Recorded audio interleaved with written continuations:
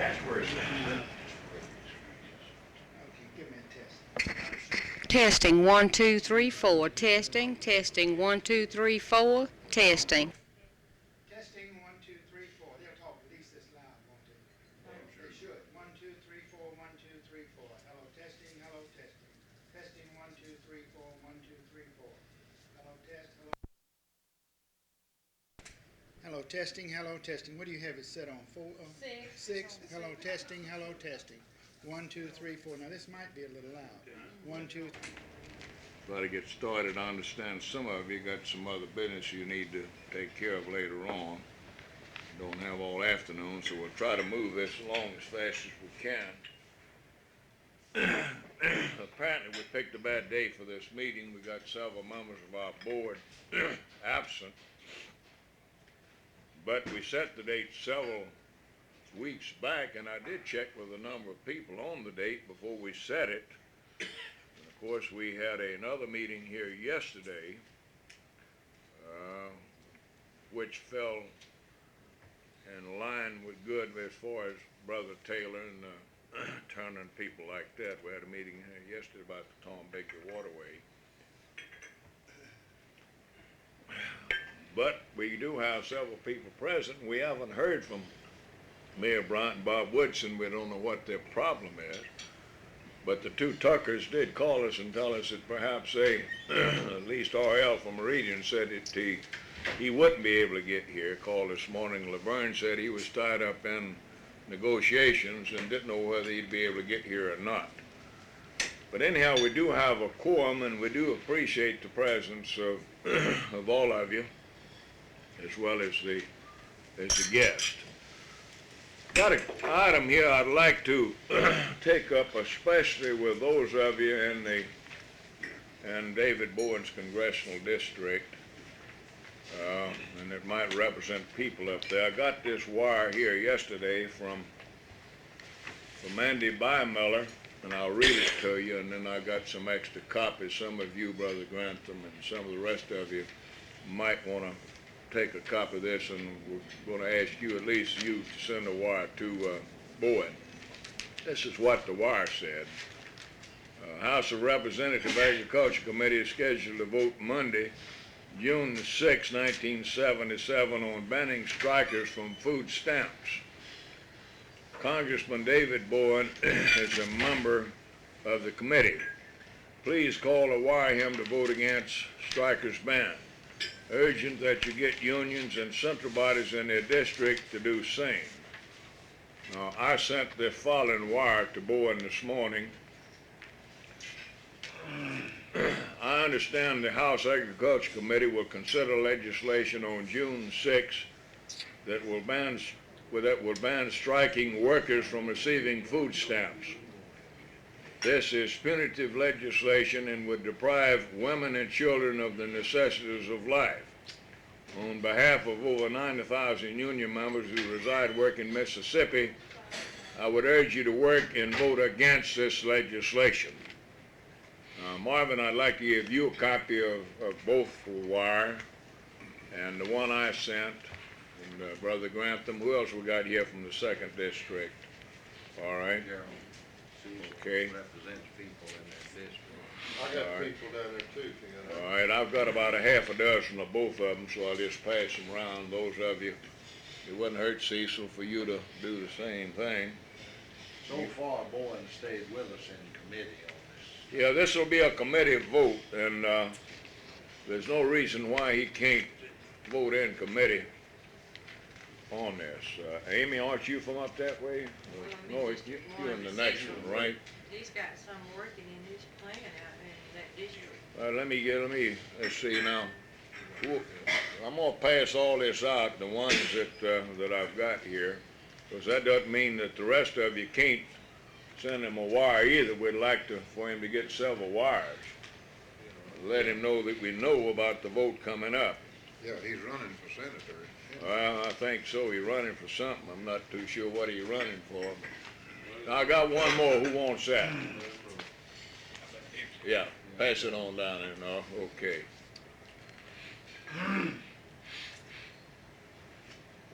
Okay, if you would, sometime before the day's up, try to get a wire off to him. That'd be coming up Monday, I believe, is when, I believe the 6th is. Ain't that Monday? Yeah, Get something in there before Monday. the 6th is Monday. All right. Got a couple of items here that would like to bring up more or less for information purposes than anything, or more than anything else.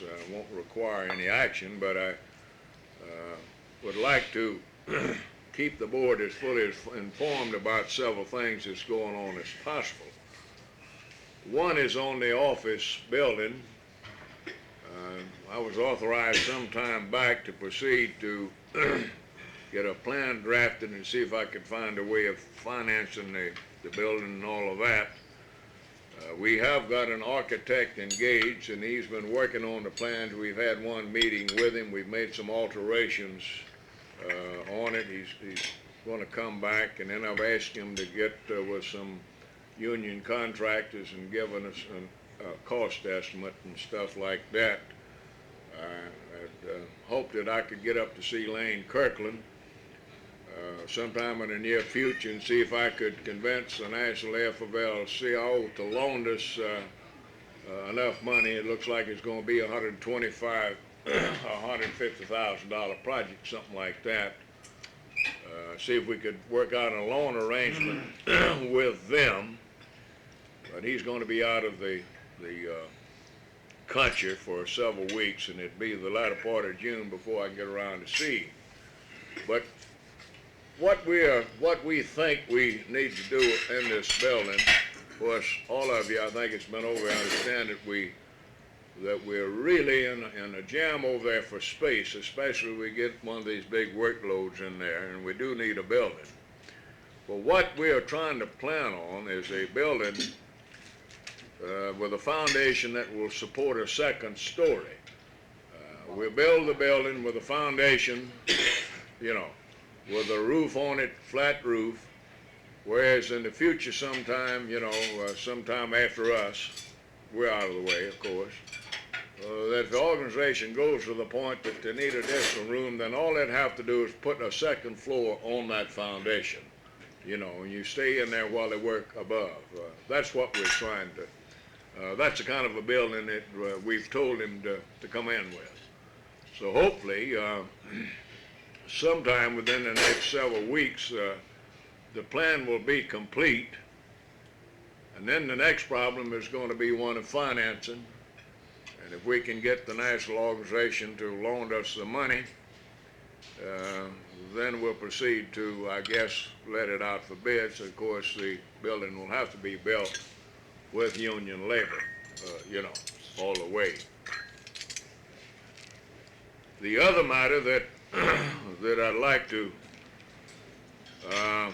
have some discussion on, a report to the board on, is the Tenn-Tom Waterway project. We had a very important meeting here yesterday with a lot of people that we hosted. I thought it was a very good meeting. Since we've got two members of this board who are involved in that, whose unions are working on that, I'd like to ask them to review that project with you. We do have some problems up there, and Oak Shop Contractors has got the job up at Iuka. Several unions have had a picket on that thing now for about 6 or 7 weeks. And we're working on that thing along with trying to get the total thing together. So, Lois, let's start off with you. Kind of give the board a rundown on what's going on in the meeting yesterday, anything else that you think is pertinent, just as a matter of information. Okay. Well, the meeting we had yesterday, we had the Corps of Engineers out of Mobile office, and we had there are some RT people out of New York and Atlanta, Georgia, down the course here yesterday. And we had Colonel Curry, Al Curry, the FAL Civil Rights Department out of Atlanta, Georgia. He was also present yesterday. The meeting still around that that are getting built on the Tennessee Tom Bigby, and those are gonna be let in the future. So far, we've been fortunate enough to turn the Tennessee Tom Bigby around. Since the first contract was let on the waterway project with the one done into Virgin, and somewhere along the line he went broke on the project on the toll line down the block that he had at Adamsville, on the upside Alabama line. Since that time, the contractors have been union that got to work on the lock. At travel time, we got the Columbus Locker Dam going. We got the Aberdeen Locker Dam is in progress, and also the Amy Locker Dam, which is clearing is going on. Amy Locker Dam and the Aberdeen Locker Dam, which the last construction on the Aberdeen Locker Dam will start, I guess, around September, so it's out there. Will be in September. We've had our problems out there. Because on the north end, I guess you would call it the north end, we got a non-union dirt contractor up there, which is McComb, who is working union in Michigan, in the state of Michigan, and he got a double-breasted outfit that he's working on a lot here. We're in the progress of trying to get it moved with the rest of the union. And the meeting yesterday was more or less of a progress meeting, and so far at times as trying to see where we are and to get some things clarified with the Corps of Engineers. I think it was a very progressive meeting yesterday. It was a meeting that need to have the Corps with brought us closer together. I think the Corps understood most of what we were trying to do, and to give us the clarification on some things that the Corps had said we wanted clarification also for the workforce that on the dam. Well, should they come from, so far as the immediate area, and determine what they call the immediate area of the work area which surround the dam. And there was a lot of things went on yesterday. I don't just recall everything that went on yesterday, but it was a progressive meeting as I stated before. I'm sure Mr. Taylor enlightened you on some things that I have left out. All in all, the meeting was a necessary one, and I'd like to compliment Cross for calling that meeting because it was necessary. It gave both sides an understanding as to what each side was trying to do. Mr. Taylor, I'll let you take up from there.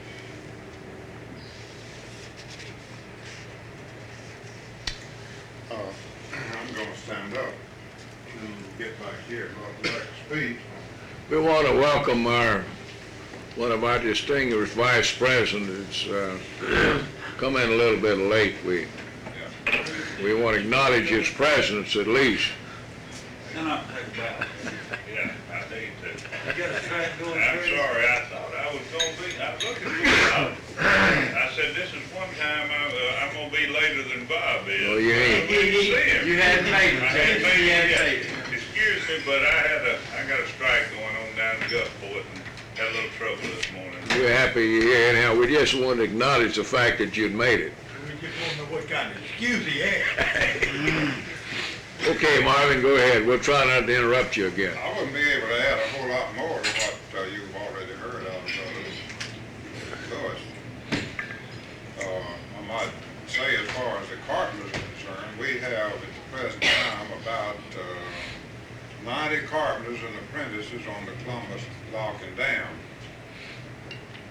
We have, I think we have what has been determined as a goal for minority employment, which is 20% on that. I think we have met that requirement at at this point. Through RTP and our general office, we have been able to recruit and put under training the necessary people to fill that requirement. The Aberdeen project at this point has operating engineers on the job and labor. Partners are not on that job yet. It's in this, you might say, site preparation. I understand that the lock A at Amory, incidentally, that's a lock at Amory and not a lock and dam. Aberdeen will be the last lock and dam as such until you get to the last one up on Yeller Creek, the Bay Springs lock and dam. That'll be a bigger one than any of the others, as I understand. As far as the projection profile on the engineers, they'll have at least 140, 150 cartons at the peak on that Bay Springs lock and dam. That will be in the jurisdiction of car rent. Now, these three jobs, as already been mentioned, is under contract by union contractors. The next three locks will be in Itawamba County. In all probability, before contracts are let on it, it will be decided that that territory will be in the jurisdiction of Local 387 Columbus, Mississippi. So, as we move up the system, there will, of necessity, to meet the requirements as far as the minority employment is concerned, an increasing percentage. Aberdeen has a higher percentage requirement than Columbus. Amory has still a higher. And then as you move up, it will get on up pretty close to 30%. And the problem is that as the further up you go, the population of minorities decreases instead, and you got a sort of a reverse English type thing there that's it's gonna make a problem. I'll be by that meeting yesterday. We've asked Claude could probably explain this a little bit better than me, but we have tried to come up to get the engineers to come up with a clarification on the number of people as far as the whole area is concerned, rather than on a county by county basis. Otherwise, if we can't get that interpretation, the idea being, of course, that Mississippi people in the area and these adjoining counties will have job preferences. Well, I can't keep but thinking, but we know we're going to run into some legal problems there when we say this. Now, not that we wouldn't like to have it this way. We would like for Mississippi people to do the work in Mississippi. But this is federal funds, and people in California and Kalamazoo and all over the country is putting the bill on this deal. And I have bumped into that type of thing on housing projects, on public housing projects. We have a Mississippi resident labor law in which we can keep people from other states coming into the state on public construction. Schools and, any work in a municipality. But now when you come into a low rent housing project in which there's federal funds involved, they say that you can't enforce a Mississippi resident law on that. So I'm wondering if there's not some legal requirements on this thing. Not that we wouldn't like to have Mississippi people do this work, but I'm just thinking that somewhere down the line we're going to have to meet some problems in that area. But we will, of course, do whatever is required from these things. We did have I thought a good meeting yesterday, and if all of the trades involved on this project will use the facilities that will be made available, they'll be able to meet the requirements as far as minority employment is concerned. And if they don't do that, then somebody's going to be in some trouble somewhere along the line, as I envision it. I think we are probably as good a shape as anybody on that point. we anticipated these things, and we moved as fast as we could to implement recruitment and training program, and we're in good shape at this point. I think that about be Okay. what I'd like to say. Thank you, Marvin. I thought, that the board would like to have a report on that situation because it is one of the most important projects going on in the whole state of Mississippi, and we've been involved in it over a period of years, supported the legislation to get it started, and now that it's a fact, and we want to do everything we can to make sure that Mississippi working people get as much of that work as we can, and that's, of course, black and white people. And all of you have met Mr. Harris, who is the director of the RTP office in Columbus, along with Bill Ross and others who have been before this board on occasions. We've made a lot of progress on this, the overall situation. As has been indicated, we only have one problem now with one open shop contractor on the entire waterway. That's in Iuka. And I guess perhaps I ought to kind of outline to you what Marvin made reference to on the local labor area. Keeping in mind that we've agreed to an affirmative action program, the unions and everybody has, and this is now being written into the specifications for that work, that they have to have a minimum, I think it's 21% minorities as a start, and then that will increase, as Marvin indicated later on. Also in the contract, they're required to employ 80% local labor. That's the 80% that is the thing he's talking about, where we think we'll probably have a conflict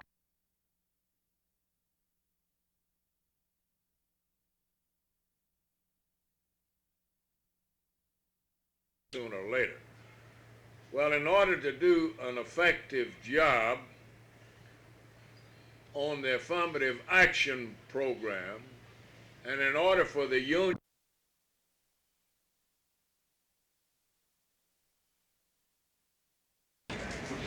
Okay, give me a test.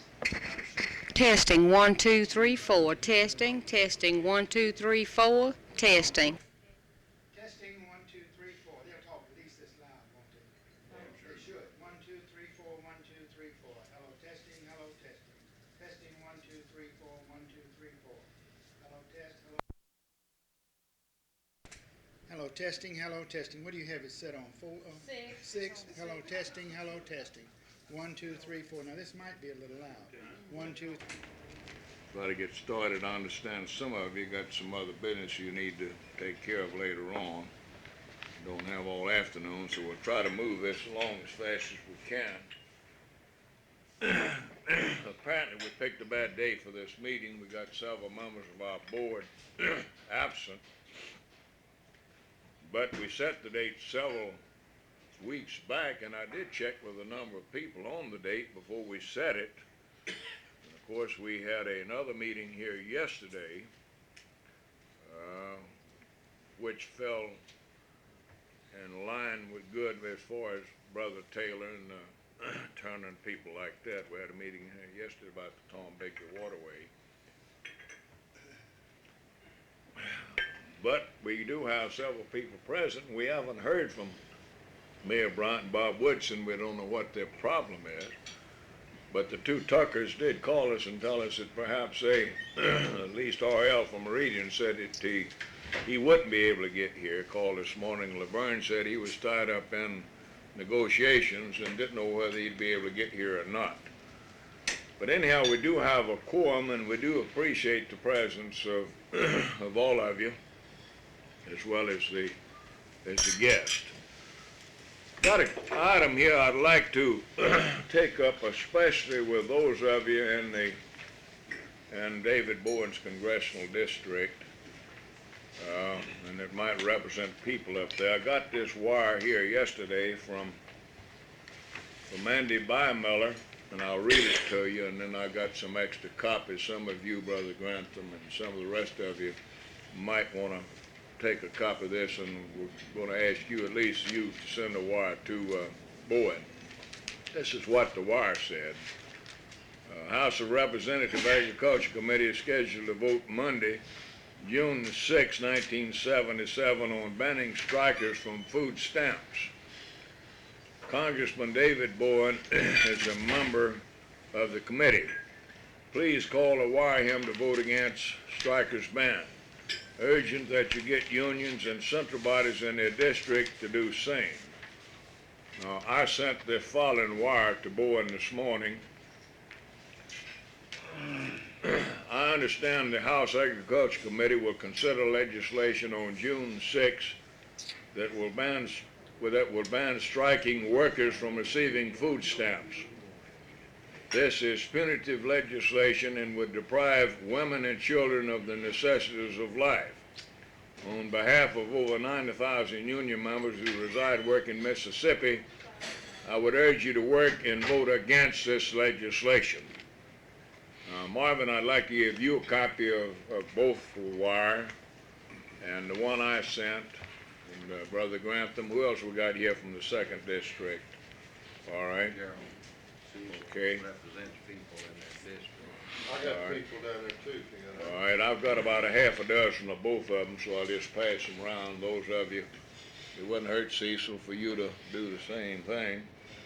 So far, Bowen stayed with us in committee on this. Yeah, this will be a committee vote, and there's no reason why he can't vote in committee on this. Amy, aren't you from up that way? No, it's you in the next one, right? He's got some working in his plan out in that district. Let's see now. I'm gonna pass all this out, the ones that I've got here, because that doesn't mean that the rest of you can't send him a wire either. We'd like for him to get several wires. Let him know that we know about the vote coming up. Yeah, he's running for senator. Well, I think so. He's running for something. I'm not too sure what he's running for. Now, I got one more. Who wants that? Yeah, pass it on down there now. Okay.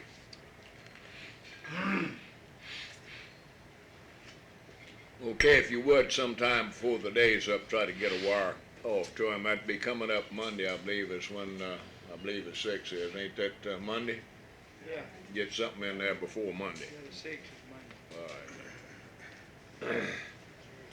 Got a couple of items here that would like to bring up more or less for information purposes than anything, or more than anything else.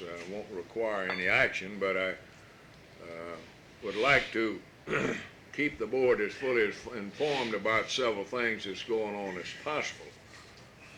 One is on the office building. I was authorized some time back to proceed to get a plan drafted and see if I could find a way of financing the building and all of that.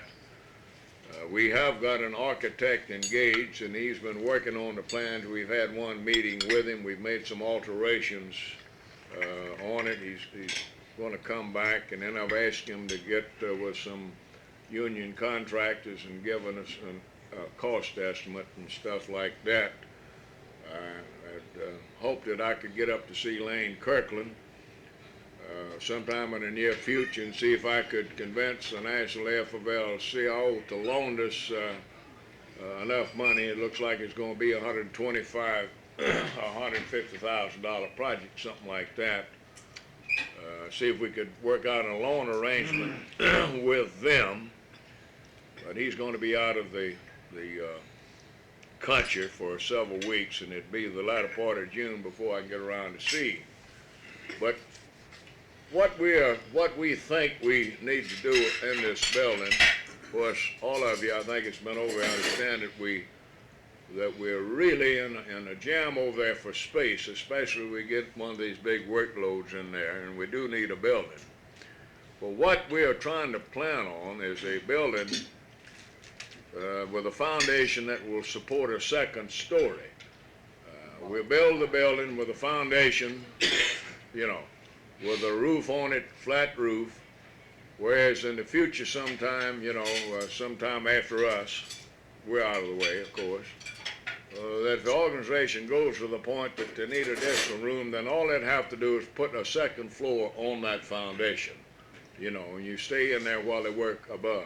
That's what we're trying to, that's the kind of a building that we've told him to come in with.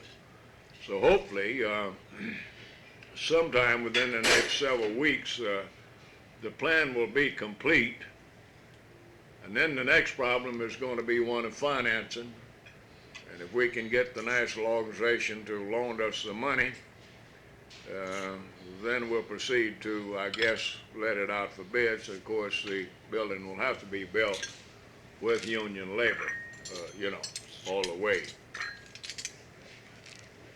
The other matter that that I'd like to have some discussion on, a report to the board on, is the Tenn-Tom Waterway project. We had a very important meeting here yesterday with a lot of people that we hosted. I thought it was a very good meeting. Since we've got two members of this board who are involved in that, whose unions are working on that, I'd like to ask them to review that project with you. We do have some problems up there, and Oak Shop Contractors has got the job up at Iuka. Several unions have had a picket on that thing now for about 6 or 7 weeks. And we're working on that thing along with trying to get the total thing together. So, Lois, let's start off with you. Kind of give the board a rundown on what's going on in the meeting yesterday and anything else that you think is pertinent, just as a matter of information. Okay. Well, the meeting we had yesterday, we had the Corps of Engineers out of Mobile office, and we had the RSMRT people out of New York and Atlanta, Georgia, down the course here yesterday. And we had Colonel Curry, Al Curry, the FAO Civil Rights Department out of Atlanta, Georgia. He was also present yesterday. The meeting still around that is being built on the Tennessee Tom Bigby, and those are going to be let in the future. So far, we've been fortunate enough to turn the Tennessee Tom Bigby around. Since the first contract was let on the waterway project, with the one done into Virginia, and somewhere along the line he went broke on the project on the toll line on the block that he had at Adamsville, around the upside Alabama line. Since that time, the contractors have been union and got to work on the lock. At the present time, we got the Columbus Lock Dam going. We got the Aberdeen Lock Dam is in progress, and also the Amory Lock Dam, which is cleared is going on. Amory Lock Dam and the Aberdeen Lock Dam, which is mass construction on the Aberdeen Lock Dam will start, I guess, around September, so it's out there. September. We've had our problems out there, because on the north end, I guess you would call it the north end, we had a non-union dirt contractor up there, which is McComb, who is working union in Michigan, in the state of Michigan, and he got a double-breasted outfit that he's working on a lot here.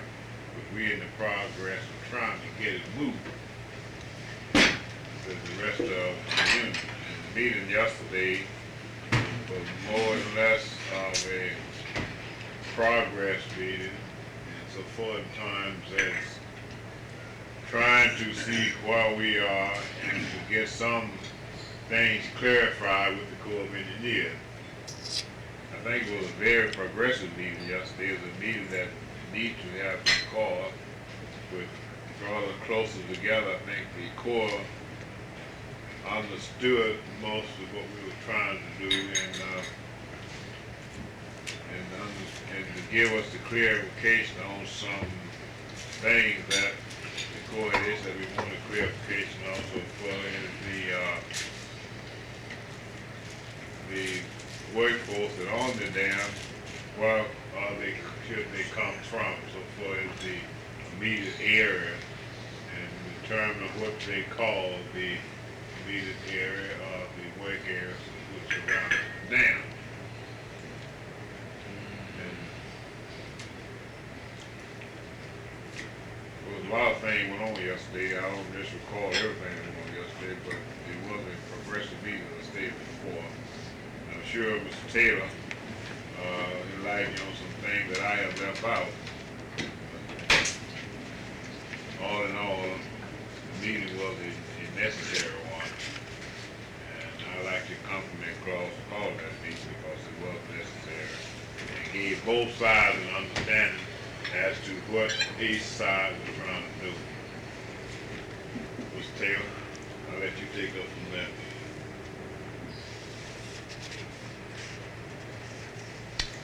I'm gonna stand up and get back here, not like to speak. We want to welcome one of our distinguished vice presidents, come in a little bit late. We want to acknowledge his presence at least. Yeah, I need to. I'm sorry, I thought I was looking for Bob. I said, this is one time I'm gonna be later than Bob is. Well, you ain't. You hadn't made it. Excuse me, but I got a strike going on down in Gulfport and had a little trouble this morning. We're happy you're here. Anyhow, we just want to acknowledge the fact that you'd made it. We just want to know what kind of excuse he had. Okay, Marvin, go ahead. We'll try not to interrupt you again. I wouldn't be able to add a whole lot more to what you've already heard out of Lewis. I might say as far as the carpenters are concerned, we have at the present time about 90 carpenters and apprentices on the Columbus Lock and Dam. We have, I think we have what has been determined as a goal for minority employment, which is 20% on that. I think we have met that requirement at this point. Through RTP and our general office, we have been able to recruit and put under training the necessary people to fill that requirement. The Aberdeen project at this point has operating engineers on the job and labor. Carpenters are not on that job yet. It's in this, you might say, site preparation. I understand that the lock A at Amory, incidentally, that's a lock at Amory and not a lock and dam. Aberdeen will be the last lock and dam as such until you get to the last one up on Yeller Creek, the Bay Springs lock and dam. That'll be a bigger one than any of the others, that I understand. As far as the projection profile on the engineers, they'll have at least 140, 150 carpenters at the peak on that Bay Springs lock and dam. That will be in the jurisdiction of car rent. Now, these three jobs, as already been mentioned, is under contract by union contractors. The next three locks will be in Itawamba County. In all probability, before contracts are let on it, it will be decided that that territory will be in the jurisdiction is Local 387 Columbus, Mississippi.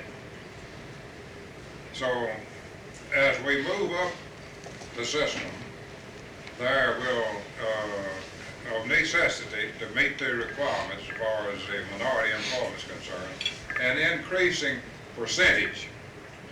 Aberdeen has a higher percentage requirement than Columbus. Amory has still a higher. And then as you move up, it will get on up pretty close to 30%.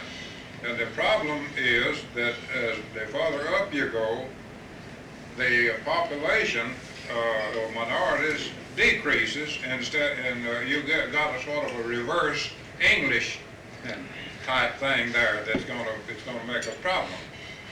I'll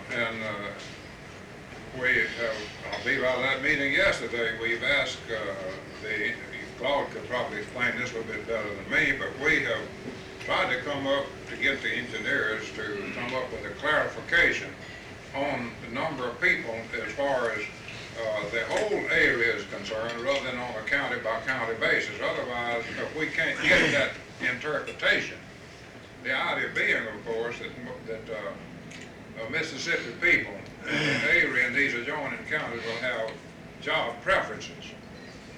Claude, I can't keep but thinking, we know we're going to run into some legal problems there when we say this. Now, not that we wouldn't like to have it this way. We would like for Mississippi people to do the work in Mississippi. But this is federal funds, and people in California and Kalamazoo and all over the country is footing the bill on this deal. And I have bumped into that type of thing on housing projects, on public housing projects. We have a Mississippi resident labor law in which we can keep people from other states coming into the state on public construction. Schools and, you can work in a municipality, but now when you come into a low-rent housing project in which there's federal funds involved, they say that you can't enforce a Mississippi resident law on that. So I'm wondering if there's not some legal requirements on this thing. Not that we wouldn't like to have Mississippi people do this work, but I'm just thinking that somewhere down the line we're going to have to meet some problems in that area. But we will, of course, do whatever is required from these things. We did have I thought a good meeting yesterday, and if all of the trades involved on this project will use the facilities that will be made available, they'll be able to meet the requirements as far as minority employment is concerned. And if they don't do that, then somebody's going to be in some trouble somewhere along the line, as I envision it. Right. I think we're in probably as good a shape as anybody on that point. We anticipated these things, and we moved as fast as we could to implement recruitment and training program, and we're in good shape at this point. I think that about be Okay. what I'd like to say. Thank you, Marvin. I thought, that the board would like to have a report on that situation because it is one of the most important projects going on in the whole state of Mississippi, and we've been involved in it over a period of years, supported the legislation to get it started, and now that it's a fact, and we want to do everything we can to make sure that Mississippi working people get as much of that work as we can, and that's, of course, black and white people. And all of you have met Mr. Harris, who is the director of the RTP office in Columbus, along with Bill Ross and others, have been before this board on occasions. We've made a lot of progress on this, the overall situation.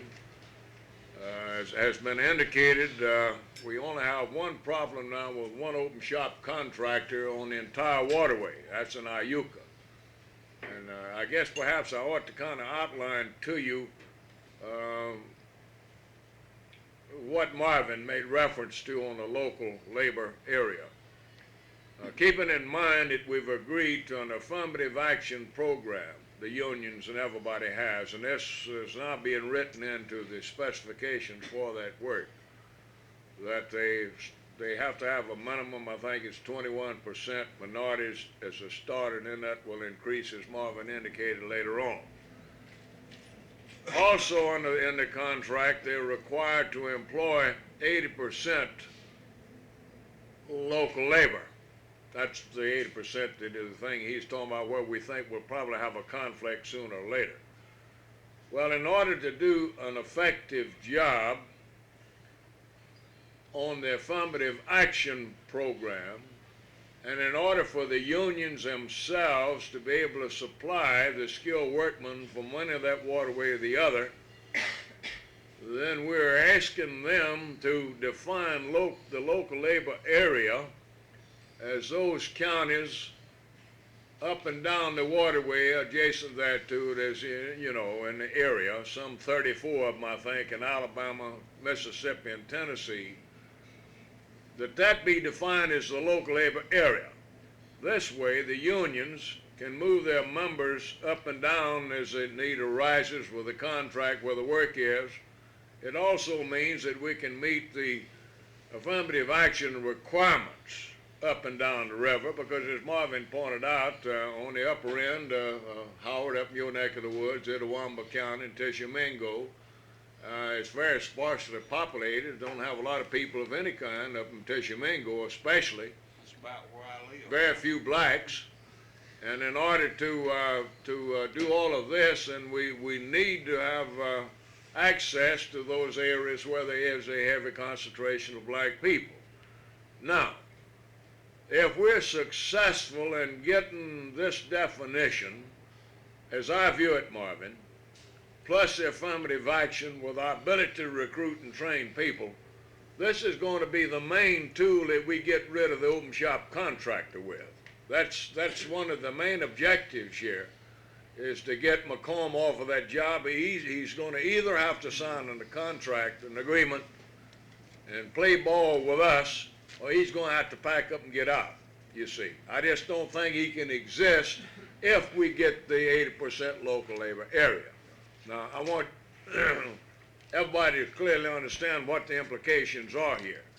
Now, we had a situation develop just 2 days ago that, of course, we were in the background. The unions had a picket up there for about 7 weeks. Hadn't been doing much good, and so some of our people come up with an idea that maybe they needed to have a demonstration on the part of some local people, black and white. So we arranged to get that one started, and I asked Aaron Henry to go over there, which he did. He was there helping them picket it, and that created quite a stir. I understand they had some local white and local black people demonstrating up there day before yesterday, Joe. I don't know what kind of publicity y'all got, but Mark Ledbetter with your TV station, Channel 9 up there, called me, want to know what the hell was going on, and of course I wasn't supposed to know anything much, but I did tell him what I knew about it and told him where to go and so forth. Well, anyhow, that has got the Corps kind of shook up, plus the labor picket and that. So we're inclined to think that they don't like that type of publicity, and that might tend to move them more in our direction. The interesting thing about this is that the Corps themselves are divided. On this waterway is similar jurisdictional lines with unions, building trade unions. The lower end of the waterway is covered by the Mobile office. Everything up to, I guess, Marvin, up to where past, beginning with the divide cut. I know the divide cut out of Iuka is under the national office. That's where the problem is. Now, Colonel Blaylock, who is in charge of the Mobile office, is in favor of the proposition I've just outlined to you. So what we're saying is we want the Corps of Engineers to go along with the Blaylock proposal. We call it the Blaylock proposal, as outlined by Colonel Blaylock. And some indications are that perhaps we'll get that or some modification thereof. Now, we are talking about a massive recruitment and training type program. In order to meet the job requirements on that thing, it's going to be necessary that we have a massive recruitment and training program for the different unions involved in the project. For instance, they'll need 500 and some odd heavy equipment operators alone on the divide cut section when they get at the peak of that job up there. That's it's a massive thing. And of course, the laborers will have a lot of people, the carpenters will, the cement finishers. These are the crafts. And of course, that means that what we've got to do, and that's what we're trying to do, is to develop recruitment and training programs, and we've got RTP already established, and they've agreed to open up an office in Tupelo, Joe, and when they get up there, I'll have them get in touch with you fellas in the Tupelo area. You need to, they need to contact you, and then, of course, I'm sure that you'll work with them any way that you can in terms of recruiting. But it's a massive job, and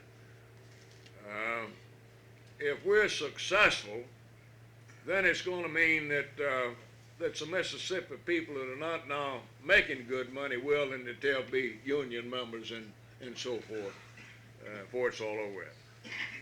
It's a very complex kind of a situation. I don't want to burden you with all the problems involved in it, but I did think you'd be interested in knowing what's going on, and the fact that we did sponsor the meeting yesterday, and that Marvin and Lois have both said that they thought it was a very worthwhile meeting, and I agree that it turned out real good, and I think there's going to be a lot of good come out of it, so forth. Does anybody have any questions on that project? Yeah, Howard. I hadn't got a question, but I'd just Yeah. like to make a statement. This Corps of Engineers took on quite a few enemies a few days ago when they published or posted no hunting all up and down the project, They did. and up in our area anyway. They don't want you to hunt up there where the project's going, or what? Well, even in the areas that they're not working on, for the entire length of the project, they've posted no hunting. And I know in the newspapers there at home, they've been a pretty good little stir up. Well, I don't know of anything that can get folks riled up any more than something like that. I was thinking about this damn legislature on occasions. I know that if there's anything that get folks riled up, it's something that fools around with their damn hunting. They can bring up a bill over there that controls hunting rabbits or some damn thing, and boy, it's just like lighting a fuse in the place. So I know what you're talking about, Howard. Yeah. Well, there in Itawamba County, that bottom is about the only place the whole county hunts, and said it would be probably several years before they would even be working in there, but. Here's the problem, though. There's a lot of times they have small groups of engineers constantly going into these areas to check this and to do that and to drive stakes, and that's the way it is down below Columbus going on into to Gainesville. And that might be the situation up there. It's a safety thing as far as the Corps is concerned. I'm not trying to apologize for them, but I can see some degree of justification as a matter of safety.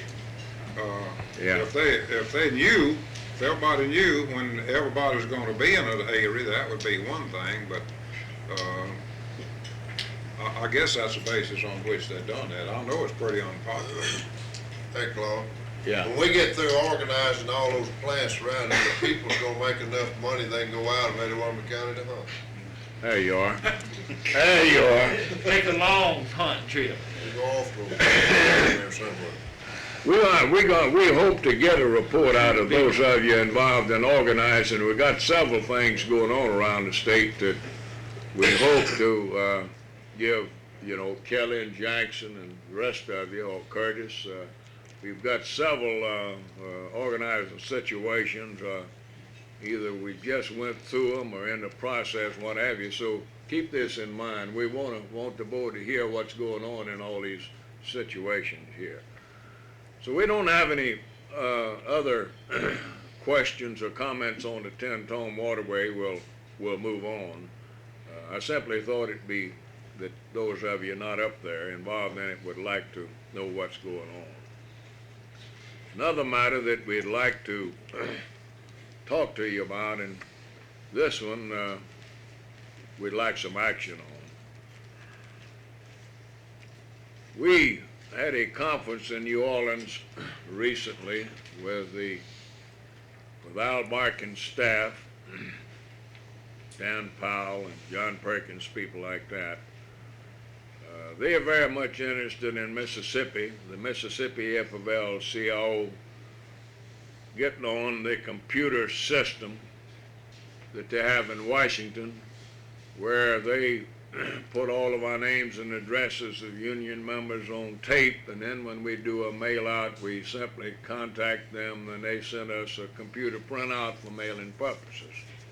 We're, I think, about the only state that hasn't got on the thing up to this point.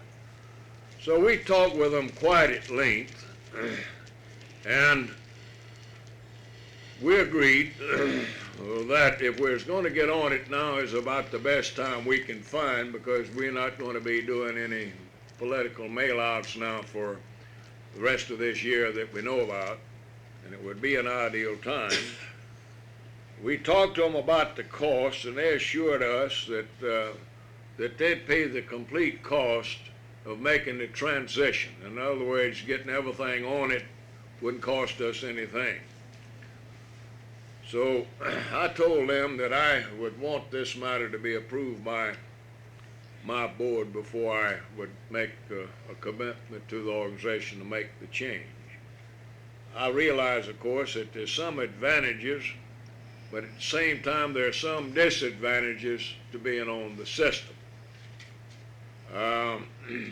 We have, as most of you, well, I'm sure all of you know, we have the addressograph system where we keep the plates and all in the office. And one of the big jobs that Diane's got here is to keeping those plates up to date with changing addresses and things of that kind.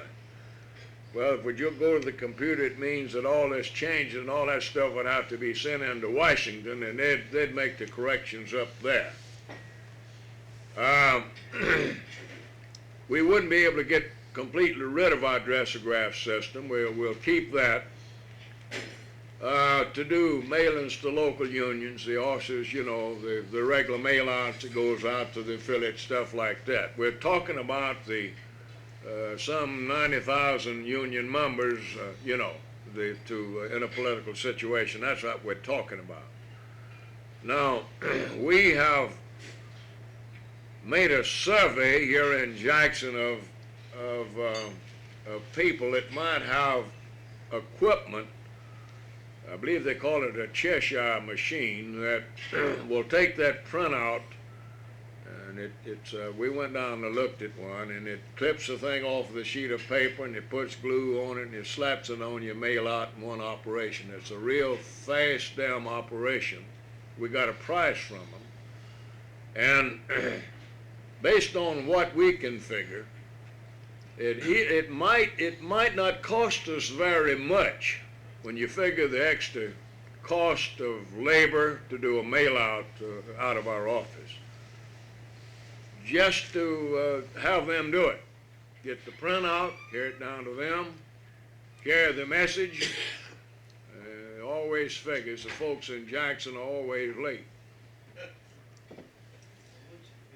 We are happy you're here. Now we've called you. We have called you, we have run you all over the place, and we haven't found you yet. But we're happy you're here. She's on the way up. Would you like to have something to eat? Yes, I'll eat this. All right, go right ahead. Go right ahead. Now,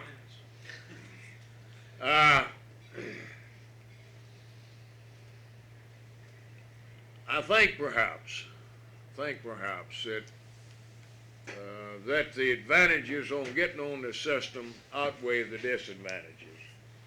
And inasmuch as that they have agreed to pick up the cost of making the transition, Tom, I guess we're recommending that we get on it. Yeah, let me say Yeah. this, it's something Right. else here that we consider. And this of course is not the case at the moment, but sooner or later, as everything else is, the registrars, the circuit clerks are going to begin to computerize the voter list in the counties. And I don't think we have any in the state at the moment that are, even Hinds County is not. But, you see, one of the chief advantages to this is simply this, that in the future, as they start computerizing the voter registration list, then is where the real advantage will come in insofar as knowing who's registered and who's not. In other words, we reconcile the tapes, theirs with ours or ours with theirs, and in a matter of just a little bit, we know exactly who's registered. We've got the precinct, we got the county, we got everything on there. And then at that time, we won't have to worry about any cards or anything. It is just match one tape with the other tape. Now, one of the things that we're going to try to do at the outset, and of course we hope we'll do this all over the state sooner or later with this thing, is simply this, that we're going to try to begin to put all of this political information on the tape in Washington, that is first of the heavier populated counties where the more members are. We're hopeful that we can take these cards and have them checked against a registration list and then send the card to Washington and have it put on there. Then when we're doing mail-ins and registration campaigns, we're only sending to unregistered members. When you're doing mail-ins to, in political campaigns, you're only mailing to registered members, which, and as you know, all mailing is quite expensive now, and of course we're having some problems with the post office, and you might have to get me out of jail because I may have to knock 2 or 3 people in the head if they pull the same deal on us they pulled last week in the post office. So this is another thing that we're looking at down the road as being an advantage to our list being on a computer thing. Now I might add this. While we're talking about this, Claude mentioned the machine, and he's going to tell you in a minute the approximate cost of this mail-in service. You tell them. One of these machines costs between $18,000 and $20,000. And of course, number one, we don't have the money now, and we don't have the room in the old office to put it because it takes about 10 feet square to put for the machine to set and have room to operate. As a matter of fact, more than that. The machine and everything goes with it's about 10 feet long. But anyway, the price that we've been given here, this includes, in other words, we take our mail, regardless of what it is, out of a box of labels out of Washington and carry it down to this place in Jackson. And they will put the addresses on it, they'll sort it, they'll sack it, and we could talk about that sorting all day. They'll sack it, they'll carry it to post office. We don't see it anymore. For $9.20 a thousand. As he pointed out, if we count the cost of the girls in the office, the regular girls, and then the additional girls in a mass mailing, really, it's not really costing you anymore when you think about it, at the $9.20 a thousand. So, that's that. Plus, one of the other things that we are looking at also is the fact that this amount of time before their addressograph wears out, we're having problems now with that system. But if we get on a computer and only use that for, what have we got, 700-800 on that for the mail out, where we're talking about doing a mail-in to 700-800 people, then I think that we can keep that system for that purpose for some time to come. Yeah, I got a couple of questions, Claude. Okay. Sounds like a good idea, but I'm wondering If we're gonna get on it, now's the Yeah. time to do it. do we lose any of our flexibility that we now have in existence by going on? Let me explain to you what I mean. Yeah, Say we have a congressional race on in one district of the state. Can they pull that off and just Yeah, give you that anything mailing? you Or do you want. have to have the whole thing? Yeah, no, you can. no, they can Any set sort it of up. mailing you want. We Oh, can, now, no, you we can can do code that. it, or we can get anything out of them that we do with our system, I see. plus some. Right. So if you want to We- do a we- mailing for one right. particular local union, you can Right. still pull that out, provided Right. it's coded, right? Right, a Right. central body district, or one county, or 2 counties, or whatever. The only thing about it is time. We'll have to give them about a week's notice before we need it. Now, Yeah. whereas when we're on with that's of course one of the advantages of having the whole thing in our office. Yeah. That we got it there and we don't have to worry on somebody else getting it to us. we have held off on this thing, I might say now, for several years. I've been very reluctant to get on it. They've had some problems with it in some of the other states, but I understand that they've about got all the bugs worked out of the thing. Yeah. You know. So you need a motion to take care of that?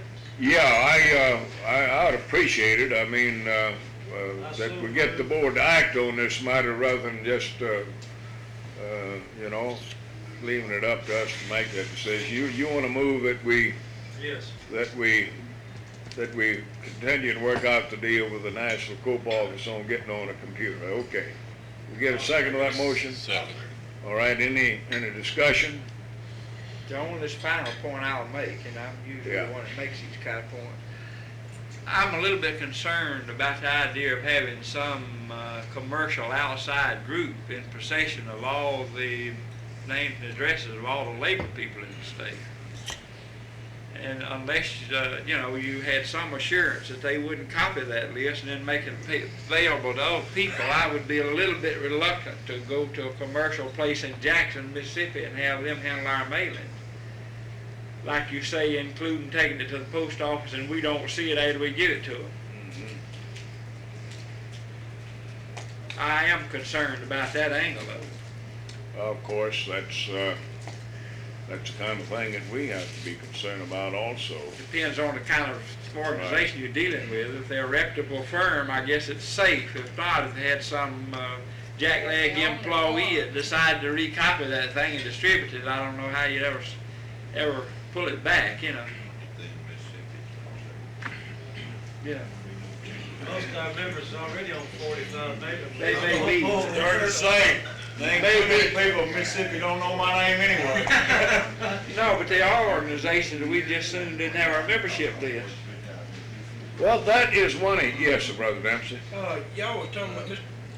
Knight was talking about the $9 and something cost for peeling the labels off, you know, and putting them on. What would the cost be for the computer service itself? In other words, to get the label? What was the price they give us on that, Tom? Now, that's after we get on it, then we'll have to pay for the printout. What was that figure they give us on that? It was a minimum amount, didn't it? Oh, you talking about the cost of the labels out of Of Washington? the label. Well, we Just don't getting the pay, label. we don't pay any cost other than than for the paper that it takes to put the labels It's on. a very minimum, That's 17 cents a thousand. it's a very small cost. As far as that. as Now, far you- as you money understand there's a- wise, there's no. You understand, to get on that thing requires a hell of a lot of cost in terms of key punching the names of 90,000 people getting on a computer. That's the cost they've agreed to pick up. They've agreed to do that. Now, once you get on it, the only cost involved as far as they're concerned is about, I believe they quoted us the figure, it's very small, it's about 17 17 cents a thousand a thousand. for the labels. Just, in other words, if we get on it, we want to do a mail out, we call them, tell them to send us a printout. Then at that point, we pay 17 cents for each thousand, which is not a whole lot of money. The reason I asked that, I worked Yeah. with computers for a good many years, and I know a lot of them have monthly service charge, you know, like if you were to get a watch line or something. Yeah. And you have to figure into play whether or not you're gonna utilize what you had to pay, but if you're gonna pay based only on what you order, Yeah. you know, That's all we'll pay. Well, When we order. as I understand this, the FLCIO owns this computer, don't Yeah. it? Right. Oh, yeah. It's their system. It's just their a service within our own organization. Yeah, It's it's not a private. just an expense, not Right. a profit. Yeah, right. Yeah. That's the cost. How do we have to pay? The only outside source would be when you give it to this guy here in town. Oh, yeah. Mail or whatever we mail. Yeah. Folder or envelope or whatever. Well, under the system, we get on the computer, you see. If we want to get on, we do a mail out, we call them, we have to give them a week, 10 days notice when we want it. They send us the printout. Now, the only difference in what we're doing now and then is that we still do our own printing, prepare the own piece, the mail out the whole thing. We'll fold it, carry the printout with whatever it is we're going to send down to the people that do the addressing job, and they take it and they do it for $9. What is it, $9.20? $9.20. $9.20. So far as we know now, they it could be somebody else, but as far as we know, there's only 2 places of this type service in this town that's got this kind of equipment that does this for the public. Now, the state, I'm sure the state of Mississippi has 1 or more of these things, which is not available for public service. But the only 2 places that we know, one of them asks $15 a thousand, and the other asks $9.20. Now, I'm told by some of the folks in Oklahoma that are already on the program that they get theirs done out there for $6 a thousand. Now, I can't figure why, with the exception of the fact that there's probably more people with this service and it's more competitive. I don't know why else they'd be able to get the same thing done for $6 a thousand in Oklahoma City. There's a few states that have this equipment themselves. Alabama was fortunate enough that they found a used, completely reconditioned machine. I think they paid about $11,000 or $12,000 for their machine. But most of the states, for instance, the state of Arkansas, and this is a confusing thing about it. I spent 4 days down in New Orleans during this COPE conference and the meetings in connection with it, and first one thing and the other. The most confusing thing about this thing, everybody you talk to's got a different problem or they do it a different way. Now over in Arkansas, and Arkansas is just a little bigger than we are. They've got probably 10, 12,000 more affiliated members than we've got. They rent this label machine and it's hauled into Little Rock out of Dallas. They rent it and pay at the rate of $400 a month for the time they need it during an election. For instance, this last year, they kept it through the primary and the general election, which cost them, they had it about, it cost between $1,600 and $2,000. And when they're through with it, they call them, they back up to the door and put it in the truck, carry it off again. So everybody in the world, you get so doggone confused, you don't know whether you're coming or going, when you talk to this state and that state about their different problems and the method in which they go about this. But the cheapest that I've heard for the service is Oklahoma getting it for $6 a thousand. Like I say, I can't explain the difference and why they would get it for $6 and it cost us $9.20. Without more machines in Oklahoma. Well, the most people that I talked to about the $9.20 though thought that was cheap. They say Barney Weeks from Alabama told me that time you consider everything, and I guess he's taking in consideration their cost of operating the machine and extra space and all of the thing in connection with it. He said that $9.20 wasn't bad. I asked him a question because I knew they'd been in it and he had the machine and all this stuff. Mr. Chairman, couldn't you, I'm concerned like Mr. Jackson is on this, but couldn't you get something signed with this firm that is doing this, that they would not release these signatures, and if they did, well, then you could sue them. I think one of the things we could do is talk to one of these states that, that gets this done and see what kind of deal they've had, if they've had By all means, we'd have to get that kind of an understanding before we made any arrangements. I think we'd probably have to write up some kind of a legal document, a contract, and in the course of the language in that contract, it would be one of the requirements on our part that no one be allowed access to that list. Right, that they not be permitted the right to copy it while they're in there. Yeah, by all means, we'd have to safeguard that. As long as we safeguard that, I got no problem. I just hate to get a letter from the Labor Council one day and to get another one from the Mississippi Economic Council on the same subject the next, when they used our list to mail it to us with.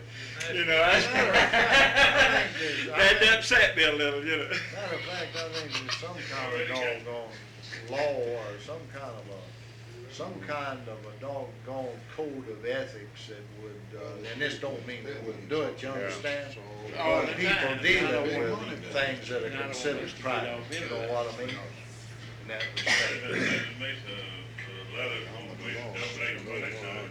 so-called Rights to Work Committee, Yeah, we get them too. Well, these outfits get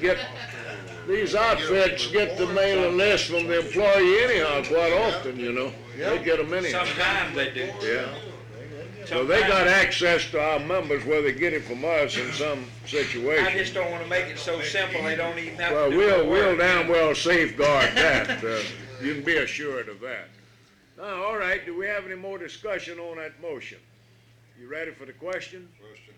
All in favor of the motion signify it by saying aye. Aye. Opposed? Motion carried and so ordered. Could I give them another little piece of information, while we're on that subject? The Women's Activity Department has been abolished.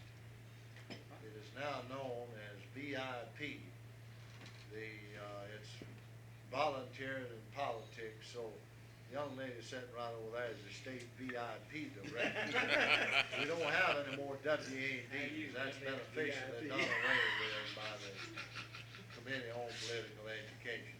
All right, that's it. Well, I understand one of the reasons they did that, a lot of people was calling the WAD the women after dark, and they had to get away from that.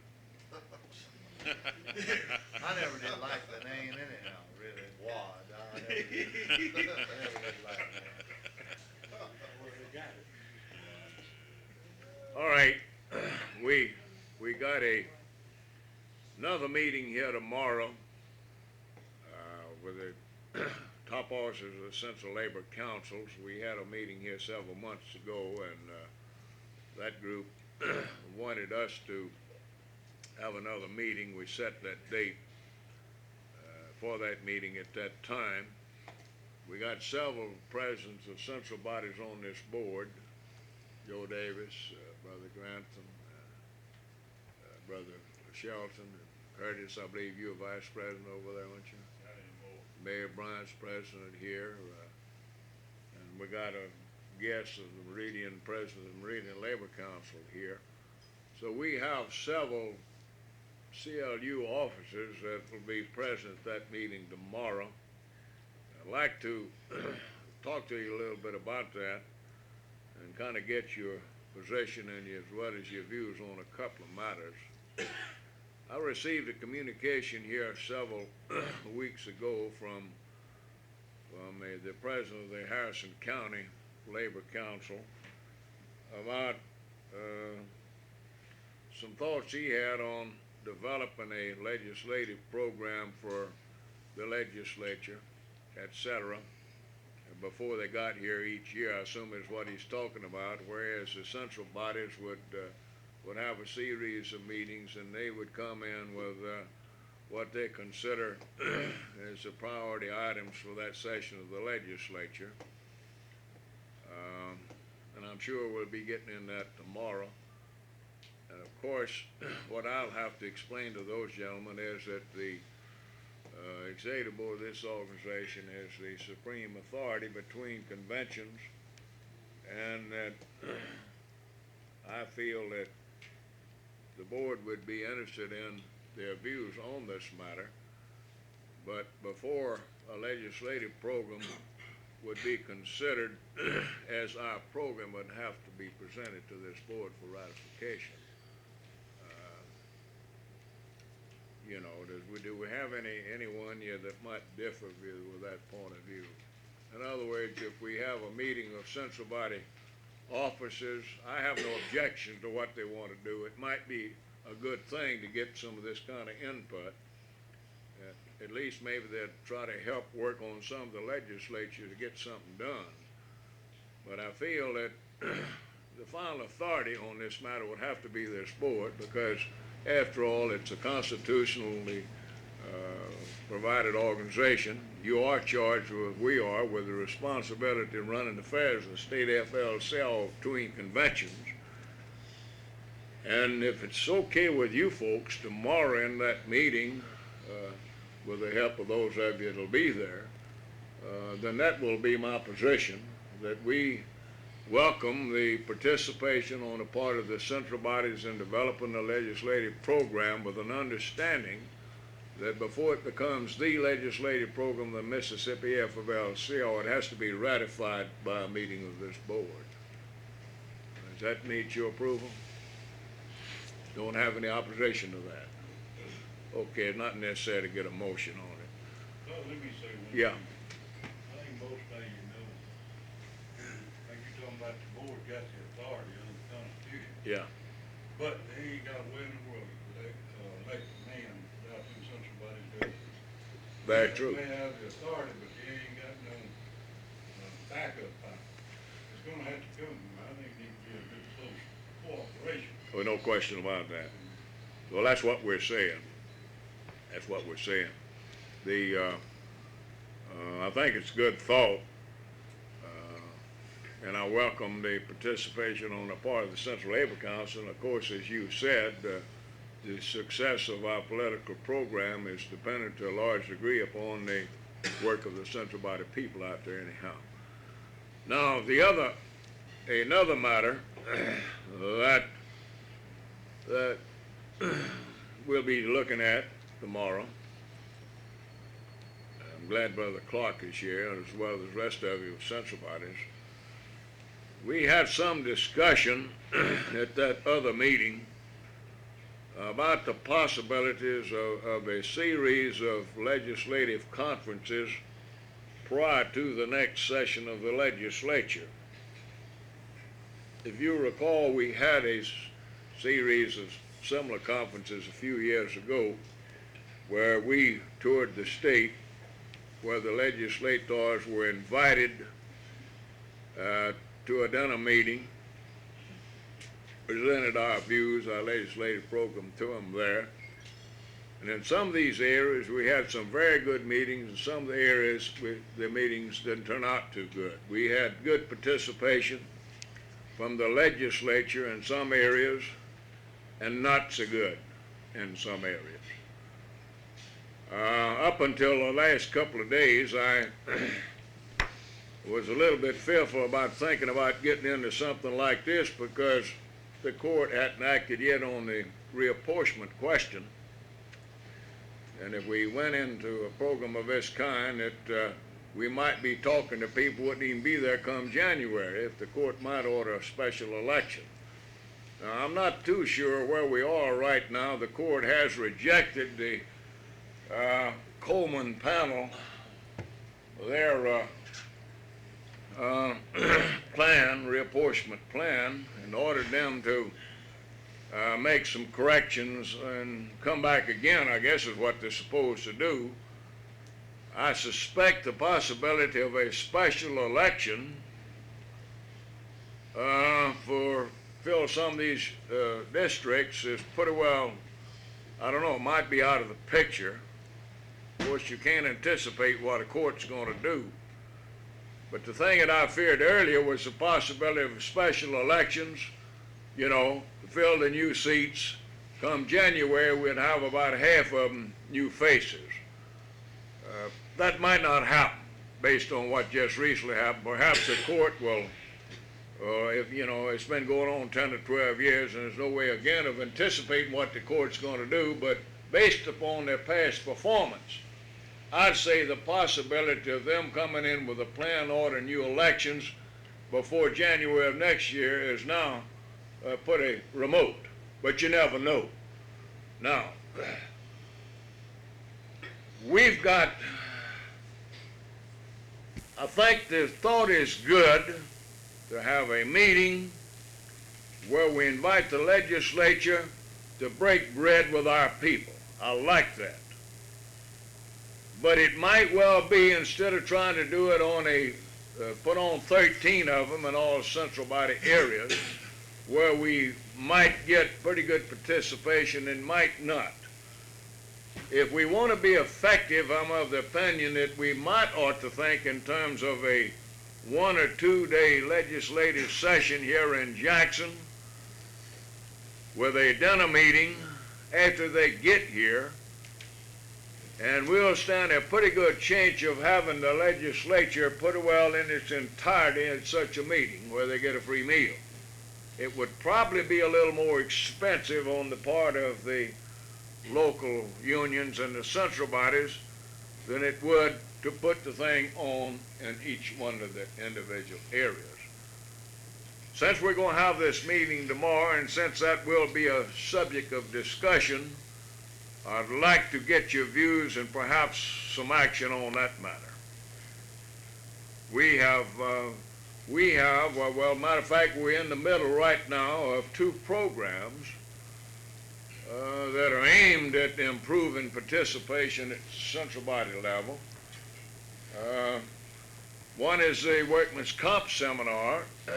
We still have a few of them to go. We're better than halfway through with that one. And that one is gone over good in most areas. Some areas of participation hasn't been as good as we'd like to have seen it. Then we got the other series of debates on right to work. We've got 8 of them, which involves another 2 of the state. Not in all the central body areas, but they are spotted around in different areas of the state where they're accessible to the various central labor councils. So we've got that going now, which means that we will have made 2 tours of the states regardless of what you do with this one. And a 3rd one just might not be too well received. And I know it's going to be pretty tough on Tom Knight and myself to have to go through another one. But we'll do it if that's what the folks want to do and that's what you want to do. I'd be more in favor of the statewide would be held in Jackson with a chance of having all the legislature present. Yeah. And I would to do it on a hit and miss basis in each district. I so do. I believe you get better participation. Let me, since he beat me to the motion, let me add a. We ain't got a motion yet. Yeah, you did. You just didn't Well, make he's one. so moved.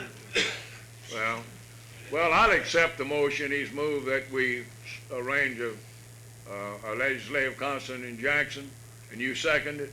Yeah. Well, let's get that on the book, then we'll discuss the motion. Of course, if this passes, then what we'll have to do, I'll have to talk to the speaker and the lieutenant governor and make damn sure we don't have a conflict on the night we decide to have it, like we had before. Yeah. Incidentally, I run into, what's the guy's name with the insurance company? Avery, Jim Avery. He come by the other day and he would be willing to put on the cocktail hour for this thing if we wanted him to, so that would save us some money, a social hour, you see. That went over good with a lot of people. I saw some smiles all over the place on that one. All right, now that's on the floor, so let's get some discussion. I want to hear from some of these central body people too. It'll be in the meeting tomorrow. Let's start with Mary down there. Mary, what's your thoughts on this? Well, we had good participation. Right. I think you'd say here in Jackson. Mm-hmm. And it is one point in favor of the local central body groups is that it's a closer, you have a smaller group of people, it's now I say more intimate dinner, and you have closer contact with your own Thank you. representatives. That would be one thing I'd say in favor of having The local one? the CLU district Yeah. type. Now, the other is good, from the other standpoint. But that, you do have a closer, smaller group of people, and you're able to come closer to your legislators. But if you have trouble in these other places getting them to turn out, I can see. Some areas like I said, we had good participation. Some areas it wasn't too good.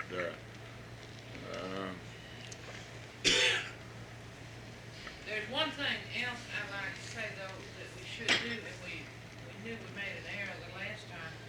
If we have it, or whenever we have it, we should be sure that the people are briefed on the points Yeah. that we want to bring to the legislature. We kind of felt. Well, if we Mouth hanging open the last. if we do what we're talking about, this is what I visualize doing, and this would take care of what you're talking about. I think that we'd have to have a legislative program prepared and in print probably, that we'd have a conference of our people and go over that program with them in detail before we had the dinner meeting in which the legislature would attend, and then ask them to try to sit with the legislative delegation at the dinner that night. This would be the better way of doing that. And then, of course, if we set this thing up right, we ought to also afford the people at this conference an opportunity to visit the Capitol while the legislature's in session. So what I think, if this is what we wind up doing, I'd say that we're talking about a conference of about 2 days. One would be a conference where we more or less reviewed the program with our people, acquaint them with the issues, have a dinner that night. That would be the end of that part of it. The next day, they'd be afforded an opportunity then to visit the Capitol. Spend that second day on the Hill. Just around visiting with them, talking with people, and seeing what's going on. Let them know we're there. Now, that's the kind of thing that I visualize if we do it that way. But that's, our international, some of the others may do that, has a national conference like that. Yeah. And they do follow those same lines, except they go and visit the offices of the various representatives. Right. Congressmen, but that's about the same thing they do. And they have the program set up, and people know what they're gonna talk to about. Would you be able to, with that place you've got out there, the CWA building out there, it's big enough to host a dinner that big, isn't it? We have hosted I know I was out there not long ago at a thing, and it looked to me like you had most of the legislature there, and there was plenty of room. So we just might want to talk with whoever we have to talk with out there about using your facility for this dinner meeting. Well, we have it available for the use of labor. Yeah. And, A lot of these folks ought to see your building anyhow. They got one of the finest buildings in the whole state, CWA local has here in we Jackson. have the finest one in the nation, George Miller said, for our purposes. Is that right? Mayor, do you have any problem getting a meal catered out there? Well, we've never had one catered except, no, we have had one catered.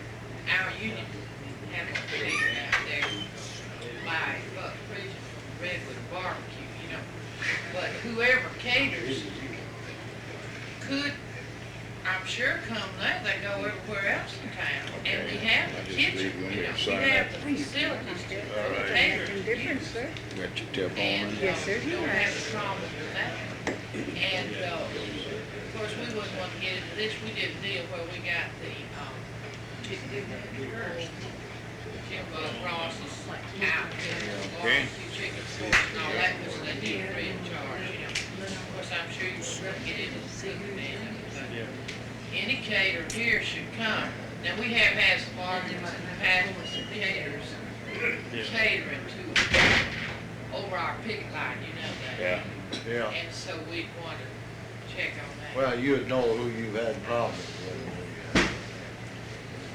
Well,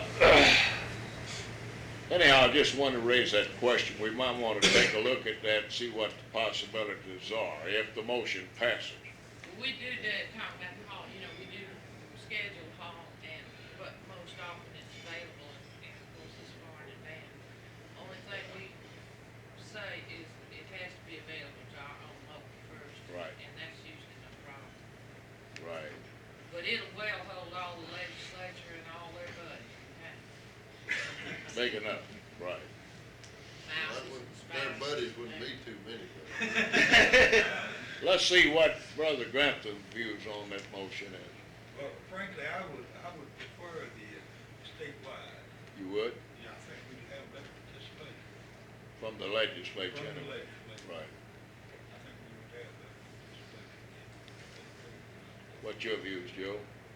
Well, if I got a free meal in Tupelo, I can get all the rank and file out I want. Yeah. And the rank and file, as Brother Clark mentioned, is the ones that elects these people.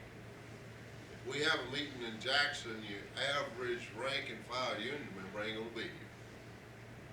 Because they not gonna get elected as a delegate or whatever process you wanna go. So I think as far as the rank and file contact, you're gonna have more on the local level. because I realized 13 meetings of these, 3 of them a year would be extremely bad. So, Depends on what you good want. outweighs the bad, I don't know. Depends on what you want to accomplish. Let me ask you a question, Joe. What does your average rank and file union member know about the problems that you're having with workman's comp or insurance or that type of thing?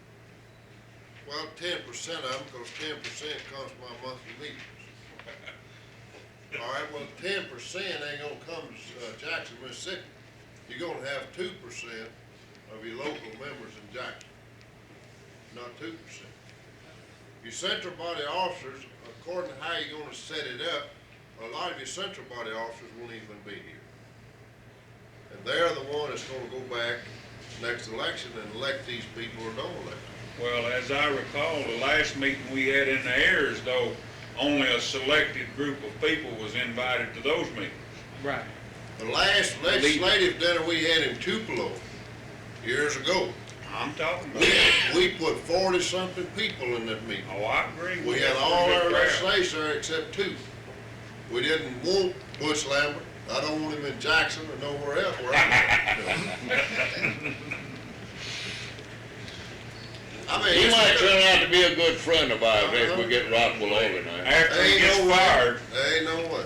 he's If we get crying Rockwell now. He's organized. afraid he's gonna get fired. What's your views on the matter, Cecil? Well, my views that the local meeting that we had was real good, but I think it might be good that we know we do make a change and have a statewide legislative meeting, and might give some chance to ask them all the same question that affect labor. See what they all would say that together. Might be more effective in terms of getting legislation passed. Yeah, that's what I think somebody else mentioned here. Let's see who else we got here as president of the central body before we open it up for full discussion. Clark, you're a president of the central body. Before LD gets on, he said he's gonna make a 45-minute speech. Did he? Do you have anything else that's gonna require a vote or anything? Yeah, we got the main thing this meeting was called for yet to take up.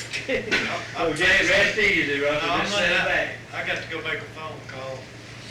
Go lay me out for the day, so- How much more time you got for the telephone call? Well, it's one of these things you can't make out of the lobby. I'm going to have to go down, I got my notes and all, and I got to call the Dallas office, so. Well, we ought to be through with this one in the next 5 minutes, and Okay. you ought to be able to get to that phone, and I'd say about 2:30 without a lot of trouble. Okay. With a good luck, with little By luck. then, if we're not through, I'll All be right, a holiday. okay, all right. Let's get Brother Clark's views on this discussion here. He's the president of Reading Central Body. First thing, let me say this, there's some people in this state that will get out and round them up on the streets and get a majority at a meeting. Then they'll call you around 12 o'clock at night to tell you that. But I'm with Joe over, I don't know, it depends on what you want to do. I hadn't heard yet that we're going to be invited to the meeting over here in Jackson. I don't know if it's going to be central body, I don't know if it's going to be union members, rank and file, or... Well, we'd have to come around to that, and I would say in answer to that we'd probably use the same criteria that we use at a convention for local unions being allowed X number of delegates, central body X number of delegates, but as far as I'm concerned, we'd welcome anybody who wanted to come. We'd probably have to set a restoration fee of some kind to help defray the expense of the meal. Otherwise, I'd say the thing would be open to any and everybody the local union wanted to send. I see no reason of restricting it, unless some of you feel otherwise. That was what I was gonna say. Let's set it at whatever we can get by with just to pay expenses and open it up to all members. Right. Well, the only, I don't know, we'd have to do a little figuring. If Avery will take care of the cost of the cocktail hour, which he says he will, and that would be an important part of this kind of a function. Then we'd have to do a little figuring on the cost. And I think we could afford to put some money in it in addition to the restoration fee, and we'd try to set that restoration fee as low as possible to make it attractive to delegates from the local unions. So we'd want as much participation as we could get from the local CLU areas, local unions, what have you. If we're going to do it and be effective, that's the way it would have to be. Because we'd be asking those delegates to be lobbying with their members of the legislature at this conference. That would be the main purpose behind it, right? So we certainly wouldn't want to restrict anybody. Okay, I've got two more questions. You're talking about your legislative session, that'd be next year, right? And I would say it'd have to be in the early part of the session, no later than the second week. And all of that would depend on the date that we could work out with the Speaker and the Lieutenant Governor. We want to make doubly sure that nothing else scheduled that night, like we had at our last convention. Okay, now then, when is the convention next year? May the 8th, I believe it is. And we're talking about a meeting in January and then another convention in May, about 4 months after that. It'll get rather expensive. It'll be more expensive.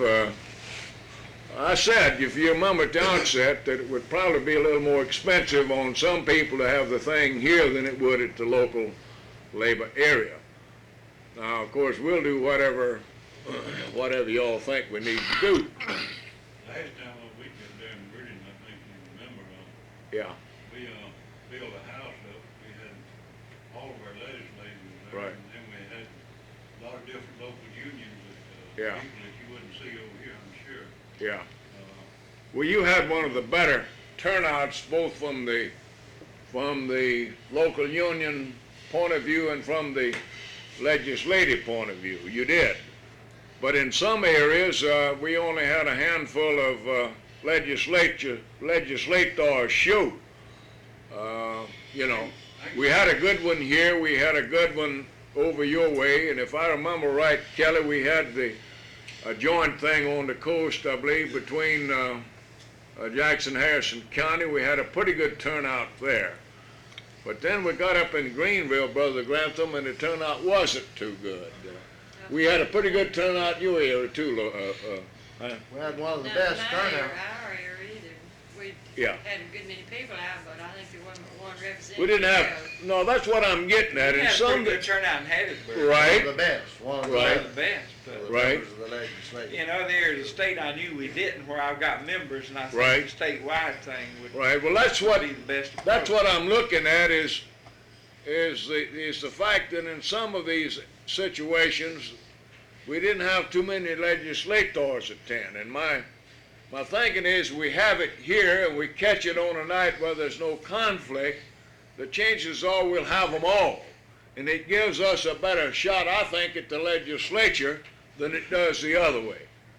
Now, the other way, I suspect, Brother Clark, that it probably does more good in terms of local participation from the labor people, you know. I think both of them got the good point. Right, good points both ways. And if we hadn't have already had the two programs, see, one of the things I have to worry about is the fact that we, you know, by the end of the summer, or by the end of next month, or this month, as a matter of fact, we will have had two programs in the state.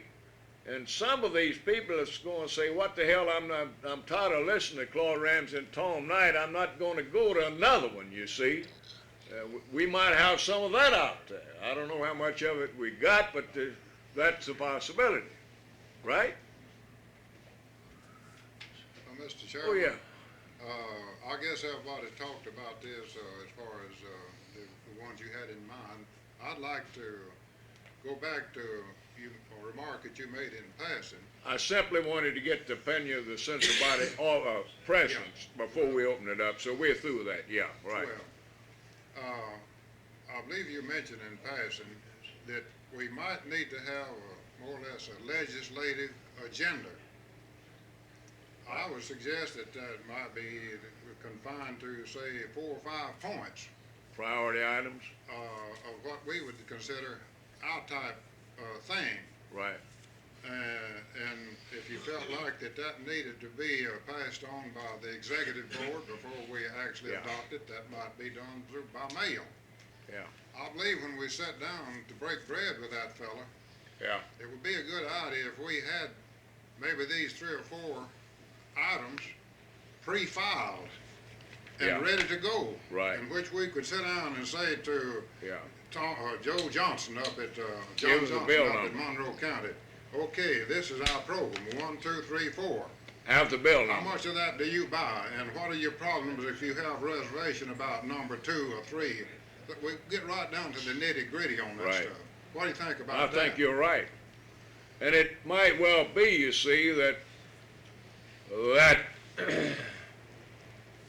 and we're probably going to have another meeting of some kind prior to all of that to adopt the legislative program. In other words, the priority items that you're talking about. Yeah. And I agree with that. We have to have some priority items. And that we might well have the bills introduced, pre-filed, and we might have the bill numbers to talk about when we have this conference with the legislature. That we might have the bill and the title and that kind of information for the delegates before we even start, That you would see. be a big improvement over the air meetings we had. In the last air meetings we had, we just talked in general what we was interested in Right. because there was no bills pre-filed and some of them never did get filed. We talked, but something, Right. in some instances, no action was ever taken on I some went of a the little issues. further than that. I had some resolutions that I passed out all over the house that night. But a lot of did you get a bill then introduced in the legislature on all I the didn't subjects?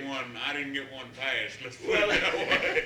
that's the point I'm making. Did it ever get up? You know what I mean? In connection with the number of the bill, if there was space, just 2 or 3 clarifying a summary, you might say, of what included in that bill. Because a lot of these representatives won't even know at that point what number so-and-so bill is. That's true.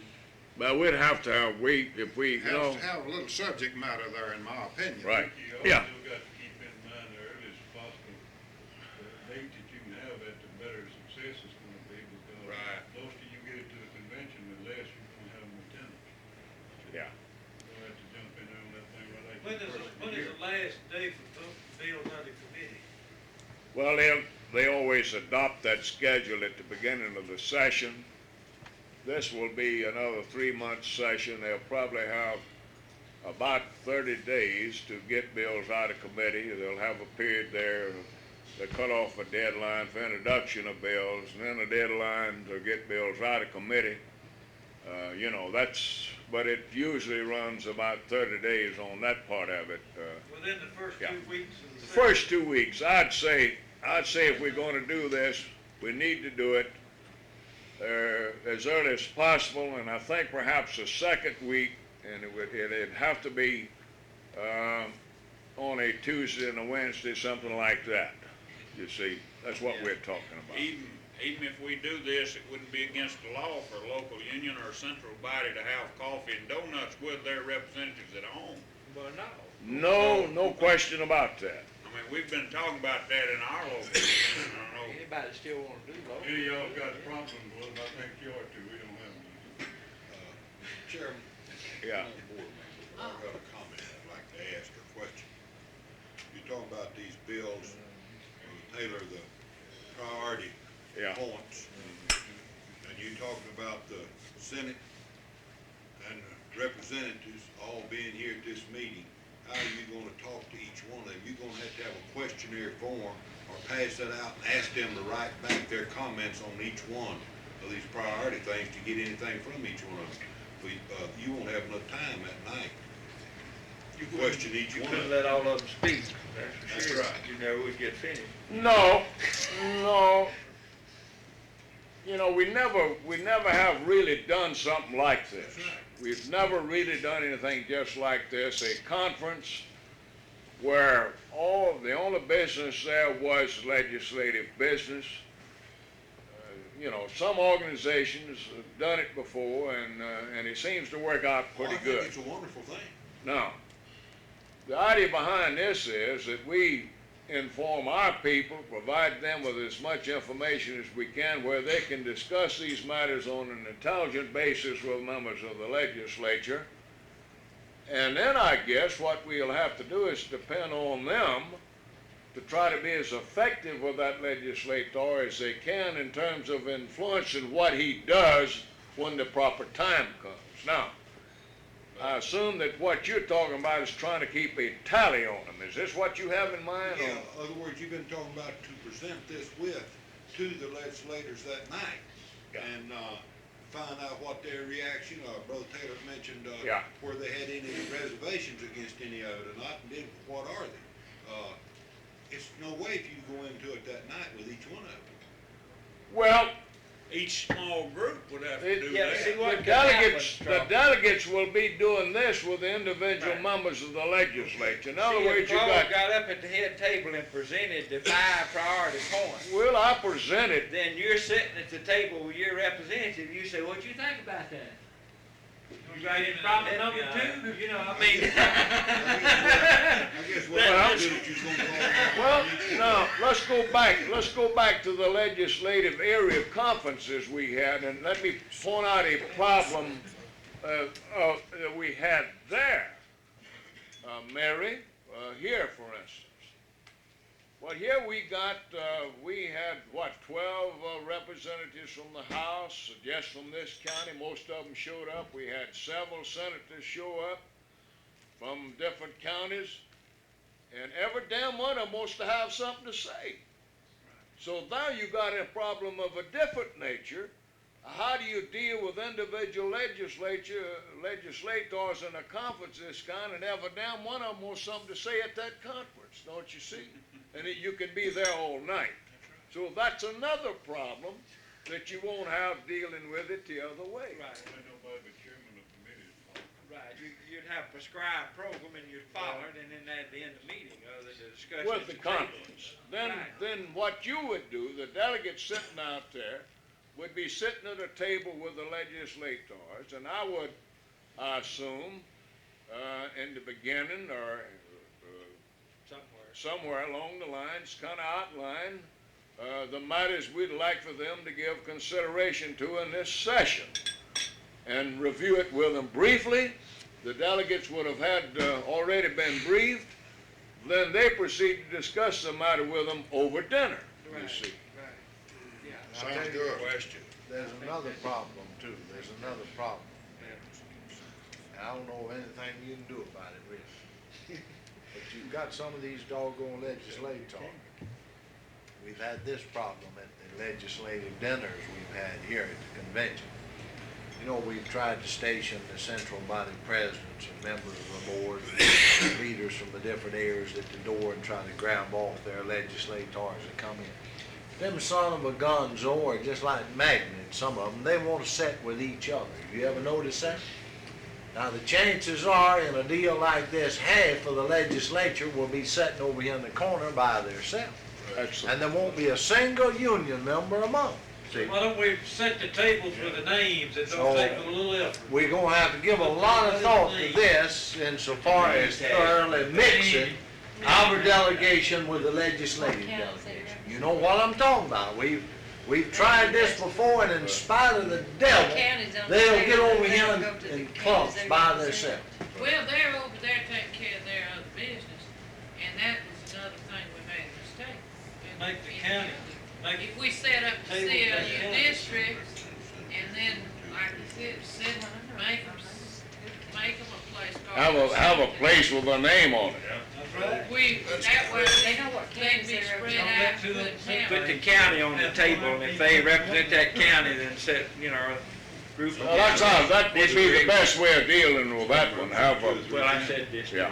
Let me say something else Yeah. too, Claude. The Mississippi Consumers Association will meet probably first or second week in January, if you'd be interested in that information.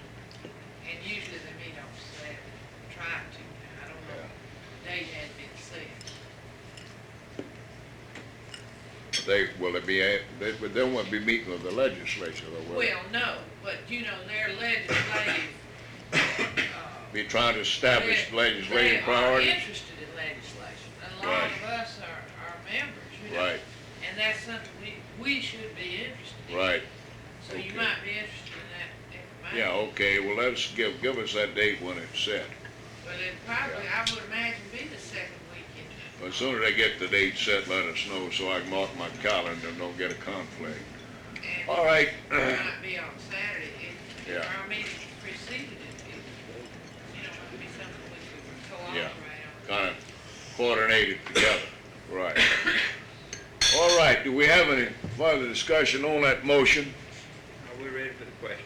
All in favor of the motion signify it by saying aye. Aye. Opposed, motion carried and so ordered. Okay.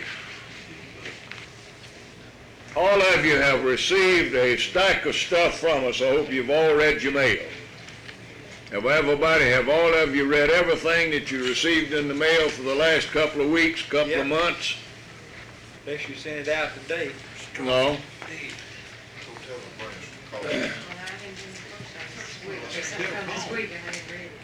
All right. I guess I should have took care of this matter at the very beginning. Mr. Chairman, Yes. can I order some more coffee? Yes, sir, order some. Yes, sir, order some. This should have been taken care of at the outset of the meeting, but I overlooked that, so I'll take care of that matter at this time. All of you received the minutes of the January 14th Executive Board meeting, which was held here. And I should have found out if you wanted to read those minutes or if you want to adopt them as you received them. So I'll present that to you at this point. I move that be adopted as mailed out. All right. Any discussion on that motion? They are 5 pages long, I notice. All in favor of that motion signify it by saying aye. Aye. All opposed? Motion carried and so ordered.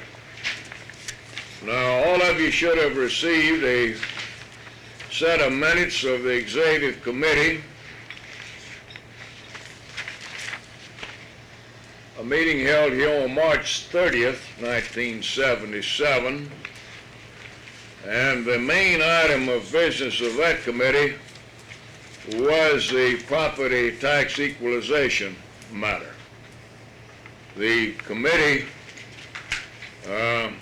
we spent a lot of time with this, on this subject at the committee meeting, and in final analysis, the committee voted unanimously to take certain action, but they felt that this matter should be brought to the full board and that the board itself should act on that matter. Let me see if I can find that. Now, I suspect that you don't want to just adopt these minutes as was mailed out, that you probably want to have some discussion on that subject, right?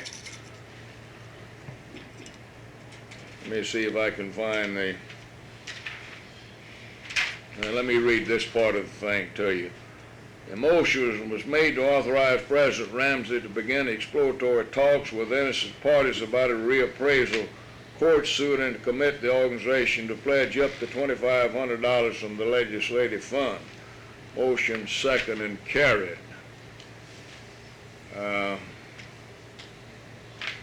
That's not all everything that I wanted to get here.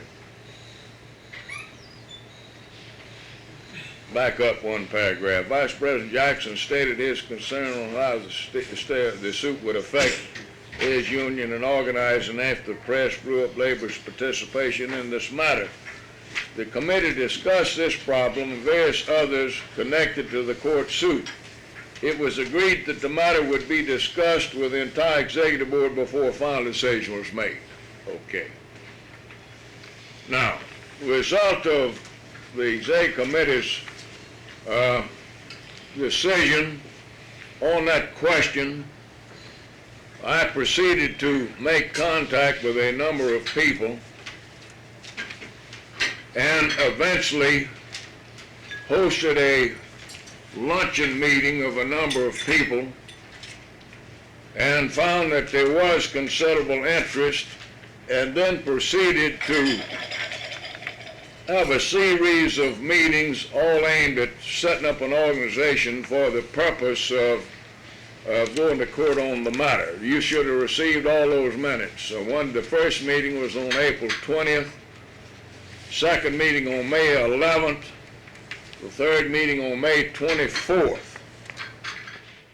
All of you received those minutes of all those meetings.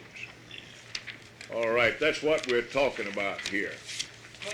Yeah. I'm gonna have to leave and let people that's something I agree with, but to explain the situation, we talked International into, every time we were gonna campaign against Coleman and Lane, and the place of walking off and leaving the thing, we're gonna file charges as long as they violate the law. And, we need to get a postmark by this afternoon at 5, and, at the plant, they stationed people out by the front door. Anybody that didn't come to work that day, they wouldn't let them vote.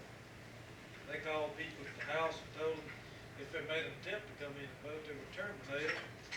They got one of the girls on a committee working a production job, doing a certain piece for 1 hour, and then they take it, put her over here and leave her on it for 1 hour, and back over here and said, if you don't make it here, you don't make it here, we're gonna terminate you. We got all kind of charges. Well, I had you on this agenda. I wanted to get the report out of you on that situation, and Jackson's got some, and Ullman's got some, and Joe Davis and Howard's got some things going on in the area I wanted to hear from. So if it's all right with everybody, we're going to suspend the subject at hand, and let's afford him an opportunity. I'm interested in your situation. You know, we did what we could to help him with that situation down there. So go ahead, Russell, you take it up right now. My international, they're in the process of also talking to Bart Murray about this same thing, about filing charges. We went into Amory, Mississippi the other day, started a little campaign. I think we got rid of 16 people. Last Monday, Prince and I met with a group of people at Laurel, Mississippi, at a little planet in Heidelberg. And about the Friday, the same Friday we had the election, the girl called us and said, we don't know how the company knew it, but they terminated 6 out of 7 of us and met down there we are in that hotel room at Laurel. And the local newspaper at Waynesburg, they got a good track record.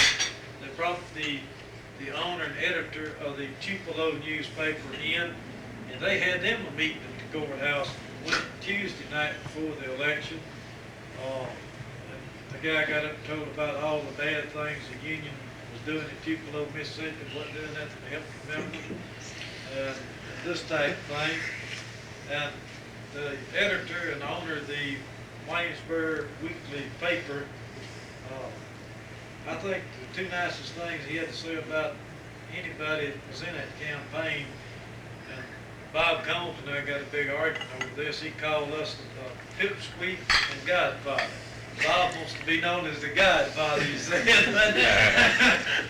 And they run in the edition that came out on Thursday before the election.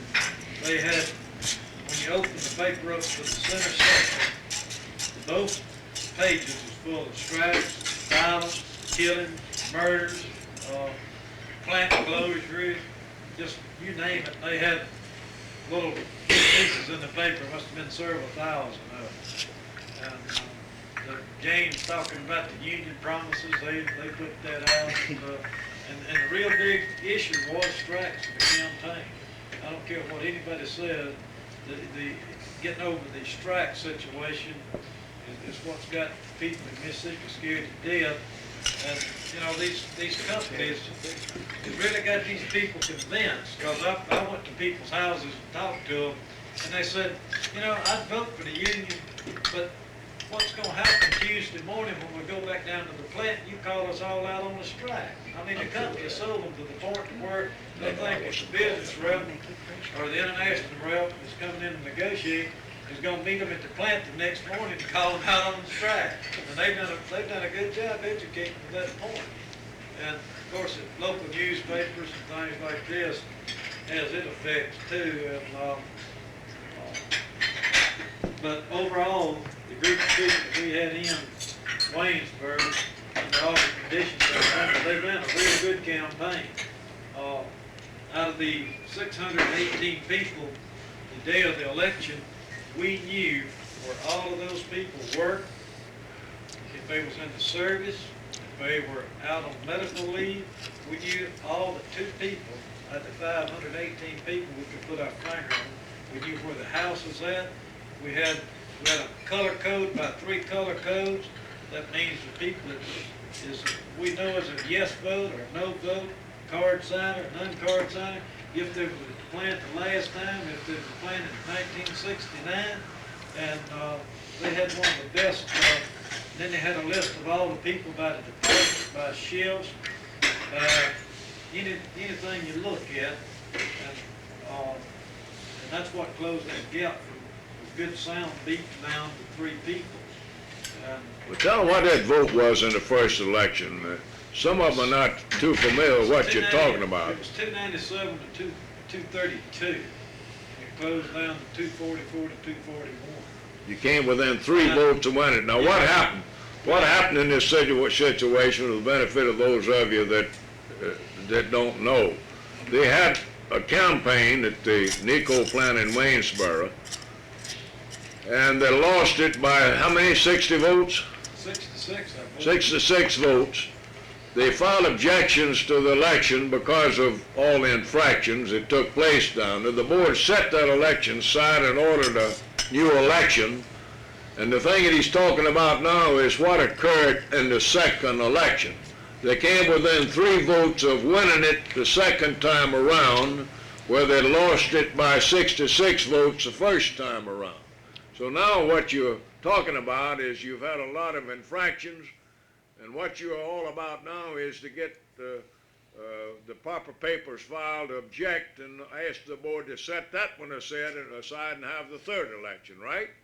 Yeah, they had a number of people they claimed and didn't put them on the social list and called them at the house.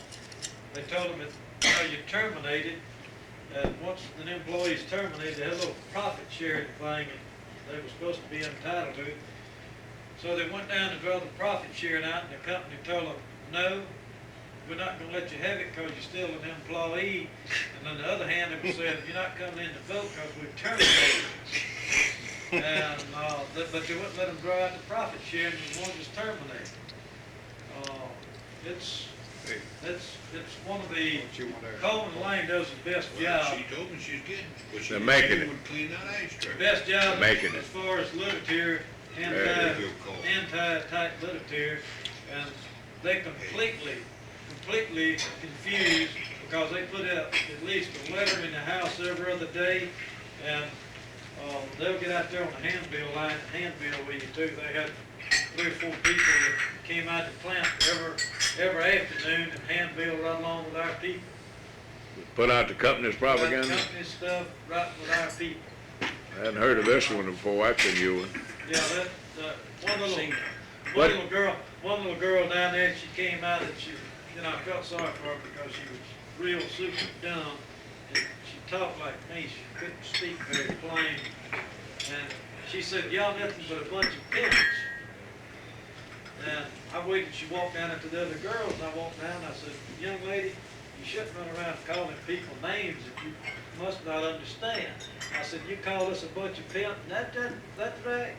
I said, I tell you what I'm going to do, I'm going to hire all of you to work for me. I'm going to go out and pimp for you tonight. You ready to go, Shorty? But it was unreal. You are going to file objections? Yeah.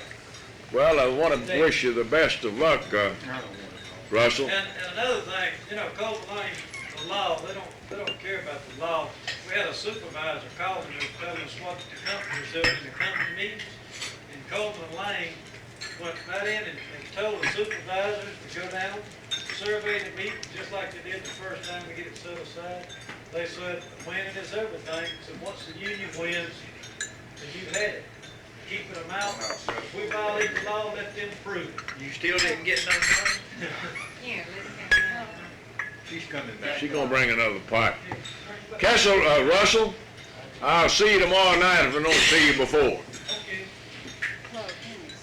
Y'all wanna take a brief recess here, or what do you wanna do?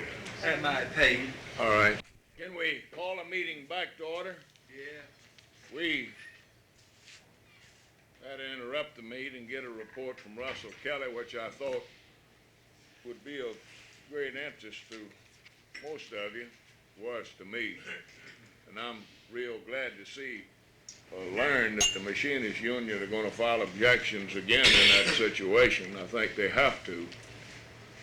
That situation, whatever it might be worth, is very similar to the situation we had here in the early 60s at the old MPI plant, the plant that Bob Woodson come out of.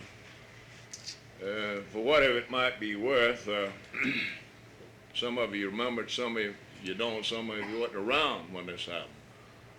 But they started that campaign, got a lot of people on cards, filed a petition, had an election, lost it, all kinds of infractions, filed objections, got it set aside, board ordered a new election. At the second election, same thing happened again, filed objections again, board set it aside, ordered a new election, and on the third time around, the people in that plant finally realized what the hell was happening to them, voted for union representation. Now, it took a period of 3 years for all of this to happen. The Carpenters Union sunk a fortune into that situation out there, an estimated better than $40,000, so I was told. The situation that Kelly's dealing with at NECO in Waynesboro is almost a rerun of what happened at the MPI plant several years ago. Now, I went down and met with Kelly and his committee when they kicked it off the second time around. I got Alan Johnson, the big heavy-set black minister who all of you know, has been at a lot of our conventions. He went in there with me, and I worked out an arrangement to help pay some of his expenses. He spent a lot of time in there trying to help get the black community behind the union, Cecil, as well as some of the folks. Dan Ory was assigned to the campaign, and he spent most of his time in there. And then Kelly brought a young man out of one of their plants over around Bay St. Louis, who was also black, in there, plus him and Combs and several other people. Prince, I believe, spent a lot of time in there also.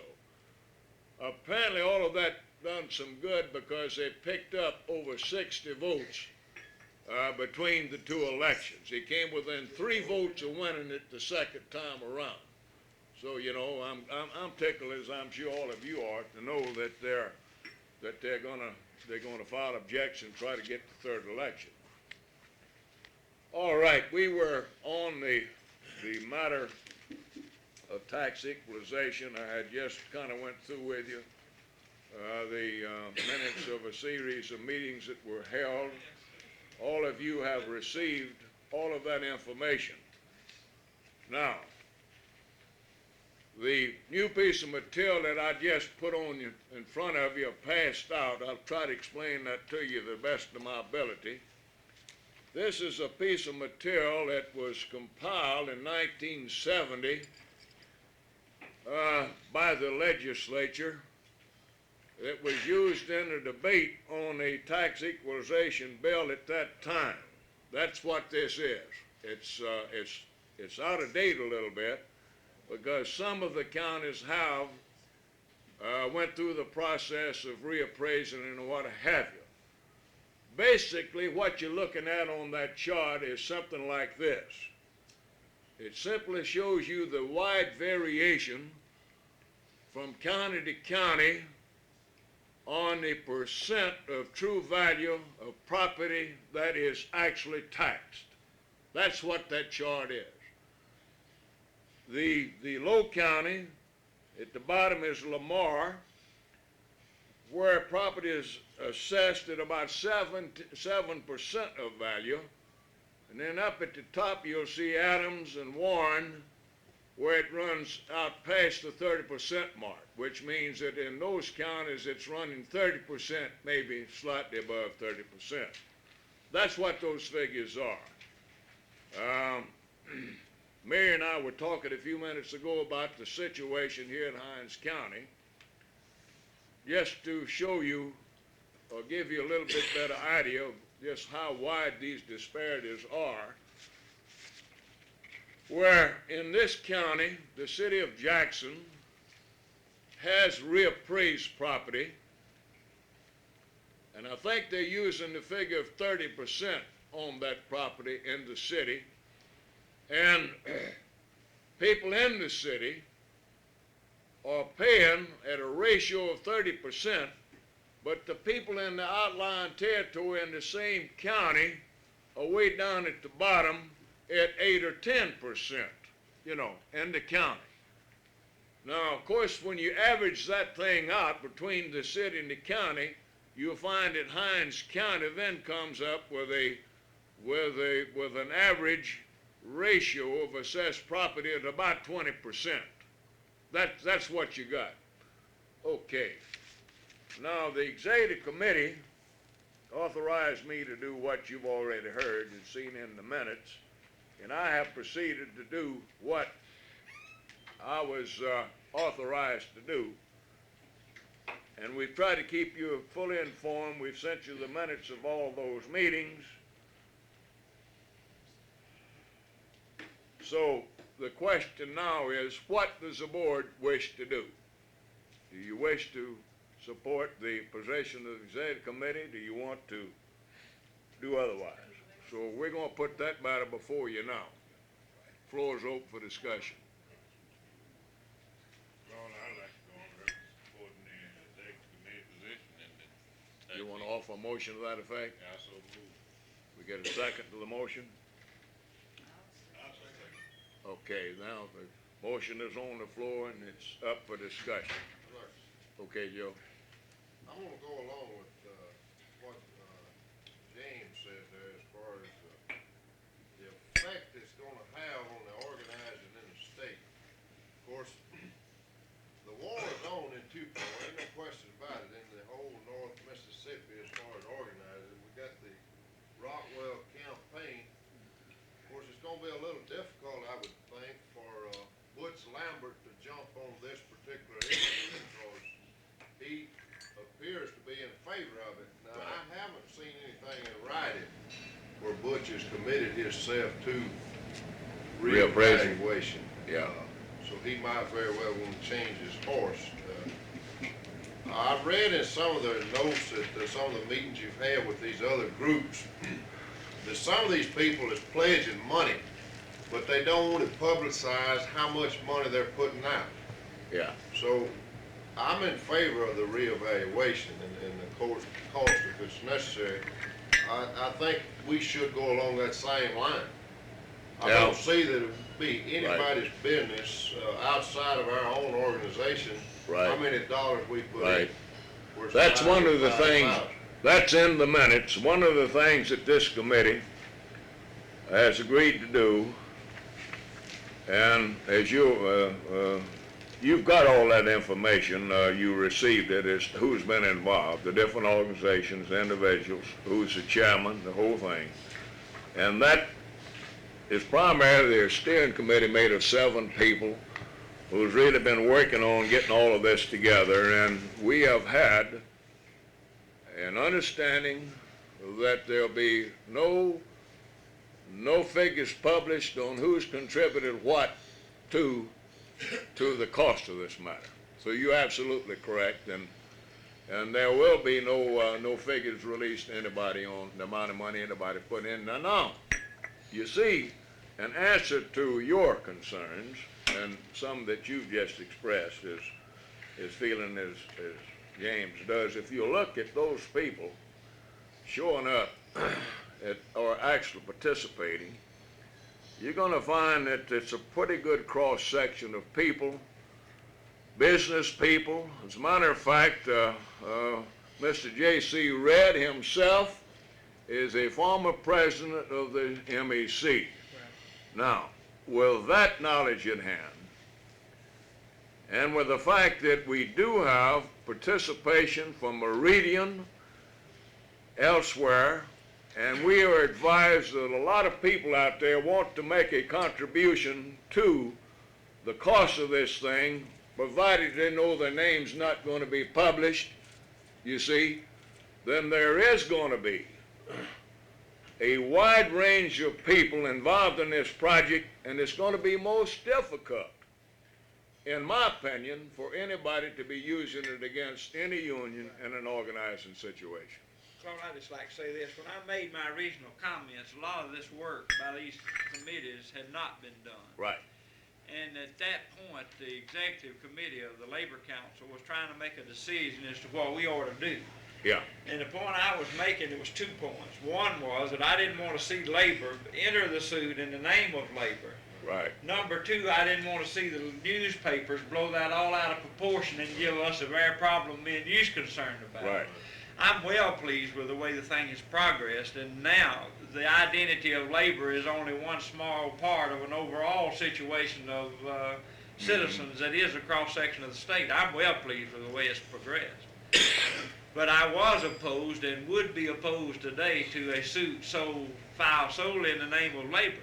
Well, I was too. Right. I mean, that's been my position all along, as all of you know. And of course, what we've tried to do here is to keep all of you as fully informed about what's been happening here as we could. You receive copies of all the minutes.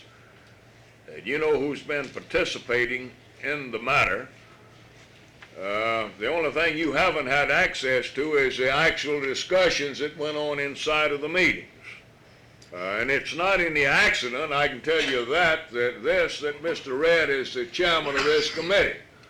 I talked him into it myself. I thought it would be better to have a businessman identified with the Mississippi Economic Council to head this thing up than it would for me to head it up. I think you're right. You see?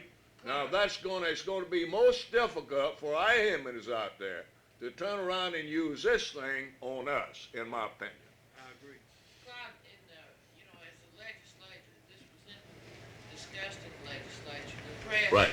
The press kept saying Claude Yeah. Ramsey was gonna file suit. Right. And they gave you a lot of good digs, gave Yeah. labor some good digs right there. which- Right. This is what we were trying to offset when I made my comments in the Because they executive committee meeting. continuously said you were gonna file Right, suit, which of course we knew differently, but the public did. Well, They put it on you up there pretty nobody knows that better than I do, and I had to correct them on a couple of occasions. I was on a program down here, interviewed by Cliff Ferrier, and they had John Ashley on there, wrap up of the legislative session, and I would pose that same question again, and I made it perfectly clear about the whole thing, and that was that I felt reasonably sure that there would be some action taken before the next session of the legislature convened, that there would be a citizens group involved, and it wouldn't be done by the state FFL-CIO alone. But most of it at least have had experience with this damn press, and quite often you pick up a newspaper and read something you're supposed to have said, and then it's not exactly the way you said it. You know what I'm talking about. Well, anyhow, the situation is moving real good. We have already employed the services of John Maxey, as you've seen in the minutes. Maxey has already filed the application for charter. This whole thing is going to be done in an up-and-up business fashion. Everything's going to be done possible to make sure that there's no money siphoned off or going where it shouldn't be going. And I'm well pleased with the way things is moving myself at the present time. A big problem has been keeping out of the newspapers with it all, because I'm getting calls constantly, and everybody else is, and we are simply telling them, yes, there is some movement underway, but we're not going to have anything to say at this point. Mr. Red is the chairman of this committee, and anything is said on this subject will come from Mr. Red, right? Now, I think all of you are aware of what's happened already with the legislature, and in view of what's happened, this action now becomes more important than prior to that. I'm sure you're aware of the fact that two study committees were set up, or at least were authorized to be set up at the end of the session. One was to study tax matters and highways and what have you, funding. And see, what was the other one? Was reorganization of government, I believe. But the first thing that happened is that the House and the Senate can't get together on who the hell is going to be chairman of the tax study committee. You see? So they've been at a standoff. So now, last week, I understand that the House members organized themselves. They started a study of their own. Now the Senate group comes along and they got a study of their own going on for the Senate, you know. Now we had hoped, of course, that that study committee would verify some of the things that we know exist. And that is simply that the working people, the poor people of this state, are damn well carrying more than their fair share of the tax burden, and that they would put emphasis on the importance of property equalization, and, you know, where it's uniform from county to county. But I don't expect anything to come out of that damn thing. Now, this is what this committee has in mind doing that's involved in this. And I think it's important that I stay in it in order that I can help steer it and guide it. Sure. But what we have in mind is on June the 20th, and all of you invited to this meeting on June the 20th, so if it's where any of you can, come over here for the meeting. It'll be at Hilton starting at 10 o'clock. But on June the 20th, and this will be an expanded type thing, a decision will be made on, number one, whether or not a court suit will be filed, number two, where that court suit will be filed, and then what court is what we're talking about. Now, the intent of the committee is get this all ready to file, have it filed pending just before the legislature convenes in January.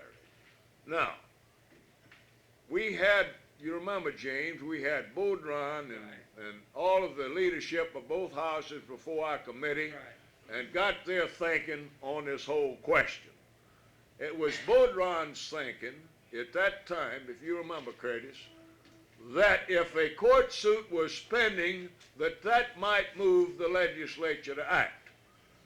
Now, if the legislature acts, and if they pass a fairly decent bill, something that we think is equitable, then it's my opinion that the responsible people here will say, well, let's back off on the lawsuit. Withdraw the lawsuit, right? You see, now that's what we would like to see happen. We're not just gung-ho on the court action, you know, never have been, really, if the damn legislature or the tax commission would do what they ought to do, you know. But, on the other hand, we have to be ready to go follow through on the court action if they don't act. So, right?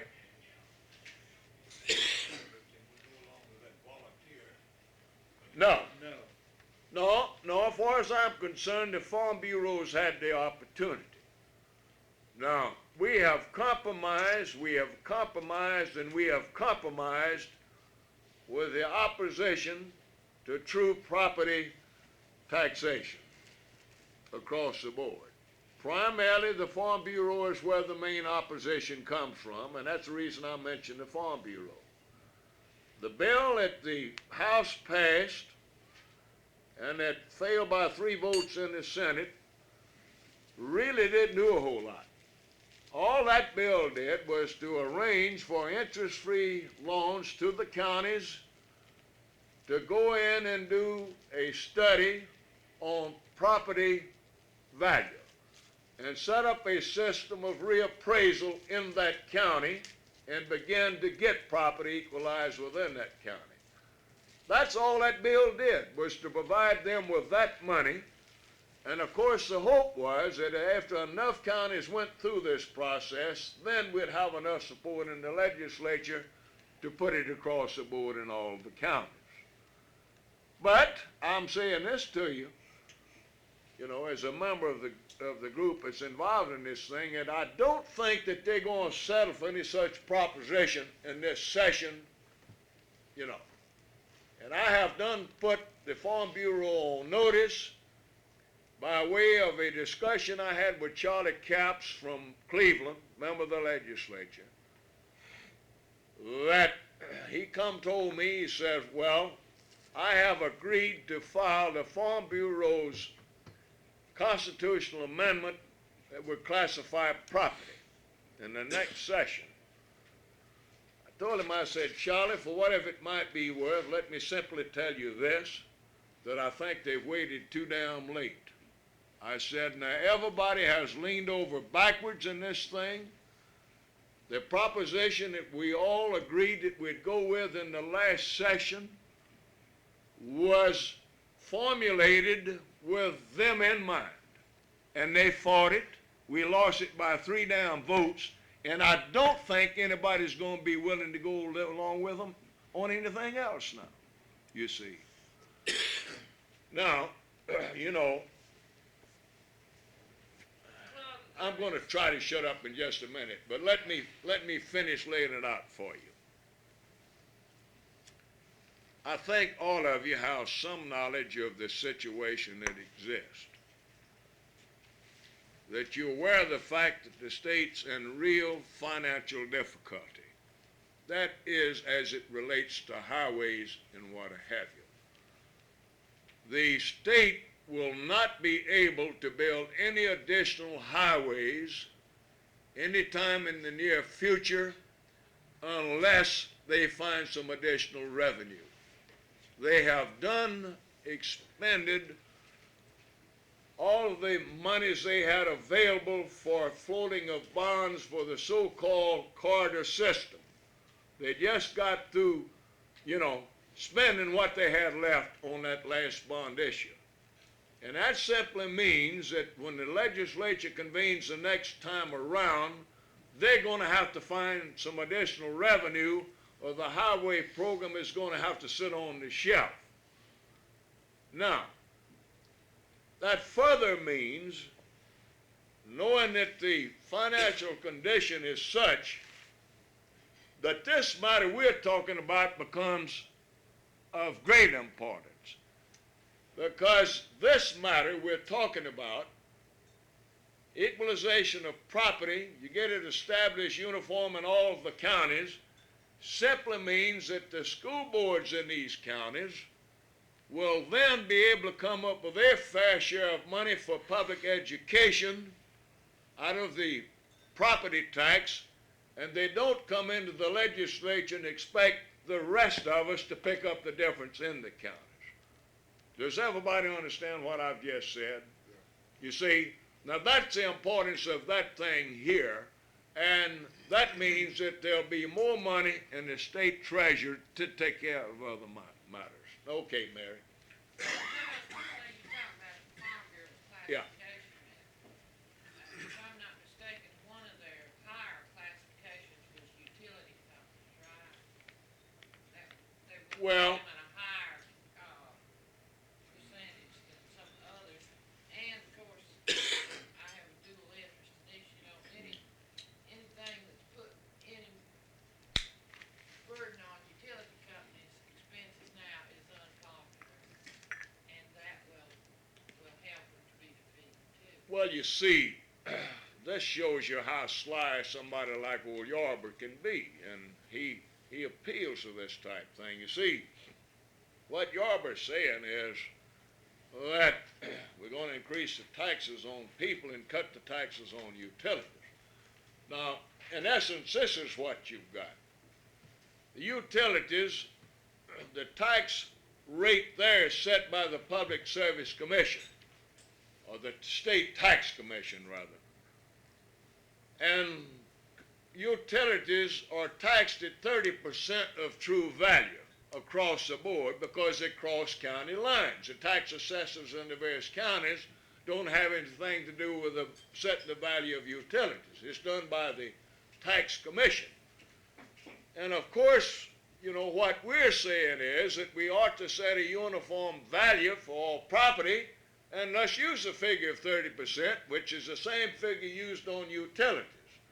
Now, what Yarber says could work in some situations, I guess, because if you got a 30% set, applies across the board, the utilities and every damn thing, when the supervisor set the millage for the property owners, the amount that you pay, that's what finally determines what amount you pay anyhow is the millage, then utilities in some cases might receive a reduction in the actual money paid. That's what Yarber's saying, but what Yarber don't say in the opposition is that the consumer pays the damn bill anyhow. And that the tax commission, the public service commission in this case, if this does happen, the public service commission certainly ought to reduce the rate on telephones and lights and things like that if they do receive a reduction. The public now knows what they pay. Yeah. They're more aware of it. That's what I say. Anything that's expense to them is unpopular now. Very unpopular. Well, but that's the reason Yarber uses that argument in the opposition is because they know the people upset over high utility bills. And he's got a boogeyman out there that he can wave around is what the hell all these damn people is interested in is giving the utilities a damn tax break. Well, now, if there's anybody ought to be going to court over this damn tax situation, it is the utilities. You know? It is, when you think about it a little bit. But I ain't trying to carry the ball for the damn utilities. I think we got some big mules out there that ain't paying their fair share of taxes, and one of the things that I would have hoped to come out of the tax study is that we'd expose a lot of this. We got a lot of damn industries that are tax exempt, and that ought to be stopped. They ought to be paying their damn taxes. Then we got other property that's not even on the damn tax rolls. People paying no damn taxes, you know. We should have a detail in the law that every square foot property in this state be shown whether it's tax exempt or not, because I learned that Right. on our building out there. Once we became tax exempt, they just dropped our name off the books. Now, if by any chance some private individual acquired that property at a later date, it could never be on the books. There should be every piece of property should be on the books.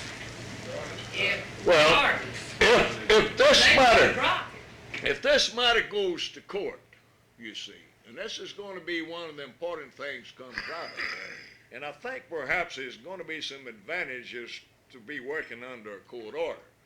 The court's going to order the tax commission, number one, to enforce the state constitution. Now, all of you have read Section 112 of the Constitution. You know what it says. I've sent it out to you in all kinds of different reports. You know, that's the first thing the court's going to do. And the court's going to order some of the things that you are talking about. You know, that's going to come out of all of this.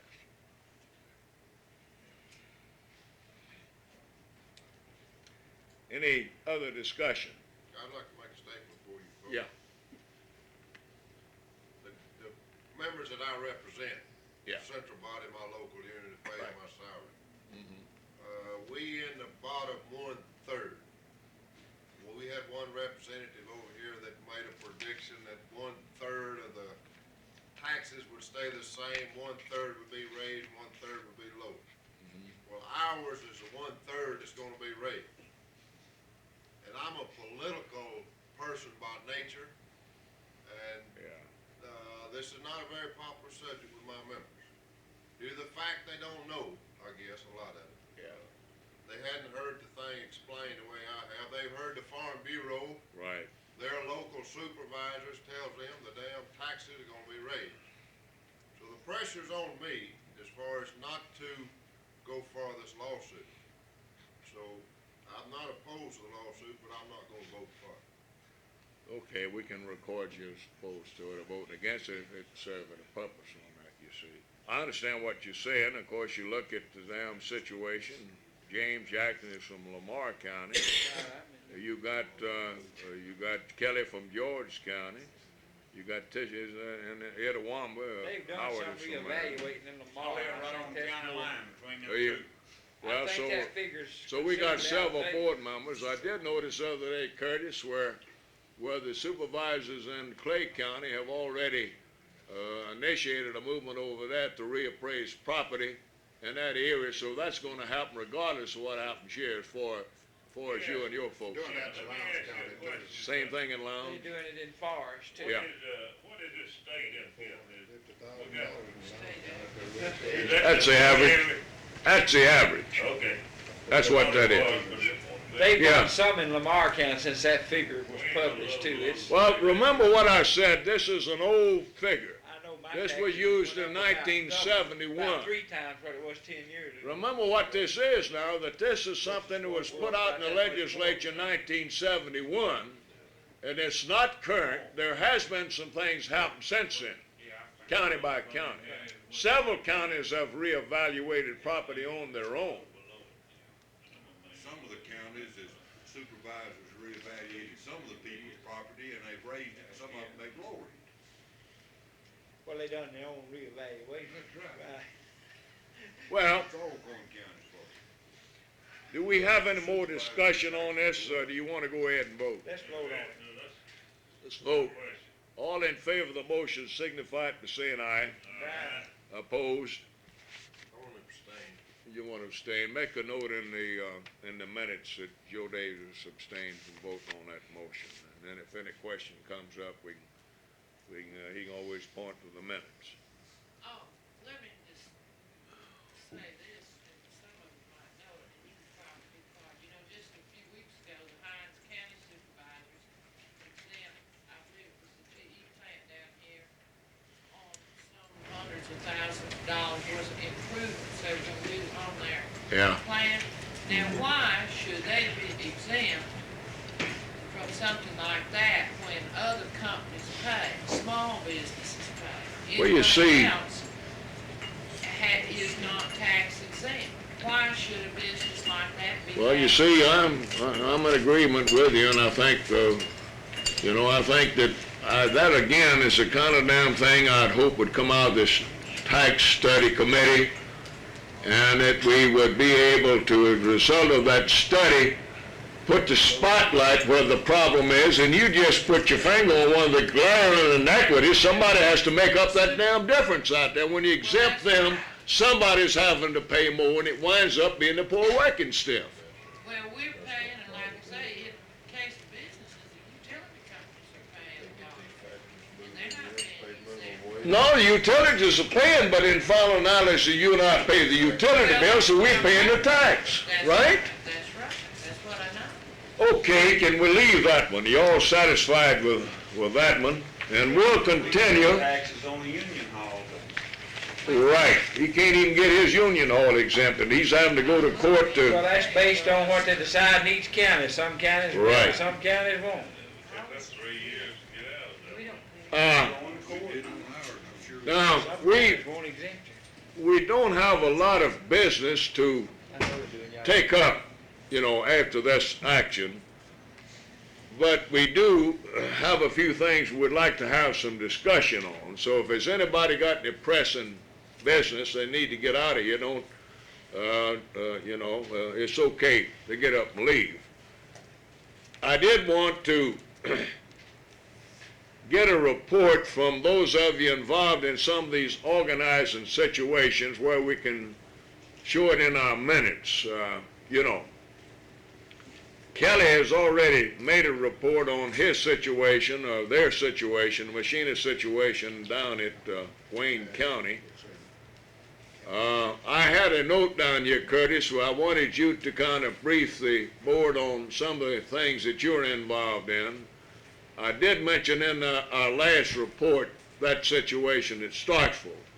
So we'll start with that one, and then I'd like to hear from James and some of his problems, and then come around to Joe and Howard about what's going on in northeast Mississippi.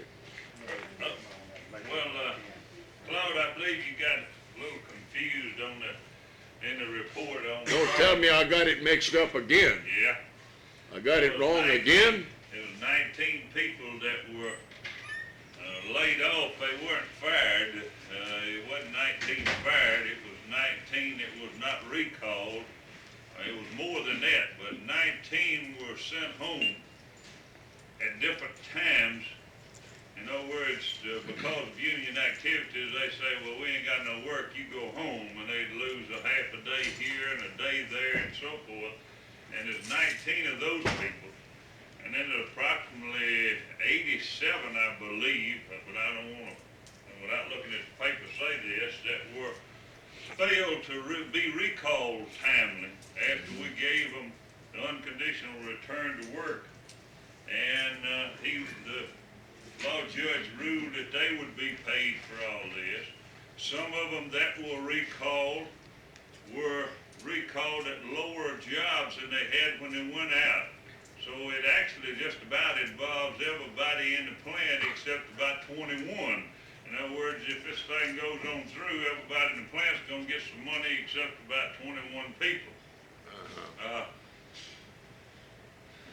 The administrative law judge ruled in our favor. I believe we had 29 charges against them. He ruled in our favor, I believe, on 24 of those. He ruled in our favor. He ruled that it was an unfair labor strike. He ruled that the company was not bargaining in good faith, that they were bargaining with no intention of reaching an agreement. And I could go on and on this. Of course, the company, Mr. Kelly was talking about Coleman and Lang. It's not much difference in Coleman and Lang, in my opinion, than Constantia Powell it used to be, and now it's Constantia Brooks and Smith, and I had Smith. So they're about the same thing. Actually, they just don't give a damn. They say do whatever it takes to beat the union, do whatever it takes to keep them getting a contract, because you're going to save money back. And then, by the way, I have to get this in. This is one of our problems. If we could get the National Labor Relations Act changed a little, well, they wouldn't make a damn profit out of doing this, well, it wouldn't happen. Right. But they have, Mr. Smith, I don't know whether this is true or not, but he told me and the labor board too that he had never had a complaint issued against him. But he had 29 of them issued back last year, and the administrative law judge upheld them, but he had, in my opinion, he had snowed this company. He said, if you'll pay me all this big money, I'll get that union out, even if first he said I'll beat them. Well, we finally won. Then he says I'll get them out. See. So even in the trial, it was one of the things they gave them mission of complaint on was that they went around and told the employees in the plant they didn't want no damn union, and they was gonna get them out and all that stuff. And even one of the supervisors, the men were asking about a raise, and he told him, one of the way you can get a raise is go around and get a petition to vote the union out. This is why we're supposed to be negotiating in good faith. So this is just the way they do, and they worry you completely to death. And what happens is you spend more money. And this is why they get rid of unions. They cost the unions so damn much money. I'd be better off to pull out of there and go, but I just can't give up. I said they might beat me, but I guarantee them one damn thing: they know they spent some money before they ever got rid of me. Right. So right now the thing is, the labor board has carried it on to the attorney for the general counsel. He appealed it to the full board in Washington, and we have the briefs that's been sent in about a month now. So we are hoping to get a hearing ruling from them in probably not before July. We'll get it about September the 1st. I'd say the earliest would be July, and like Jackson says, it'll probably be in September. Be a lot longer than you think. Now, we have not stopped though, and this is what I think that the most important thing is. I write letters. I spend half of my time when I'm at home writing letters, saying we want to meet, we want to bargain, we want information, we want to represent them people, we want this. And I filed 3 charges against them again 2 weeks ago. They snowed the board a little, and the board came to me and said, you better withdraw your charges. If you don't, we're going to have to rule against you because of some technicalities. Well, I withdrew them charges and then turned right around and took care of those technicalities, and then I'm going to file them again, see. And it's kind of complicated, and I didn't know too much about the board a few years ago, and I just got in it and got up to my neck, and you learn as you go along. They're about to educate you, I can see that. If you let them rule against you, well, then the charges are dead. But if you withdraw the charge, you can reinstate them as many times you want to, see. So sometimes when the board makes you mad, you want to feel like saying, hell no, I'm not going to withdraw them. The best thing, that ain't the smartest thing to do. The smartest thing to do is withdraw them and get a little more, throw them back in there again. This Smith, he told one guy up there that I was just an old country boy, which I am, proud of it. And I knew they was doing something, see, that was against the law. Yeah. But, you know, you give a person enough rope, he's just doing a little, and it's going, what I was going to do if I went to the board, the board going to say, yeah, and slap his hand, tell him to quit. Right. So I made like I didn't know it was against the law and just went on. And he got braver and braver, and finally I hooked him. Right. So I feel confident that some of our charges, the full board in Washington is going to uphold these charges. In fact, I don't see how they can keep from it. I feel confident that the company is going to turn around then and appeal it again to the Fifth Circuit. Yeah. For the simple reason that they saving money every Delay. day that Right. they can keep this tied up, they saving money. Yeah. But we have been going right on. We have more members now, not members. Let me explain this to you. The company in their campaign said they really put the campaign on and said all the damn union wants is your money and all dues and assessments and fines, and they made such a big deal of it that to win the election, I told them, well, we just won't have no dues, no fines, no assessments, we won't have nothing. You just sign a card, check-off card, and sign a application for membership, and we won't process none of it till we get you a contract. So the members up there are not paying a penny. Right. And it's costing International a hell of a lot, I guarantee you. Right. But we have signed up on cards, on membership applications with checkoff card. We have 3/4 of the people in that plant still signed up. They are quitting and they are firing some and everything else, but they hire more. We right there, we're waiting on them and signing them back up again. Right. So this is killing them. They are really shook up, and that's the only way.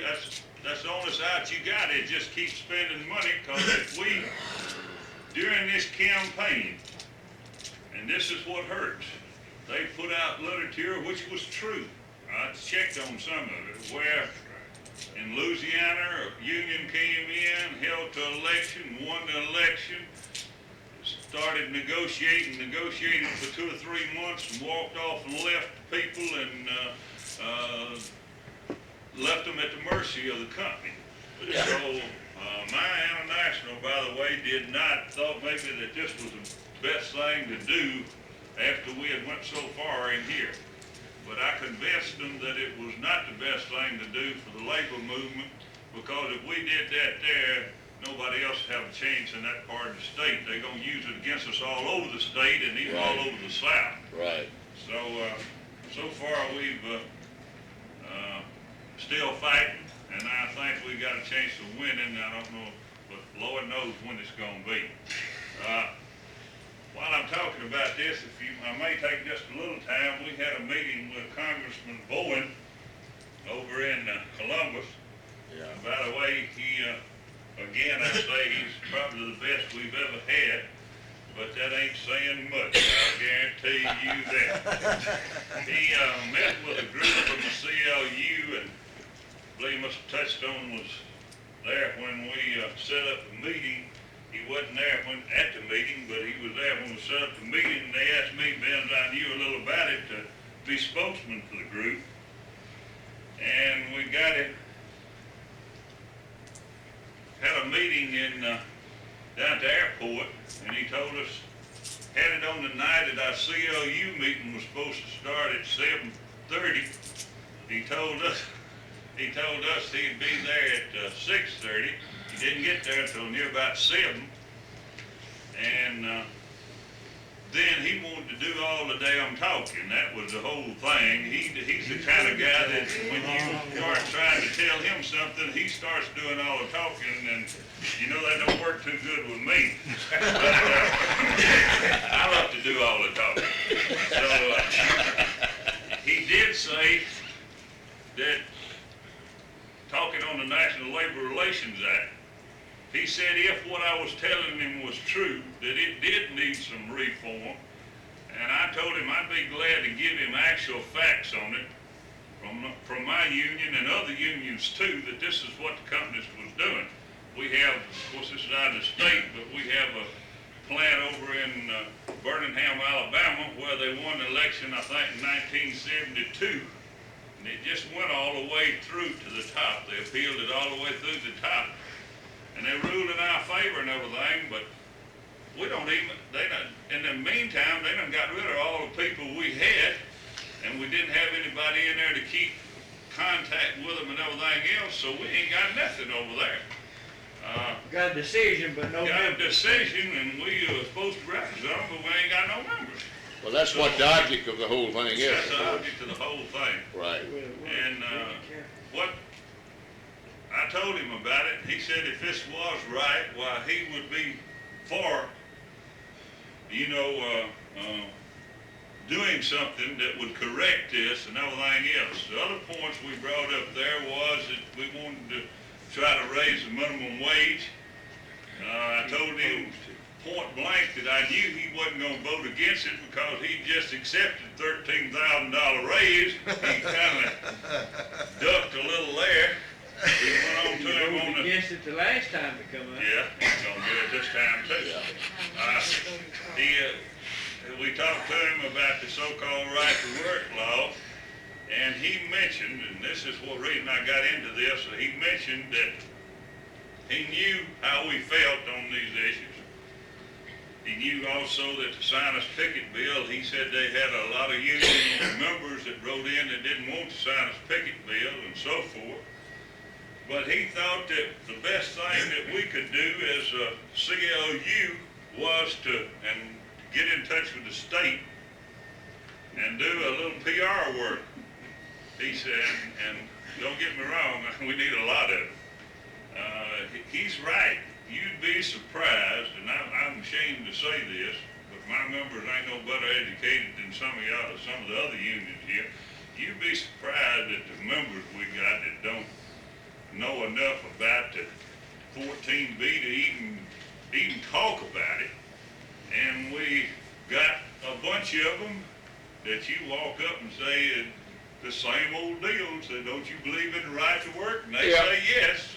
Claude, you know what happened over in Columbus, the candidate you wanted us to support Ford over there running for the legislature. We asked him a question, how he stood on the right to work law, and he said he thought it was a good one.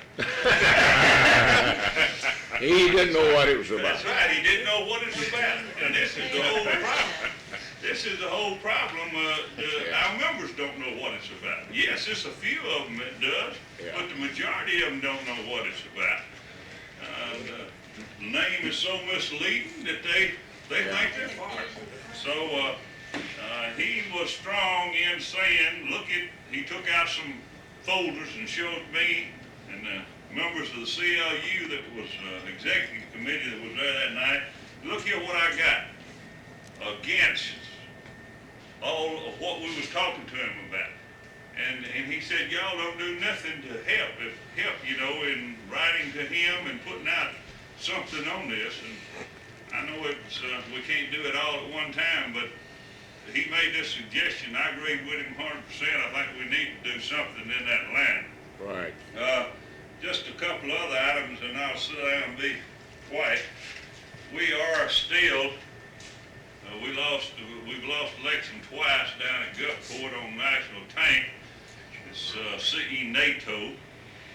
We lost the last one by a lot less majority. I don't know exactly what the vote was, but we do have this kind of company. It's a division of combustion engineer in St. Louis and Chattanooga, Tennessee. We do have them under contract everywhere, I believe, except one plant in Oklahoma. Kelly was in there with us, the machinist was in there with us one time, and none of us do any good. The last election, we did a lot better. You ended up by yourself the last time? Yes. I understand the steel workers is interested in it now, so I don't know how we're going. I'll have to do some checking on that, but we're going to keep holding elections there until we win that thing. It is one of our major target with international. I'm not too much involved with it, but we will be in that thing until we win. They got the best of two worlds.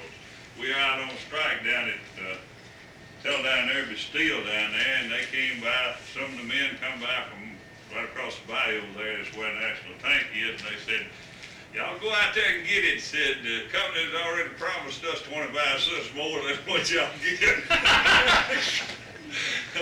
Oh, God. They can afford to pay, of course, this is Irby Steel, a small company, held down there, but they can afford to pay this and still not be up with the plants in Chattanooga and St. Louis and everywhere else. So it's going to be a big fight, but we will still be in that. As far as the strike in Irby Steel, it started the contract run out the 31st day of May. Old Russell, I hate to talk about him when he's gone, but he went out there and stood us well, and they struck, I think, for about 8 days down there, and he claims he negotiated the contract for me over at Irby Steel, and they struck for about 8 days and went back to work. And I think he negotiated this strike for me. The company offered the employees a real good deal, but they wanted to walk a little, and it helps every now and then for them to know how to. They had never packed the bricks a day since they've been organized. And I think that was in 1934, so it's time. They're gonna let them pack for a while. Thank you, Curtis. Curtis, before you sit down, explain to them how you had to get the railroad crossing your picket line. Yeah, this is a good. Well, the reason I was late this morning, I went out and walked picket line, by the way, all night. The 31st, I walked off from 12 on to 6. And then there's always something coming up out on the line. You get them started off, they want to know how you do this and how you do that and so forth. And they asked me how you walk the picket line. I went out there and showed them, but I don't believe they're doing it. They all down there in easy chairs with TVs, even got portable TVs out there on the picket line. Coolers with Kool-Aid in it, nothing else, so they live in hell. But this morning, just as I was fixing to get in the car and leave, check out the motel, they called me and said, got to have you out here right away. Said there's something wrong. Said you told us that we could block the train. And said the train won't stop. So I beat it out there, and they had, as Jerry Cloud said, they had pickets on the main line of the Illinois Central Railroad. and wondering why the train wouldn't stop. So, I explained to them I had to Get off on that spur. get off on the spur, and they stopped for me. But then, of course, what happens, in case any of you don't know, is that the train goes back down at the station, the supervisors get in it. If the company says they got to have that material, the supervisor runs it across the line. Right. And I had to explain that all to them, so I was reading out about 30 minutes late. I was a little later than that, but I had a front door. I never run into this hammer before. A lady was running front door from me for about half away, and a purple turtle. But she was driving. She ran the front door from me from Gulfport to Hattiesburg, and I run it from her for her on the jacket. Thank you, Curtis. Thank you. Now, Curtis, I brought a matter before the board before you got here, a matter that involves Bowen. I wish somebody let him read copies of that wire, the one that I sent him, and I'd like to ask you and call this to the attention of as many folks as you can since you're in that district. I think you'll find that the wire is self-explanatory in what I sent him to be the same, which all it means is it's important that we get some folks to get a message to him up there. Now let me, before I call on James, let me remind all of you about the right to work debates that we're having, and these debates are designed to do some of the things that Curtis has already been talking about, and that's simply to try to educate more people about how phony this issue is. Now, in the Pascagoula meeting the other night, what's the Moore boy's name down there that's on the Boilermaker staff? What's his first name? Moore. J.W. Moore? Yeah. J.W. Moore was at that meeting, and by the way, we had a damn good crowd at the meeting in Pascagoula. J.W. Moore, who's just went on the staff of the Boilermakers themselves, what are you looking for? You got a copy of the wire to Bowen, Curtis wants one. No, I give them all out. Get, somebody let him read my copy of the wire that I sent him. I read one, but I wanted to copy for myself, but that's all right. I'll let you have it. Yeah, well, that Amy said you. Her, she don't live in Bowen I don't District read it, anyway. but I can write him anyway. He said that's the next, That's not wrong. they said this is the extra one thing. Yeah. Why, you got one of both? The wire from Andy Miller and the one I sent him? No, I just got the, Which I one? believe you said it. Well, Here, you can have yeah, that. get Amy. She's got a copy of the wire itself, and you need both of them, I think. Well, that's the same one he's got, I think, Oh, is that one you got? Yeah, I need What that in? That's something I just got off and made a copy of my own typing before I come over here. Anyhow, Curtis, at the meeting in Pascagoula the other night, on the right to work debate meeting we had, Moore was there, and he raised the question about some of the problems that you've been going into in these organizing situations. And I, when the proper time come, made reference back to what he had said. This happened during the question and answer session. And I made a statement there that in my opinion, we had some matters that needed attention more than the repeal of 14B, and that he had just put his finger on one of them. But I also said that we needed a series of workshops to air this one out, you know. Now, you know, if I had my choice on repealing 14B and putting some teeth in the act to stop some of the things that you've been having to deal with, that you have a lot of organizers been having to deal with, I'd say let's go with the Thompson bill. I would. give us some tools to organize people with and make it expensive for these people to violate the law. Then we'll repeal 14B later after we've got the folks organized, right? I agree with you 100%. In fact, this is what I've said all along. They got the cart before the horse. Right.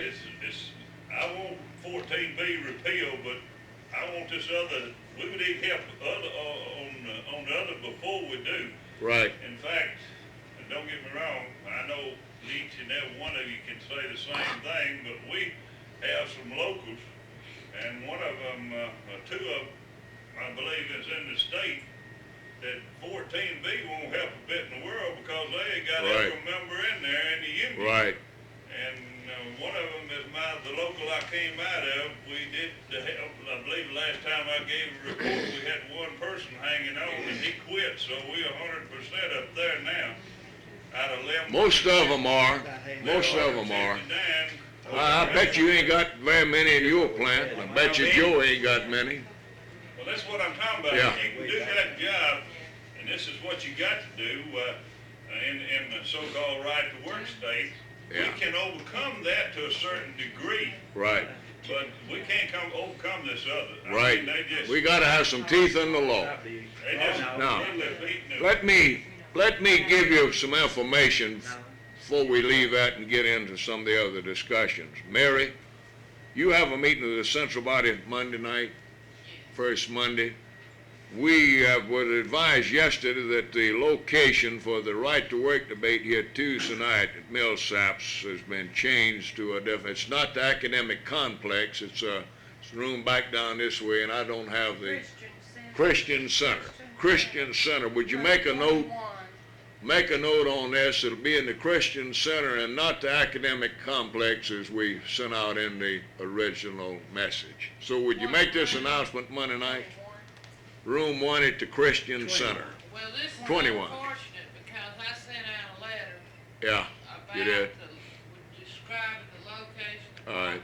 Well, we'll just have to station somebody out there and We will and- because I gave, right. and there will be people that possibly would come, that won't be there Monday night. Okay, we'll have somebody out front. Did you tell them how to get in there off of West Street into the main entrance? Oh, yeah, I used the directions that Tom had given. Okay, so we'll just have to have somebody stationed there to steer them in the right direction. Are you gonna take care of that, or you want me? I think it'd be good for you to do that because I'm going to be out of town. Okay. And I'm gonna be there for. I'll be there for the debate, but I'm talking about, you about the person? yeah, somebody to, Oh, I see what you're getting at. It might be a good thing maybe for you to do that, or maybe we'll do it together. I'll try to get there ahead of schedule, well in advance of the meeting, and we'll try to find somebody, show them where the place is, and ask them to give us a hand. So I'll meet you out there, say about 7:30, Christian Center. You'd go in and park in the same place. The academic complex is down that way, and the other one will be back this way a little bit. Be back to the right instead of the left, you see? we need somebody to. Right. Okay, the other thing I wanted to mention to you, Curtis, and the rest of you, up to this point, we've had good attendance from our people at these right-to-work debates. We've had 3 up to this point, in Macomb, Meriden, and Pascagoula. And our forces have far outnumbered the proponents of right-to-work in all of them. And I hope we can continue that. Now, what we had hoped to do, and the reason we agreed to participate, was that maybe we could educate a few people outside the labor movement on this question, as well as some of our own members. But we haven't been getting too many of these kinds of people in the meeting. We've been talking primarily to our own folks, and we don't have to convince them very much, you know. Now, the thing that I'm worried about, Joe, is when we get up in your neck of the woods, and we'll be up there, well, we'll be in Hattiesburg on the 16th, be in Jackson on the 7th, Hattiesburg the 16th, and then we go to North Mississippi, and we'll be in Oxford on the 21st, then over to Cleveland on the 23rd, and I hope that we'll be able to get a good turnout from people, Joe, from Tupelo and over in your area for these two. I mean, they're welcome to come to both of them. But I have nightmares worrying about the right-to-work proponents coming in there outnumbering us. You know? I really do. I really do. So, and then let me see. We got the one in. We got the one in your area over there, Curtis. Let me find it on my calendar here. Starkville, June 28th. June 28th. Starkville, June 28th. Be at the library. All of them start at 8 o'clock. Be in this, at the Starksville Public Library at 8 o'clock. Let me ask you a question. Yeah. What happened to the college? They wouldn't let us use it? Never did find out all the details on that. Bob McIlvain, of course, is handling all of this, and we're simply one of the participants, but we've been trying to work with him as close as we can. But he and somebody over there wound up making that decision on having it to the library. I wanted to make an issue out of holding it on the campus, but they made that decision without my knowledge. You know, I wanted to raise a little hell about why we couldn't have it on the college. You know. Don't get me wrong. Yeah.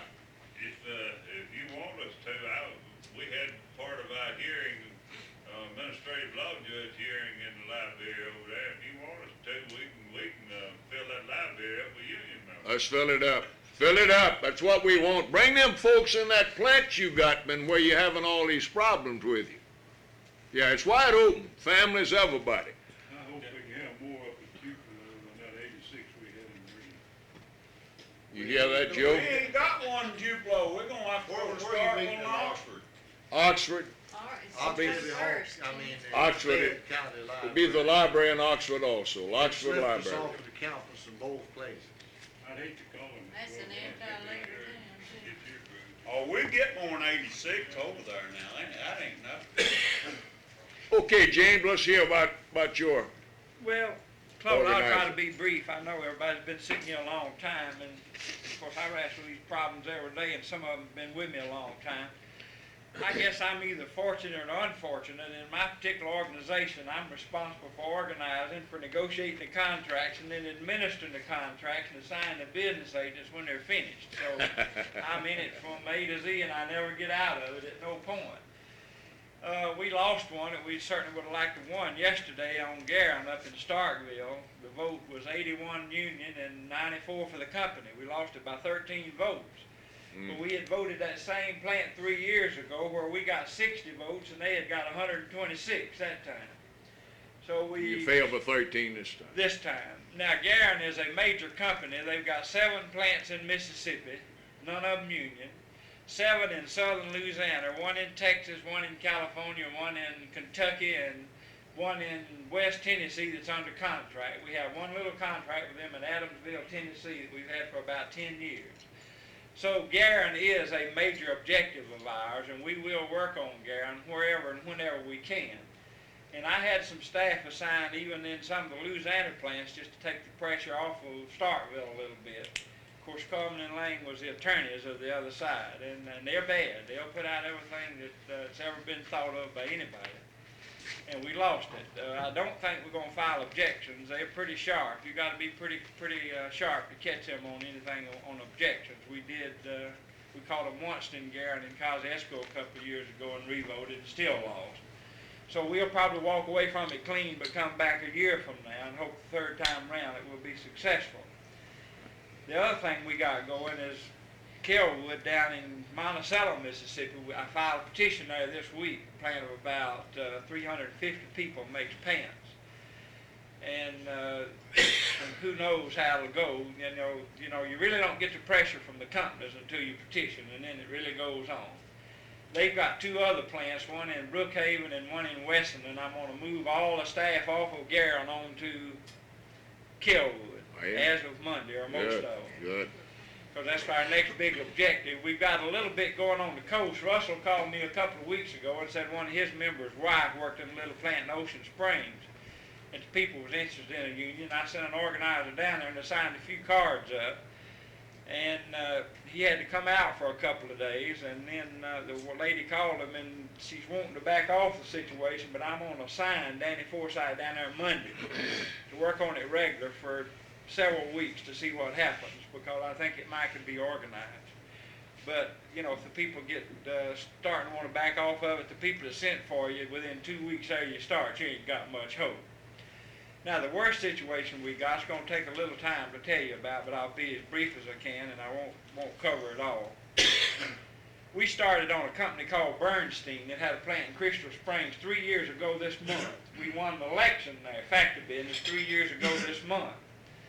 We negotiated on that particular plant for 18 months, and they then broke off bargaining. We filed charges. They wasn't bargaining in good faith, and we also filed the charges they had granted a unilateral wage increase. They came into a bargaining session on December the 18th of 1975, throwed on the table a wage offer and wanted a yes or no answer in 5 minutes. They had had a system where they had one base rate in the whole plant. The new proposal they was giving us had 9 different base rates. And in the 5 minutes they give us to look at it, we couldn't even sort out who was going to get what. So we didn't turn it down. We was too smart for that. That's what they wanted. They wanted an impasse. We said, no, we have to take this under advisement. We'll give you an answer later. Company lawyer jumped up and said, we finished negotiations. You bargained in bad faith. So we filed charges against the company. Administrative law judge ruled in our favor. They appealed it to Washington. Washington's now ruled in our favor, and they didn't appeal it to the courts, and we're now fixing to go back in bargaining sessions there. We're now trying to get a date set. But meantime, while that 3 years was going on, there's never been a week in that 3 years that we hadn't had from 1 to 3 staff people assigned to that situation. So it's costing us an arm and a leg. In addition to that, we've worked on every other plant they got in this area, regardless of where it was in Mississippi or a nearby state. One of the plants is in Shaw, Mississippi. We voted it the first time 3 years ago next month, and the vote was real close. The challenge balance would be determinative. A year later, we got them counted, and it come out a tie, which is still a loser. The board ordered a new election, which the company wouldn't honor. We had to go through the Fifth Circuit Court to get the board's order upheld for a new election. We finally got that done about 6 months ago, and we won it 62 to 42. Since that time, we've had 10 bargaining sessions in Greenville, and we probably finished about 85% of the contract, but whether we'll get the other 15% remains to be seen. Now, my division of the union don't normally work west of Mississippi. The river is usually the line. They've got a plant in Bernice, Louisiana, and they've got one in Hamburg, Arkansas, and they had one in Houma, Louisiana. I tried to get the other divisions of our union during this 3 years to work on these 2 plants, and they wouldn't for the reasons of their own. I finally went all the way to the top officers of my own international union and got it cleared for me to work on it. We went into Bernice, Louisiana. We won an election. We've had 10 bargaining sessions there, and we're about in the same shape with them there as we are in Shaw.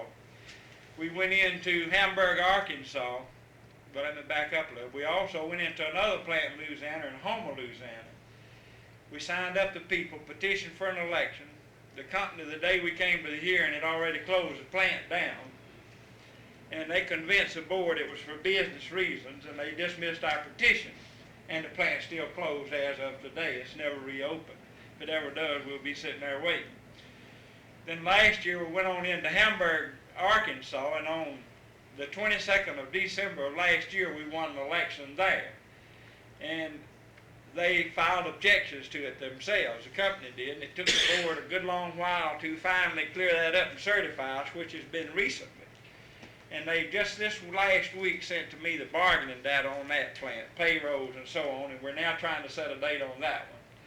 So with this company, we're now in a position to have bargaining sessions on 4 separate plants, but they won't meet with us jointly.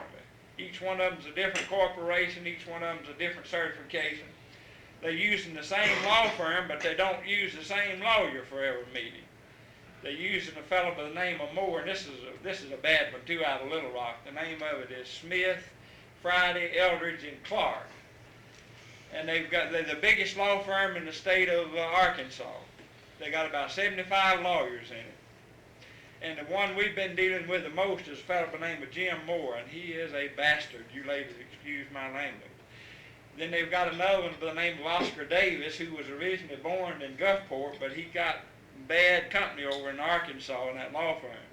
And now they tell us on Hamburg it'll still be a different one, a fellow by the name of Bill Clark. So apparently they're going to involve 3 different lawyers in the 4 negotiations.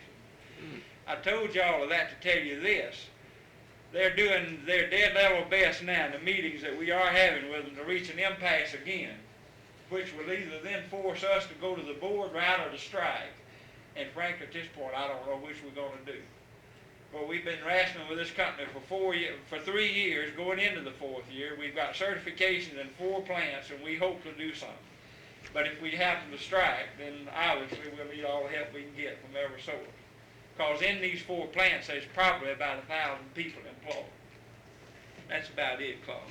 Thank you, James. You know, again, we come back to the same problem. The root of the problem is some teeth in the law, right?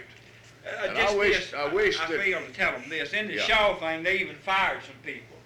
We collected about $6,000 in back wages for 2 people and got 2 people back to work. We also got a ruling from the board that they withheld a wage increase when they shouldn't have. They said the union wouldn't let them give a wage increase. So we filed a charge on that, and the board ruled in our favor, and they had to pay everybody in the plant back wages. It didn't come to all that much because we filed it real quick and the board acted real quick, but they did pay back wages on that.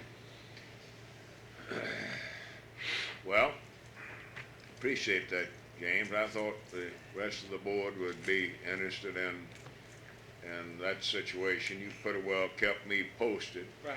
But it's just another indication of what the hell we're up against, what those involved in organizing is up against, and how these people are deliberately violating the intent of the act, if not the act itself, trying to avoid the obligations of the law to sit down and bargain with the union once you win one. One point I would I just wish that the people in the Congress understood all of this, and that they would get behind the Thompson bill and get that thing on out. Right now, we got 5 organizers assigned to these 4 plants full time. And again, just like Curtis, our normal system is never to collect dues from a member unless we get them a contract.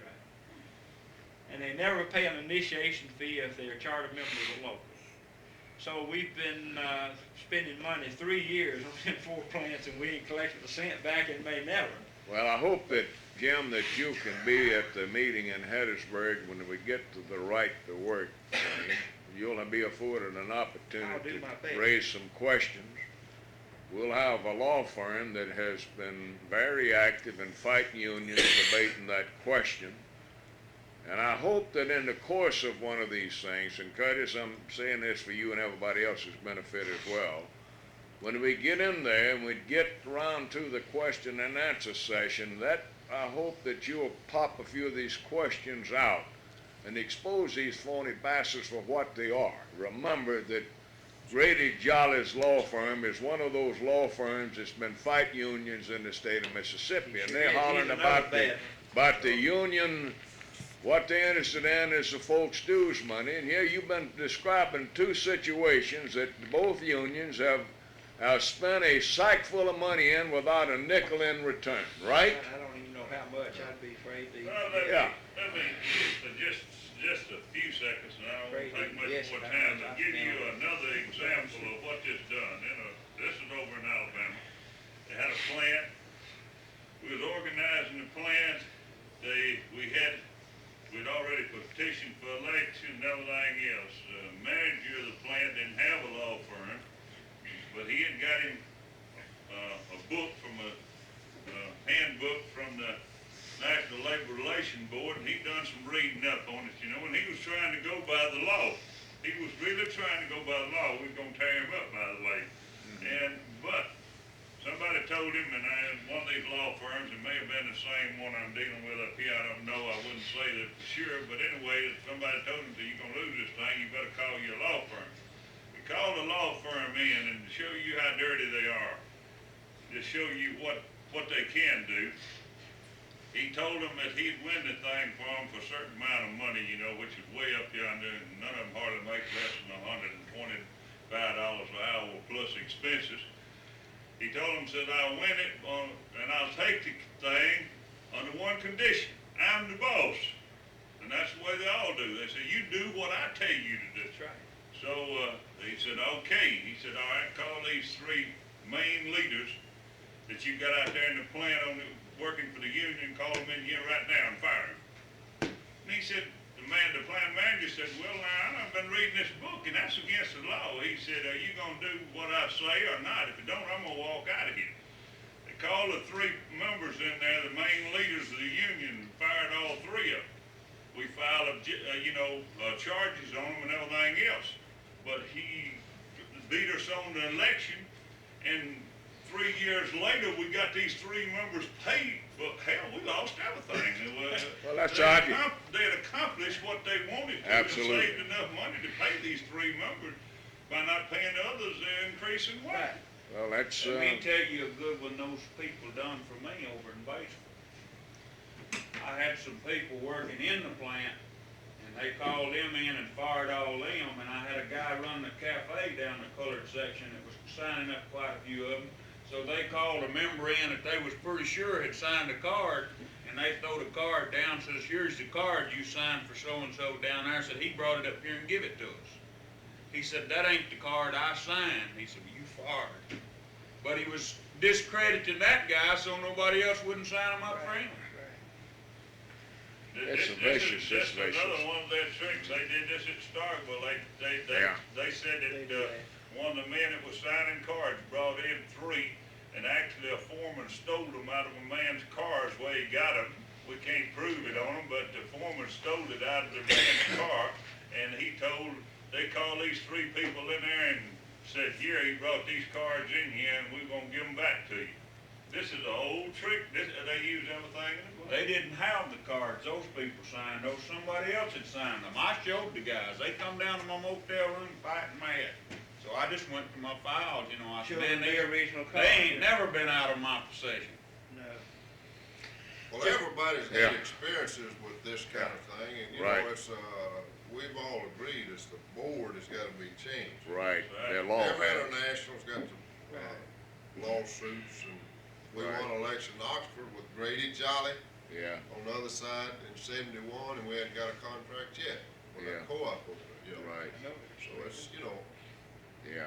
part of the game till I'll it's tell you laws. something else, looks like these companies would wake up one of these days, even when you win an election, you sit down to negotiate with these lawyers, they make it so vague that you have to spend enough money in the first year or two to try to get it interpret, interpreted. Yeah, One thing I'd add too on this Crystal Springs thing, it's the honest negotiation in all my years in this business where no company official sat in. Just the attorney was there for the other side. No plant manager, nobody, just him. He's the spokesman. He's Wow. got the authority. that's an indication that that's wanting to deal Well, with we that filed as part of a charge, but the board wouldn't honor that. They said that wasn't a violation. Said if he was empowered to negotiate, the fact that he didn't have a company official there didn't make no difference. Joe, But have we you said got it was a anything you delay wanna attack. report up in your area there? Give us Two a or brief, three words. right, on what's going on up there. Joe, I talked to Bart Murray yesterday. He asked me to convey his, best wishes to the board and all this. Bart is doing one heck of a good job. I think that the decision that we made 3 years ago to get the IUD in Mississippi is beginning to pay off. The elections is being won. They've got the meat cutters, the upholsters has won in the last 3 or 4 weeks. Now, the big battle is on at Rockwell. Rockwell was a target for the IBEW, my local union. We tried it and didn't get anywhere. They began to feel a little economic pinch here a few weeks back, and anyway, steel workers picked up enough cards in a week, they filed for the petition. The election is set June the 17th. There's 632 on the Seltzer list. Now, I've already talked to Cecil here. They've got a big meeting June the 16th at the Union Hall there in town. They've invited everybody, especially Cecil, because he works for the same company, Rockwell International. The steel workers is bringing some people down out of Syracuse, New York, some workers in that plant up there. Of course, I don't know talking earlier, I don't know how many of you believe in the domino theory, but the management people in that part of the state does, because they are saying, through the pipeline that I've got, if Rockwell goes, the odds are these others are gonna fall in line. I mean, this is what they're afraid of. So they're putting all the pressure on. I mean, it's on. Bart Murray told me yesterday he couldn't go anywhere around there anymore. He looked in his mirror, somebody would be behind him. This other staff guy's the same thing. Every time they go out to a restaurant, beer joint, or whatever, somebody's there. That's the same thing beginning to get with me. I even got a few questions on even where my wife worked and what she did and so forth. So the little article that they put in the paper, a declaration of war, it's been declared. So, I sent out copies of that editorial along with a copy of the letter that you wrote, along with a copy of the letter that I wrote. I want to apologize for the letter I wrote. I wrote it today, I read it, the morning I read it. And I was in a hurry writing it. If I'd have had, you know, instead of a pencil writing a letter, if I'd had a big stick, I'd went down there and knocked the guy in the head. I got the impression you was a little bit upset. I'm just a little upset with it because, you know, all these Right. things. But the war is on, and I think we're gonna win it. And like I said again, Bart Murray is doing a heck of a good job up there. Well, I know the board appreciates that because the board was instrumental in That's getting right. that program started. And I've been of the impression, Joe, that Bart's doing a hell of a big job, a big improvement over what we had for a while. He's doing a So good I know job. the rest of the board appreciates hearing that at least. The steelworkers have got a meeting set up with another plant this coming weekend, Super Cypress. It's one of their original targets. They've had one meeting, this is a follow-up meeting. But they're getting a lot of interest in that, so, you know, we hope we all get them. I want to say just a couple of things, and I'm going to sit down. Curtis mentioned something about meeting with his representative, Boyd, and Boyd wanted to do all the talking. Well, Curtis, you ought to feel real honored. See, I've been trying for about 3 months now to even talk to my representative. He won't do that. I sent Representative Whitten a letter, and real nice letter. I was congratulating him for the number of years he's been in office and so forth, and told him just sometime when he's in the first district that we'd like to sit down and have coffee with him and talk to him. Well, he sent me a letter back saying that his schedule was such, and gave me 3 or 4 meetings that he just gonna have to be tied up. He didn't know when he would ever be back. About 10 days after that, I picked up a Tupelo paper, and about the middle of it, he was speaking up Carteret at some Chamber of Commerce meeting. Well, you know, that didn't go too good. A couple of weeks back, or whenever it was, Tom talked to me. So I tried to contact Representative again, you know. I sent him a letter. I wanted to talk to him when he was home on this Memorial Day weekend, or 10-day holiday. The good old feller hadn't even had as much as, you know, write us a letter this time, but he was in Boonville last Saturday, Friday. So, you know, if he would sit down and talk to us, we'd be very well honored. Of course, what we're gonna do, I say we're gonna get on it. We've got a guy, a young man, he's been down to our office 2 or 3 times, P.K. Moffitt from Oxford. He's gonna take Brother Whitten on. He's already announced Canada. And Moffitt is a young man, but he tells me he can get some money, and if he can get enough money, he might beat the old fellow. So, I appreciate Joe, what I'm passing out, the reason I'm passing it out, the statement about Whitten just reminded me, I had this clipping that we reproduced yesterday for the Tom Bigby Waterway meeting. It's a story in the Commercial Appeal yesterday morning, and it's about the protests that I mentioned earlier in that area, and thought you might find that of interest. I think that maybe we might have got his attention up there with that demonstration. So, you know. Before I Yeah. go off the record, I want to clarify one thing. It was a comment made earlier. The central body in Tupelo don't have to go out on the street to hustle up people to come to meetings. Now, in case y'all don't understand that remark,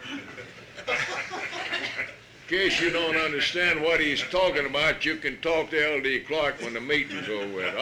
Clark understands what he's talking about. Tell you what it Let me is. And he won't tell you what it is. Let me ask, Yeah.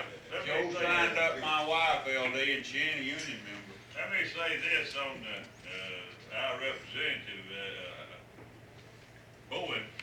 He made a talk down there with us. I mean, of course, we had him outnumbered a whole lot, and he didn't talk too good, but at least he talked fair to us.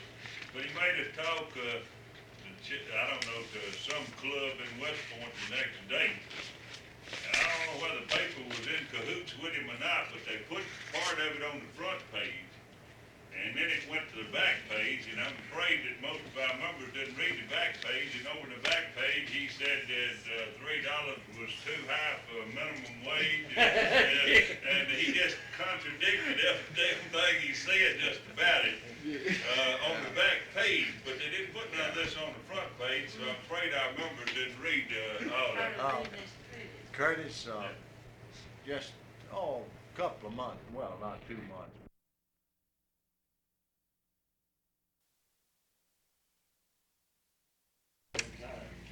Testing, 1, 2, 3, testing. Testing, 1, 2, 3, testing. 2, 3, testing. Testing, 1, 2, 3, testing. Get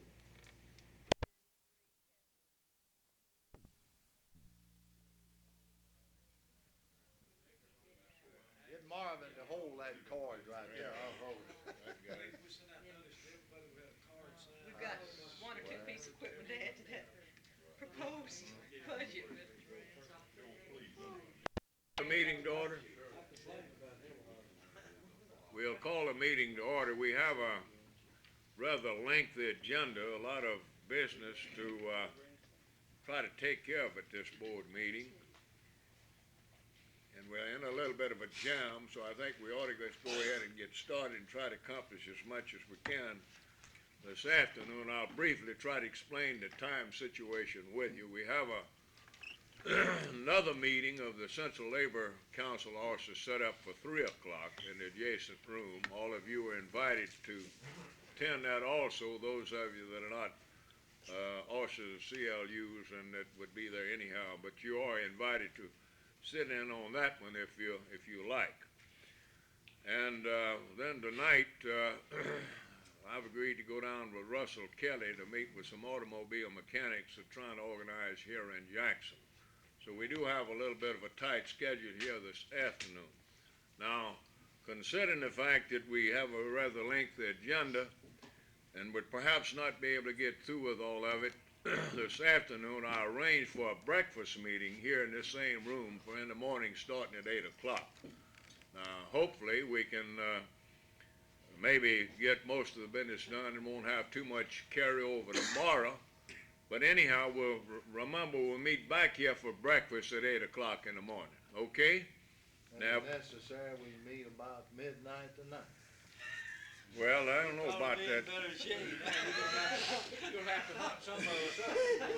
But anyhow, when we break this one up, remember to be back here at 8 o'clock for breakfast in the morning. Now, before we get into the business at hand, I want to do a couple of things. I want to recognize a couple of guests we have with us. We got Brother Tom Wilson, who is with the Central Labor Council over in Greenville, who we happen to have with us today. Brother Wilson, come in with Brother Grantham. They are the big wigs of the Greenville Central Labor Council over there. We got down over in Jim Touchstone with the AFL-CIO staff, and Brother Dees with the Appalachian Council. We happen to have all of you here, gentlemen, and would like to invite you to sit in on our deliberations now and this afternoon with the central bodies as well. And I also want to make you aware of another fact. The AFL-CIO Appalachian Council was recently advised that enough money had been allocated to Mississippi for another staff member. The organization Brother Dees represents, and I'd like for you to know that Cecil Shelton will be going to work for the Appalachian Council sometime around 1st of February, right, Cecil? Right. I thought you'd, we thought you'd be interested in that bit of information. I've talked to Cecil about this a little bit, and about the fact that we want him to stay on this board and also as president of Central Body up there, in addition to to working with the Appalachian Council. Frankly, I think it'll give him an opportunity to do a few things that they hadn't been able to do, because he has to work to make a living. Now, also, I want you to know another.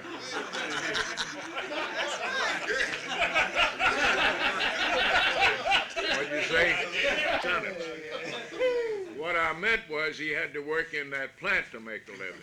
I'll take all in and kill that snake. Now, well, that's almost as bad as the slip that Carter made over in Poland here a while back, when at least the interpreter made. Another bit of information that I'm sure all of you will be happy to know is that a member of this board, Sister Mary Bryant, was recently elevated to the position of State Director for the Communication Workers of America. She's not here now because she has a meeting of the presidents of the CWA locals. The officers are meeting today, and she's going to bring most of them, hopefully, to the legislative conference. Some of you probably wasn't aware of the fact that Bill Stanley died back several weeks back and was buried, and that Mary is replacing Bill. I know Kelly wasn't aware of it. Some of you might not have been aware of it, but we buried Bill Stanley here about 2 months ago. Yeah. Anyhow, Mary called me and told me about this meeting, and because she was having that, she wasn't too sure when she'd get here, but she's going to come as soon as she could, and she'll either join us or at the CLU meeting a little bit later on in the afternoon. Okay, all of you have a copy of the printed agenda we passed out. This is just a number of items that that I know we need to do, in several areas, and then some of you might have some matters that you'd like to also add to this agenda, so if you do. First thing that we want to talk to you a little bit about is the legislative conference itself. We'll have a series of meetings before we get there. The meeting this afternoon with the Central Labor Councils, the officers, we'll talk to them about the conference a little bit. We're going to ask the Central Body officers, primarily the presidents, to serve in the capacity of an escort committee and as sergeant-at-arms if the need arises. We want you to be responsible, or at least help us steer the your members of your legislative delegation to the proper location in the banquet hall. We're going to try to set that thing up in there where you'll have 3 distinct districts, using highway districts, and we'll have a kind of a aisle in there to try to separate the tables, but we're using the counties, as in those particular highway districts, setting up 3 districts. And frankly, what we hope to do in there tomorrow night is to arrange this thing whereby we don't have all the members of the legislature ganging up sitting with each other. They'll do this if we don't watch them. They'll do this automatically. What we would like for you to help us do is to make sure that at least one labor representative is sitting at a table with members of the legislative delegation, because the main purpose of this whole thing is to try to do a little lobbying with these characters while we're in here, you see. Huh? I said, I'm ready. Red. We got a half the state ready. All right. It'll make more sense if they've got that. Chairman? Yeah. Wouldn't it help some, is the legislators going to register to pick up their badge if they was told then? Right. that they'd Well, say red, blue, or all right. This, of course, this is what we hope will happen. And I've asked them in the communication to them you know, and reminding them and re-inviting them and all this stuff. See, I originally wrote them at home and asked them to reserve the date. Then I got a reminder and another invitation to them, put that on their desk this past week, trying to get a nose count on who's going to be present. And in that communication, advised them to stop by the restoration desk to pick up their identification badge. And what we hope, you see, will develop is that as they come and pick up their badges, and you can identify them, those of you from the areas, and try to keep up with them. And, you know, we'll have a social hour from 6 to 7, and we hope to have them in the banquet hall where we can get started eating around 7. You know, now it's a pretty big order, I understand, and of course some of them probably get away from me anyhow. Excuse me, Claude, let Yeah. me tell them, the delegates' badges will be red, blue, or green. The legislature will be a gold badge, but in the corner will be a number 1, will be a red, blue, or green, number 1, 2, or 3. That's a district. Written on there with that color pencil. That identifies the district. I see something with the red thing, and I know they belong there. That's for right. You make identification every purposes for delegate the with a red district. badge would go up here, plus the members of the legislature will have on a gold badge, but they'll have a red 1 in the corner. In other words, between 5:30 and 6 o'clock, it would be good if each of you would be at the registration table at the top of the escalators out. And as we give the members of the legislature their badge, we will tell them they are to sit in section 1, 2, or 3, red, blue, or green. Yeah, we'll do our I best. don't think they'll have any problem, Do our best. But unless they're colorblind. They have color sections too, if this follows along the, inside the hall. That'll make it simple. in line with the way things have happened in the past, the problem is getting these guys not to sit with one another.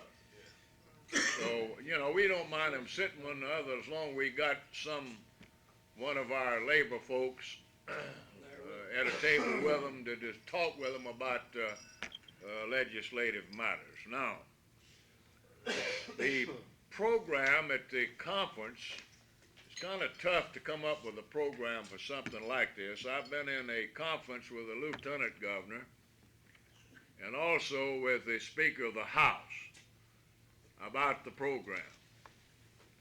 And they want me to pretty well outline our views on the legislation that we are most interested in the session, and then let them respond briefly to my remarks. Now, Yeah, that makes sense, that's good. okay, that we think,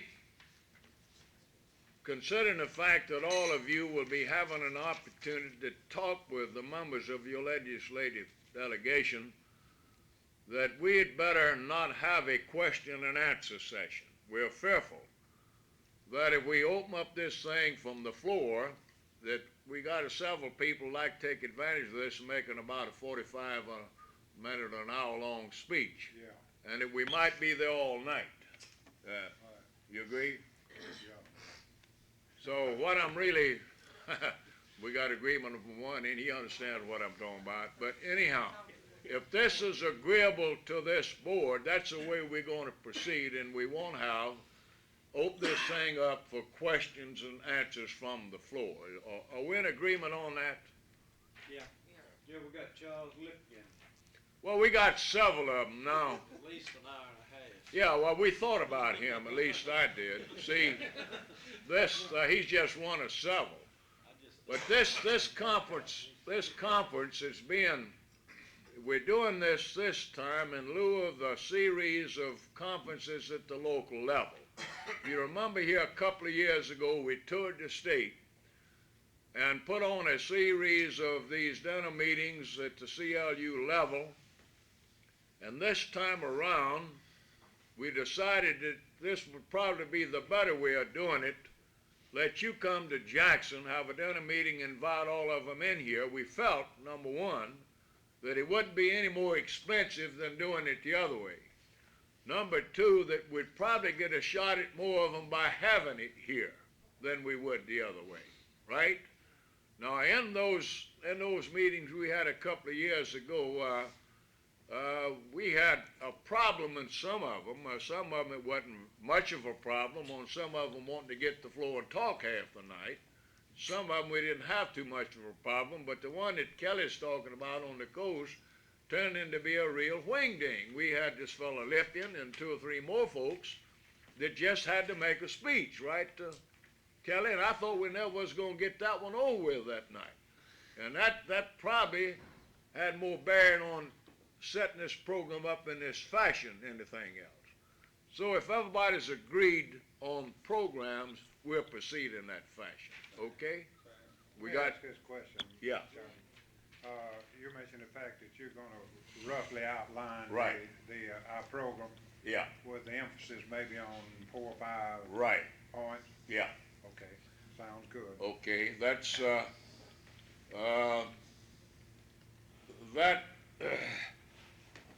let me see if I got there's mine. It'd be impossible to talk about everything on the legislative program, but I'm gonna wanna make some remarks about several things that's not on the program. One will be some of the governor's recent proposals. I'm going to want to comment a little bit on the executive order that he issued here a couple of years ago on creating a Department of Industrial Relations and never did appoint the members of the board. And I'm going to probably have a few snide remarks on that in a joking fashion, perhaps ask them to use their influence to get him to complete carrying out that executive order. But anyhow, I'll make mention of that. I'm going to probably poke a little fun at the $20 car tag thing and tell them we think it ought to be $20 for all tags. If they don't, we'll have all kinds of problems with our wives who also have cars, you know. Then I'm going to also talk a little bit about gubernatorial succession, and within the next few minutes I hope to find out what our position is on that one. We need some clarification on that. Then I'll get around and talk a little bit about, for instance, workman's compensation. I'm going to review with them some improvements in this area that we think needs to be made this time. I think Brother Tucker ought to touch a little bit on the prevailing wage thing on state construction, and as well as that.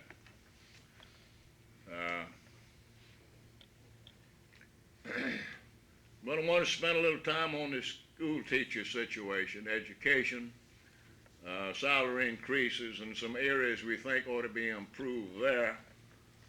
And then I want to get into the property tax equalization thing also, explain our position there. And of course we got that one on the agenda. And before we leave here this afternoon, I think you're going to be pleased at some recent developments in this area.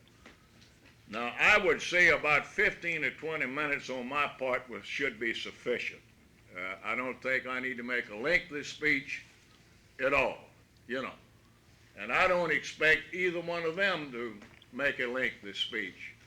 I'm sure they're not going to make any flat commitments on anything. They're going to probably express their appreciation for being there, and they'll take everything we said under consideration, and that's probably going to be about the extent of it. But frankly, what we hope you'll be able to do is to be twisting a few arms while you're eating with these characters about some of these things we want some action on. Okay? Let me say just one more word right there in connection with that. There's such a thing as planned, spontaneous reaction. Yeah.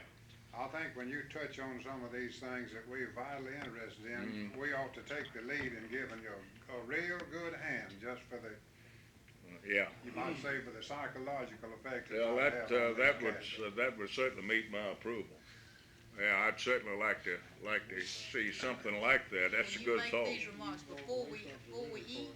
No, after we eat. No, we're gonna eat first. I thought everybody understood that. We'll feed them first. These remarks will come after we eat. Well, the thing is, I was thinking you could be discussing during dinner there.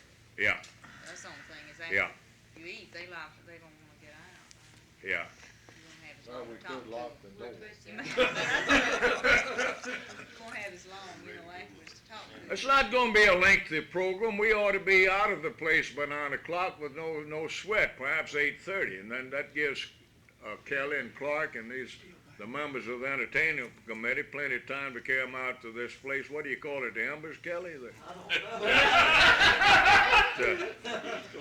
I'm gonna make the announcement that these folks of the entertainment committee invited seeking entertainment to see Mr. Kelly and Mr. Clark. Don't you think that's appropriate, Joe? I don't You think go along with that? I don't think you gonna get nobody for that breakfast baked in the morning. Well, maybe. That's the next day. I mean, there's about breakfast in the morning. I know that.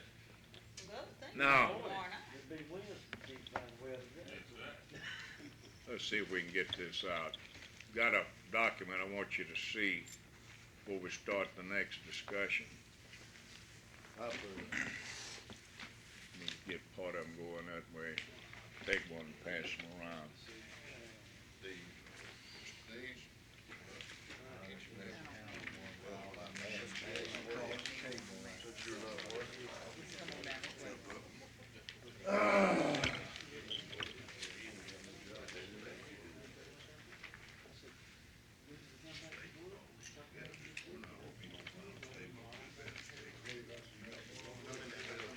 Seen this document before. Any of you? That's it. Have any of you seen this petition before? Yeah, we got it out, sir. Yeah. Is that the governor succeeding himself? Yeah. Yes. It's only money, Russell. We got one for the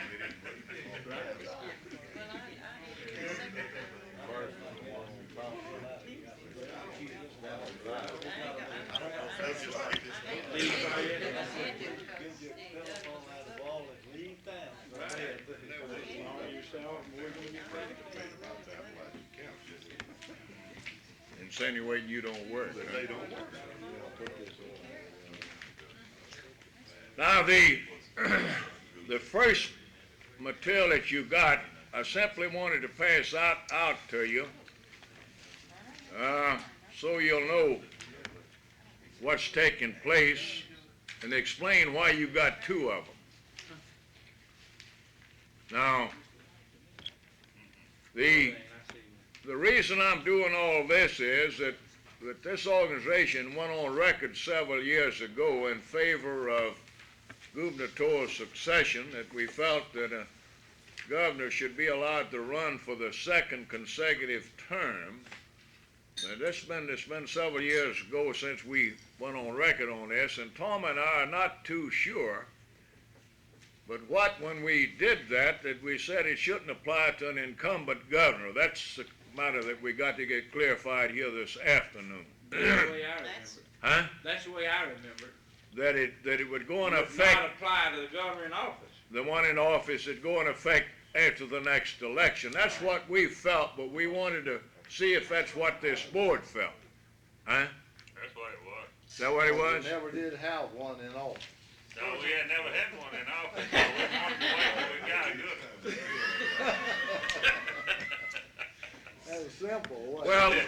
Well, I tell you what, in order to make doubly sure and in order that we'll have a record on this matter for future reference, I'd like to open this floor up now for a motion establishing that fact, because I haven't been able to find it in the record, just a matter of memory. So would somebody like to offer a motion that we are in support of gubernatorial succession, a constitutional amendment making it possible, but that it shouldn't go in effect until the next election, wouldn't apply to an incumbent governor?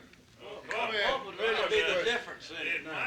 Huh? Might be changing now. I mean, at that time, we didn't want the governor that we Yeah. had. And, Right, that was the reason. the reason we did that then, Yeah. so the consensus now might be to go ahead, with,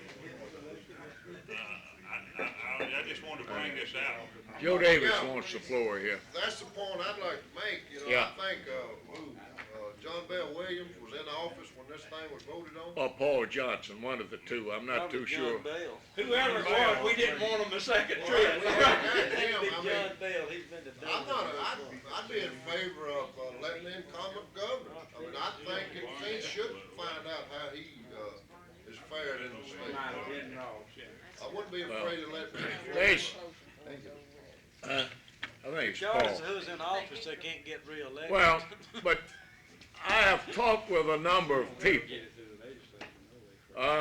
both, members of the legislature and some other people, and they're of the opinion that in order to get a constitutional amendment passed with a 2/3 vote in both houses, that possibility of getting it passed if it doesn't apply to the incumbent is better. That if it applies to the incumbent, that they think that it'll create problems in getting the necessary votes. Now, it's really immaterial to me. I agree with you. If the legislature wants to pass it, fine. That's okay with us. We can support it. That is a constitutional amendment. The matter of supporting the incumbent governor is a horse of another color, of course. But I need some guidance on this matter, really, so I'll know what position to take and perhaps what to say tomorrow night. I could say something like this, that when we went on record, we didn't think it should apply to the incumbent governor, but if the legislature wants to pass it now, it's all right with us, and let it go at that. Now, if, on the other hand, they feel that it has a better chance of passage where it doesn't apply to the incumbent, that's all right with us also. Now, is there any disagreement on that approach? Huh? I think that'd be the best. Leave it open, not commit ourselves either way on it. Just as long as we get it passed. As long as we get it passed, Yeah. they don't really make all that. Are we in unanimous agreement on this, or do we need a motion? What would be wrong with just remaining silent on that part of it? Because a lot of people looking to us for direction. For instance, on this petition, and that's the reason I wanted you to see it. They had a meeting in the governor's office here a while back. Some of the defense people, for the purpose of getting these petitions circulated. I got a call from a gentleman over there and invited me to attend the meeting. And Tom and I talked about it. We decided that perhaps we ought not attend that meeting because our presence might be misconstrued into thinking that we were all gung-ho for this proposition. So we didn't go. One of our CWA members, who was recently elected president of the Jackson Central Labor Council, a fellow by the name of Mike Daniels, and I assume you all will be meeting him here perhaps this afternoon, attended that meeting, and then they give him a handful of these petitions to circulate, and he headed for our office. And as you see that original, I got it marked on the original, it's got a number on it and the county that it's assigned to. So they can keep up with them. They know who's got what petitions and who to hold accountable and all that kind of stuff. Now, I read this language on that original, and after reading it, I told Mike, I said, Mike, I can't put my name on any such proposition because that language is very offensive, and in my opinion, it'll do more damn harm with the legislature than it will good. It's going to make a lot of people mad. Well, he went ahead with the thing, and then when he come back, he'd run into a lot of people that took that same position, that they wouldn't sign it because the language is offensive, and that they wouldn't mind signing the thing if it didn't apply to the incumbent, you see. Now, what they did apparently was to recall the originals and redone the language, which is in that second one that you've got, the revised language there. Now, I'm not trying to, pick a fight with the governor's office or anybody in the governor's office.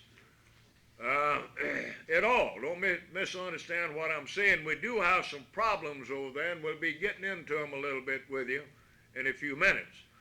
The main thing I want to know from you folks is where you want me to go, Tom Knight and myself especially, to be on this question. You know, that's what we need, is some guidance. We don't want to come out here and start having circulate petitions, and then some member of the board say, well, this is not what we intended to do. So I told Mike Daniels, we had this board meeting, I'd take this matter up at the board, and if the board wanted to help circulate these petitions, we would, otherwise we wouldn't. Yes, sir, Brother Tom. I think we need to review what has the government done. Yeah. The year you've been in there to benefit labor, and I don't think you've done anything. Well, perhaps we ought to get into our problems with the place before you make a decision Let on me just say this. this, Claude, Yeah. I understand these petitions would only be pressure on the legislature anyway. Yeah. And Yeah, then if right. the legislature did pass such a resolution, it'd still go to the people for a referendum Oh, yeah. vote. And Yeah. if the people in this state didn't vote for it, it wouldn't happen no how. Well, I'm speaking about I assumed that everybody understood that. We're talking about a constitutional amendment that requires a two-thirds vote of both the House and the Senate. That's what we're talking about. These petitions are aimed at the legislature, calling upon them to bring out a constitutional amendment that would in turn be presented to the voters, you see. That's what I thought everybody understood. I understood that what Yeah. I had in mind, Claude, Yeah. was, what I had. What has this governor done for us? Right, I mean, Yeah. we should review his records as Yeah. far as organized Right. labor is concerned. Right. Before we say yes, we for this present government succeeding. Yeah.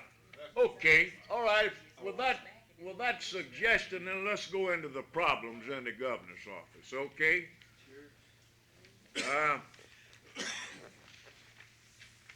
Perhaps this might help make up your mind. Now, I think all of you, that this matter should be fresh enough in your minds to go back and refresh your memories on what happened in the last governor's election, where we went on record that we could live with one of three people running in the Democratic primary. Finch was one of those people. After the primaries was over with, then we had another convention, and at that point went on record in support of Finch.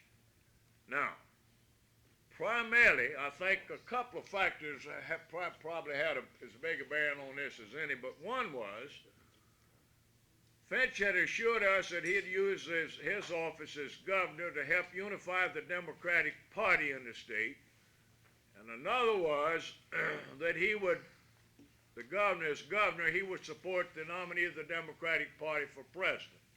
Now, I think all of you recall that we felt we couldn't afford 4 more years of the Ford-Nixon type administration, that the election of a president was very important, right?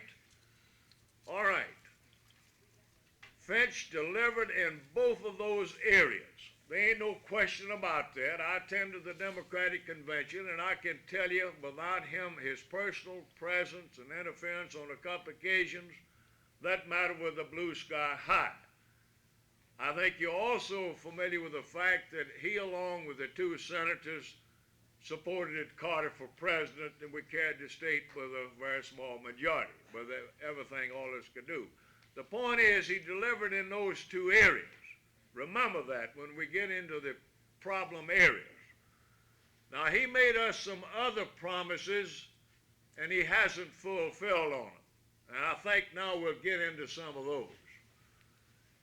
Number one, he told us, Brother Tucker, that he would use influence of his office to establish a prevailing wage system on state construction where state money was being used to construct state buildings, right? Remember that.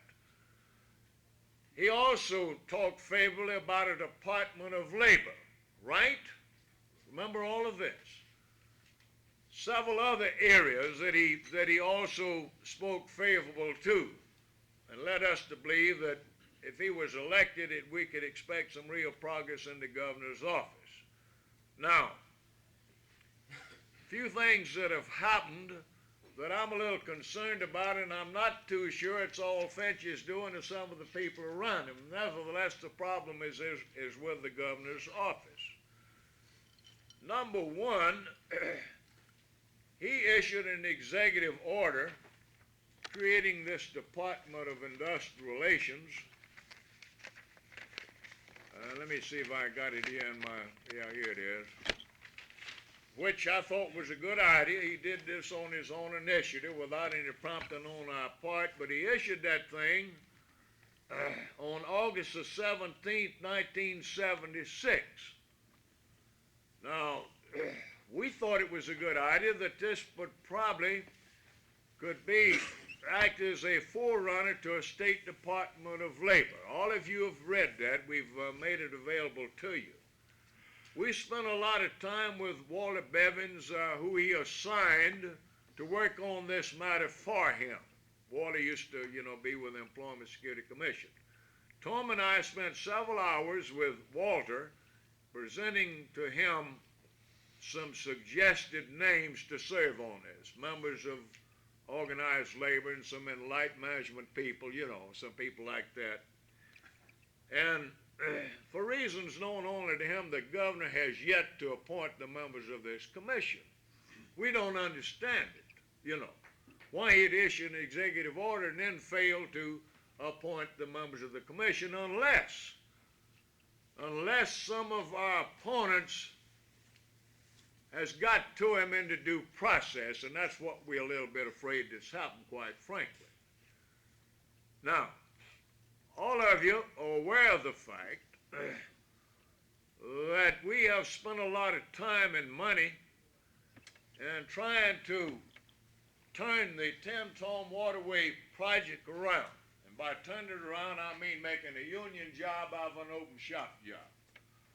And that I have personally been involved in this proposition over there for a number of years. And that we finally, Brother Taylor, established an office in Columbus for recruitment purposes, to recruit minorities and others for the union apprenticeship programs over there. We had a whole series of meetings. We don't have time to get in all this with you. I'm simply trying to give you some of the high spots. The fact is that after several months and even a couple of years of meeting with the people like the Corps of Engineers, some of the contractors, a lot of the unions, the whole works, that we were able to turn the Tenn-Tom Waterway project around on the lower end around Columbus, whereby today the work is being done by fair contractors. And that the unions, we have some excellent programs going now. Recruitment and trainings with RTP, for instance, operating engineers. Established a training program in West Point and turned out the first group of graduates just before Christmas, and about 60% of them were black, see, so that's about what the ratio was. Marvin's Union, the Carpenters Local, several of the other unions in the area have been doing an excellent job. Now, I'm telling you all of that to get around to where I think some of the problems are. I was invited to attend a meeting in Corinth called by the Corps of Engineers, the National District Office, to get into some of those problems on that upper end. When I got to Corinth, I had a call waiting on me from Bill Caraway, who is a former senator representing Washington County, who was a candidate for state treasurer. Bill Caraway was just a little prior to that. This would have been back about August or September of last year. The governor had appointed Bill Caraway to work with the A&I board. And he was trying to work with the governor for the governor in this area. Now, when I called Bill Caraway, we got into quite a cuss fight on the telephone. he proceeded to tell me that I was dabbling around in the governor's business, that I was trying to do things that ought to be done by the governor. Now, he was talking about recruitment and training. And of course, you know, I find that this crowd is playing footsie with the open shop contractors. They don't like it because we're trying to, you know, make this into a union job. So I had to tell Mr. Caraway, you know, in no uncertain terms, you know, that I had a job to do, that I'd like very much to cooperate and work with the governor's office. As far as I was concerned, the governor could be given all the credit for what jobs we were able to develop over there for Mississippi people. But if he thought, or if the governor thought, that I was going to stand idly by and allow that job to be built by a bunch of rat contractors, they were both crazy as hell, you know. It was something like this. Well, to go on a little bit further, later on we had another meeting at the Sillers building, and he brought in all these characters from all over the country, and Bill Caraway made a statement over there that I thought indicated that, well, maybe there's been some change all this. He indicated that, you know, that the FLCL could play an important role in this whole thing, blah, blah, blah. Well, in the course of this meeting, I mentioned the fact that I was going to be in Washington on such and such a date, and that I had a conference set up with Ray Marshall, the Secretary of Labor, which I did have. And of course, I was going to talk to Ray and to some of our other friends in the Department of Labor about some of these problems. Well, Mr. Caraway wasn't as sincere as I thought he was. I go to Washington. Ray Marshall has had to cancel out my appointment with him because of a hearing on the Hill. But Lamont Godwin, who many of you know, who's black, who's been working with us in this area for several years, had dinner with me that night. And when I called him, I asked him, you know, if he'd got the communication out of the governor's office. He didn't know, but he'd check and see. So he brought with him a communication out of the governor's office. And that communication is something else. He had wrote Ray Marshall asking the Secretary of Labor to come up with $100,000 to set up an office out of the governor's office to coordinate recruitment and training for 10-tone. You know, didn't have no objection to that, $100,000, but it's providing another political appointment is what it's doing. But the thing that really upset me, and the thing I want you to know about, that included in that package was a memorandum that Caraway had wrote to the governor, and some of you have seen it, the members of the executive committee have seen that, said that he'd better get with it or Claude Ramsey was going to take over the 10-tone waterway project. Now, that was in the package to the Secretary of Labor. Now,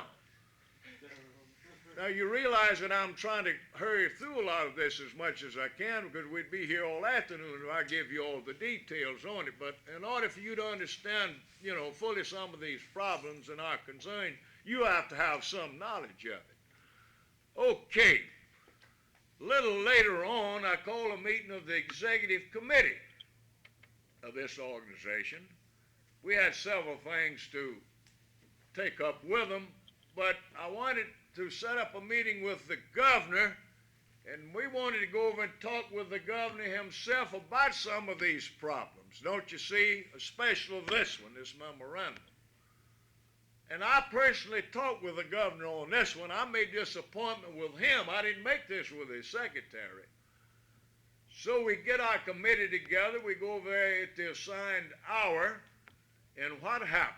Well, Bob Perry and Al Binder, two of the governor's assistants, show up and proceed to advise us that the governor is tied up with the legislature that just called a special session on reapportionment, and he wouldn't be able to meet with us. But that they were sent in there to hear what our problems were. And of course, the executive committee proceeded to unload on those two people in no uncertain fashion. Now, I don't know whether that done any good or not. The thing that I want you to know is that we made an effort to meet with the governor and he didn't meet with us. He sent a couple of his henchmen. A little later on, this hadn't been too long ago, I read in the newspaper where Vice President Walter Mondale was going to be in town. And I read where he was going to be addressing a symposium on economic development. Some of you probably read the story.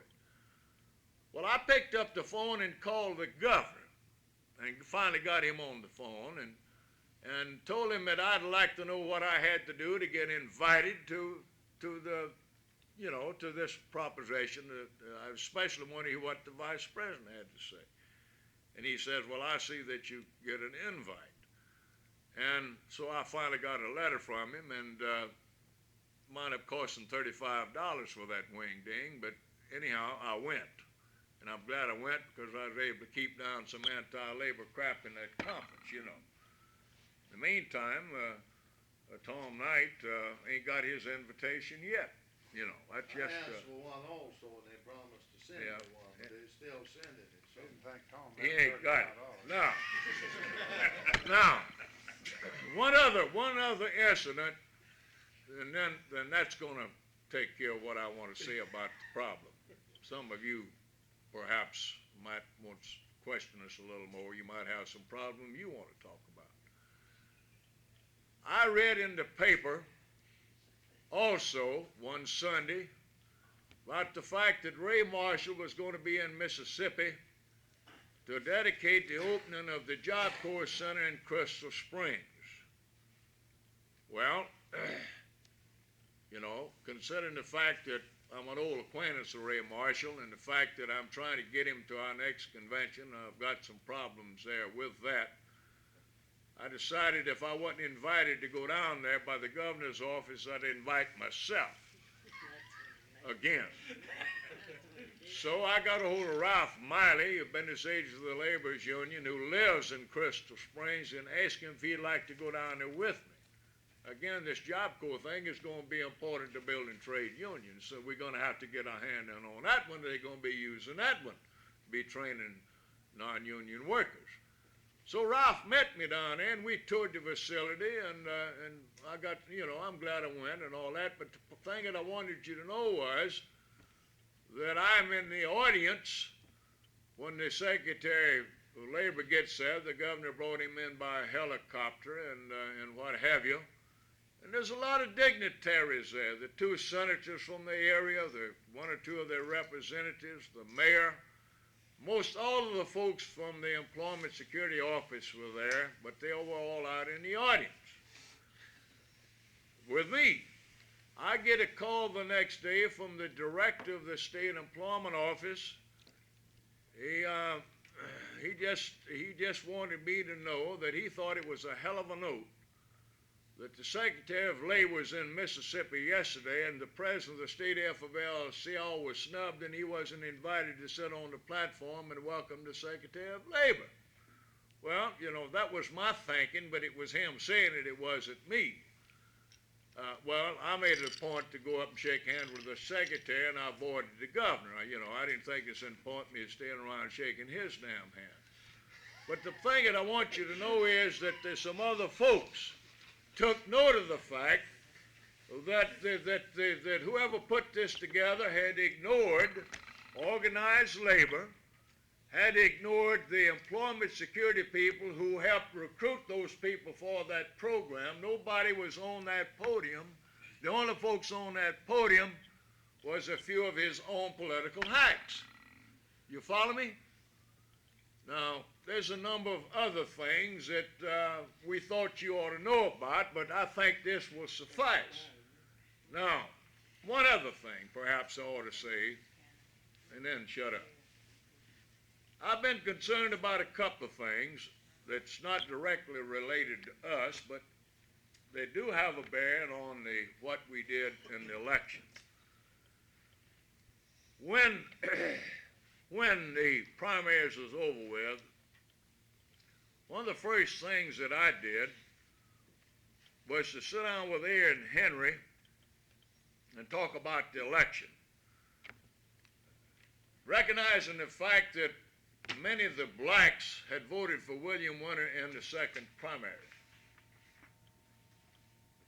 And it appeared to me that it was very important that we worked with Aaron and some of the black leaders that had been in the winter camp to convince them to support the nominee of the party, don't you see? And we went to work on that, and I think all of us here this afternoon will have to agree that Finch wouldn't be governor today had it not been for this political alignment where we had worked things out with people like Aaron Henry and helped get out the vote and convince them to vote for Finch. Finch won it with less than a 50,000 vote majority. Without this help, I think Gil Carmichael would be governor today. Is there any disagreement on that? None. All right, now, I had breakfast with Aaron Henry last week to find out how he felt. He's very upset, and I must say I'm upset also over some of these appointments Finch is making. He has recently appointed a number of people that have been identified with the Ku Klux Klan in their activities here in past years. You know, several of them, not just one or two, but a whole slew of them. And that has put Aaron Henry really on the spot because of these appointments. To our knowledge, there's only two blacks been given any position in the administration, and that's R.L. Bolin and James Allen. And to my knowledge, there hasn't been the first single individual appointed anything from organized labor in any position that means anything. You got Tom Knight, myself, serving on a couple of advisory things out here that don't mean anything. Some of you might be on them. But Aaron is also upset over, you know, some of this activity, and I think rightly so. Now, you know, now that you know the whole story, perhaps you'll agree with us that we think Finch would have a pretty rough hole to go if we get the amendment passed where he can succeed himself. I'm damn sure that it'd be kind of hard for him to get Aaron Henry and Claude Ramsey to get together again and work things out to get a vote out for him. And I suspect many of you feel about the same way, you know. Lord, I've talked too long, but, you know, I think all of this was important to you. That's about it, Tom. Have I overlooked anything here on No, that? that's enough. That's, you know, there's a lot of, like I say, it take all that. Claude, I might add that, you know, you and I and Tucker, we went over, we had that meeting with Finch over there. He Yeah. made some promises over there too, and he brought up the subject that he's gonna appoint the cause as, building commission, you know. Yeah. And I voiced my opinion on that. Yeah. I would like to know, since he has been building commission and having a union contractor, been able to get a job at Whitfield. I don't think, maybe Tucker can speak to that. He called me here a while back about a problem at State. And perhaps some of the building trade unions themselves can speak to that. I know they can better than I can, but as far as I personally know, Brother Turner, we have probably got more problems with the building commission today on some of this work than we had prior to this administration. That would be my analysis. Maybe R.L. would like to speak to that. What's your thinking, R.L.? Well, it's just like you said, going back to the interview, you know, it wasn't just, I'll do it if I can. It was direct promises made in no uncertain terms that he would put people on the building commission. The State Department of Labor, prevailing rates, and this kind of stuff. And I had to remind that lawyer that sat in over there that day about that. Yeah.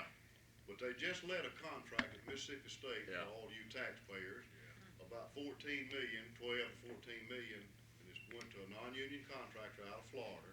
The general, the electrical, and I'm sure that all the rest of it is out of Florida to do the work. Now, we hadn't had any cooperation from any of them. I've called the architects when they had the plans on the job. Go to the building commission, Department of Labor. You can't get nothing done. You get the runaround all the way around.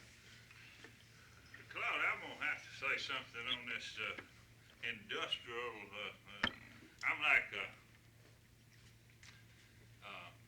Tucker over there. He didn't just say that he would, he didn't beat around the bush. He said if they didn't vote for Department of Labor, he would executive order create a Department of Labor. Yeah. What I'm disagreeing with is what you said about the industrial labor, whatever this thing is. Yeah. That damn thing to me is worse than nothing. Except he never did even do that. Well- Yeah, but I just want the people here to know, as far as I'm concerned, I just as soon not have nothing as have that myself. Well, Dan, that's right. Well- Because they got more management people on it, ain't no way the labor can have a say because they got more management people on it than have anything else. So if we got to take something like that, I just soon to keep Well- going like we are, being the only state in the union without a Department of Labor of something that works for it. Well, you see, he never did even ask the legislature for an appropriation to finance it. Because Well, I'd like- if we do get something set up that's supposed to take the place of a Department of Labor, we got to send a notice in to them, and now we don't have to send a damn thing, so let's just leave it like it is if it ain't gonna do nothing. well, remember what I said now, and let me refresh your memory, that Finch issued this thing without conferring with any of us. He didn't confer with me, and I don't think he conferred with any of you. This come out of the clear blue sky as far as we knew, and it was done on his own initiative without any effort to get a Department of Labor bill passed. And I'm beginning to wonder if it wasn't issued to keep us from trying to get legislation passed. I'm beginning to wonder if this is not what motivated this He thing, right? did it at the State Council of Carpenters Convention for a modern end car, Marvin. You were sitting right there. That's where he Well, made let it me up. ask the question. Remember that? I wasn't falling out with you, I just wanted those Yeah. members that didn't Yeah. know about this thing to know it wasn't no good. Well, this attorney, when we were sitting over there, Curtis, he said, now, I'm sure the governor said he would do this if it was possible. I said, no. He said he would do it by executive order, That's and it's right. on record. That's what he said right there. Now, we, like you say, we're the only state without a Department of Labor, and I think that should be our number one objective in this state, to get something done for the working people. Well, I this don't is the care if top. we have to just forget All everything else. I'm saying is, though, if we get something that ain't no good at all, then they say, well, you got something then. Well, I agree with that. I just got a question. Yeah. After we was over at the Capitol that day and met with Senator Perry and Yeah. Mr. Binder, did you ever get any response from that meeting at all? No. You know, they promised they'd let you know, and we stood there and argued with them for 3 hours, as Brother Tucker and some of us pointed out. And I wondered if we ever got No, any. that was the end of report Okay. That was the end of it. Never heard another word. Well, they wanted all of our names and home Right, addresses so they right. could How send to it. contact us, right. Have they contacted any of No, y'all? I ain't heard nothing. That's the reason I asked you if they ever got. Well, Let me ask a question, Claude, Yeah. before you get off on something else. Yeah. In the last few days, well, in his state of the state address, did he not bring up something about another department for, highways or Carter system? I know it wouldn't be a highway department, but it was some other department that he wanted to create to. It was a department to provide housing for Yeah. elderly citizens, wasn't Yeah, it? yeah. All right, we've already got plenty of those kind of departments. Now, we need a Department of Labor in this state. Yeah. We don't need the more political departments over there. We need something for working people. Well, let me tell you about another little discussion I had a couple of days ago, and we'll get into this other thing here hopefully before we have to break up. Ain't two yet. We make pretty good progress. Some of you might remember something was in the press back here. I guess it's been a year, maybe 2 years ago now, about big flack in there about Hugh Ketchum with the manufacturers making an appearance at some damn board, and that Finch rose up in righteous indignation and said there wasn't any lobbyists representing a special interest group going to vote on one of these commissions. You remember this, don't you? He was representing the mayor of Hattiesburg. Mayor of He got Hattiesburg. sold off of the board. as a Right. result. Right. You remember this. Right. Not the details, but you remember the incident. Yeah, I remember. Well, now, I've run into Hugh Ketchum over there at this meeting that I'll be talking about a little bit on property taxes. Waiting for everybody to show up, and I got to have a little chat with Hugh about how he's getting along with the governor. That's kind of the way I asked him, and he proceeded to let me know in certain terms that they didn't have anything at all to do with the governor's office. He says, you know, I said, well, what happened on that thing? I just out of curiosity, trying to pass off time with him. And he said, well, he called me and John O'Keefe, and we went over and met with him. And he said he led us into believing that, you know, sort of our cooperation on setting up, you know, training programs to provide job opportunities for people out here working with vocational education and some of these other areas. But he says the more we got into it, the more it became very apparent that all he was up to do is build up a political organization using these monies, and wanted us to work with him. He said we just finally had to tell him that we couldn't be any party to that. That's the Manufacturers Association talking now. But he said he was using this money, the CETA money, and of course Tom and I, you know, we can get into a lot of problem areas here with you, but it would take a lot of extra time. But the point is that even the Manufacturers Association are having their problems over there with him, you know. So I guess about the best position we can take here is, in terms of our legislative conference on this matter, is that we have no objection to him passing gubernatorial succession, permitting Finch to run for re-election, but that we feel that there could be more enlightened discussion on it if it didn't affect the incumbent. Because when it affects incumbents, you start getting into the problems of administration, the personalities, and the whole thing. And this is the attitude of a lot of people. Am I safe in saying that? I don't want to get up in this thing here with these legislators and find some of our own folks out there in this disagreement with what I'm saying, especially this board, you see. Under the way you're leaving it there, what would you say, or what do you think the position would be if one local union, a particular local, wanted to circulate these petitions? I think they have the right to do it. That's what I think we ought to try to infringe on that right. Do you? I think that'd be a good way to leave it. Yeah. Personally, I Leave think. it open so they could or couldn't, if they depending on what they left- wanna do. If Joe. they had not Yeah. adopted new language for this petition, you wouldn't have anything to worry about anyhow, because the legislature would have all been personally offended, I think, at the language on the first petition. We've got to remember that even if Finch is up for re-election, he's gonna have to come back before us to get our endorsement for another term. I agree. And there ain't no way that the man can even get close now. I agree with He that. might not wanna meet with us. I just- no more. Yeah. He's just trying to get rid of it. Yeah. Hasn't been brought out, but I assume that, they're talking about limiting the governor to two terms. Well, we just didn't want him to get a bad one in there and be stuck. Same as the with that. president, limited to consecutive Yeah. terms. Well, I frankly think that if this amendment would have been there, if Finch would have had an opportunity to run for re-election, I really believe he'd have conducted himself quite differently, has up to this point. You agree? Yeah. I don't believe, for instance, he'd have snubbed us like he has if he'd have known he's gonna have a shot at it the second time. No, he'd have been more careful with some of it, he'd been a little more devious, I think the results might have been the same, but he wouldn't have been as open. He's been straddling that man. Well, we think, I don't know, all we can get out of this, and by, I say we, I'm talking about Tom and myself.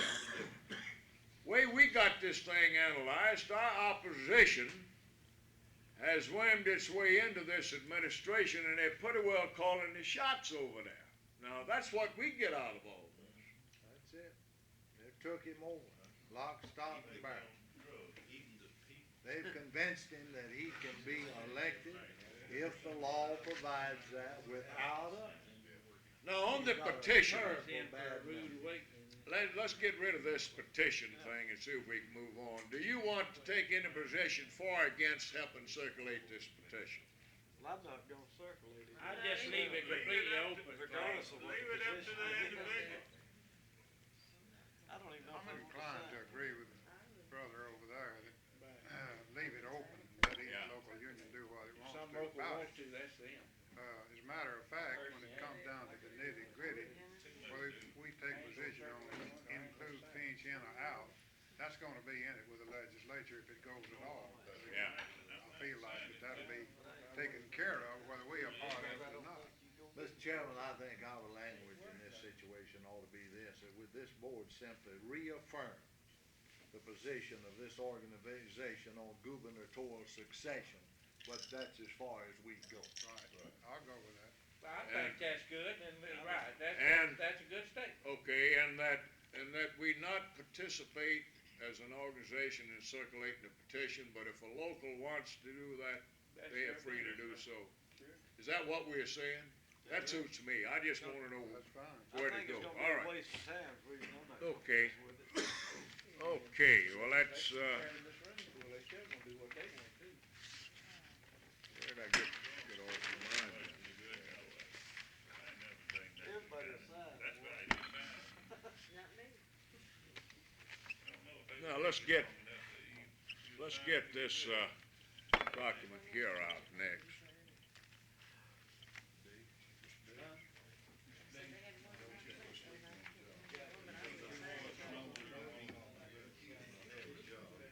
Look at it. I'll get it out. Not working. All you gotta do is call Mr. D and he get that for you.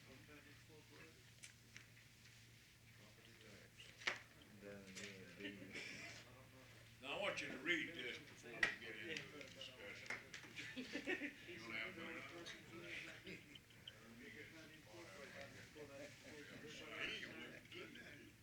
Before we get into this next discussion, I want you to read this document. I wanna know the reason, Garbage pickup, city taxes on about $30 a year to get garbage picked to the city, so. These, They are kinda hard. Now, I'll clarify some of them scribbling in there for you. I want you to read the printed part of this thing, then we wanna have a little discussion, or I'll tell you.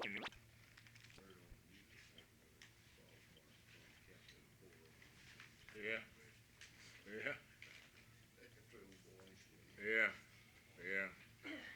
Well, that makes about a half a dozen around here. Yeah, y'all getting that paper, I took the subscription. Y'all find that innocent reading, don't you? That's the paper. Huh?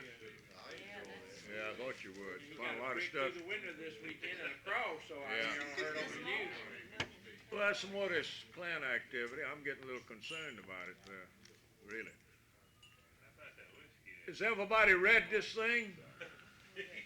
Anybody not through with it? Well, let me, The liquor people ought to pay him, that ain't good. if all of you have read this document, I'll tell you what it is.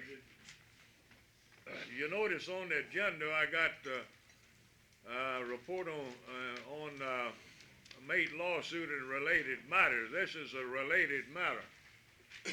Let me explain to you what happened.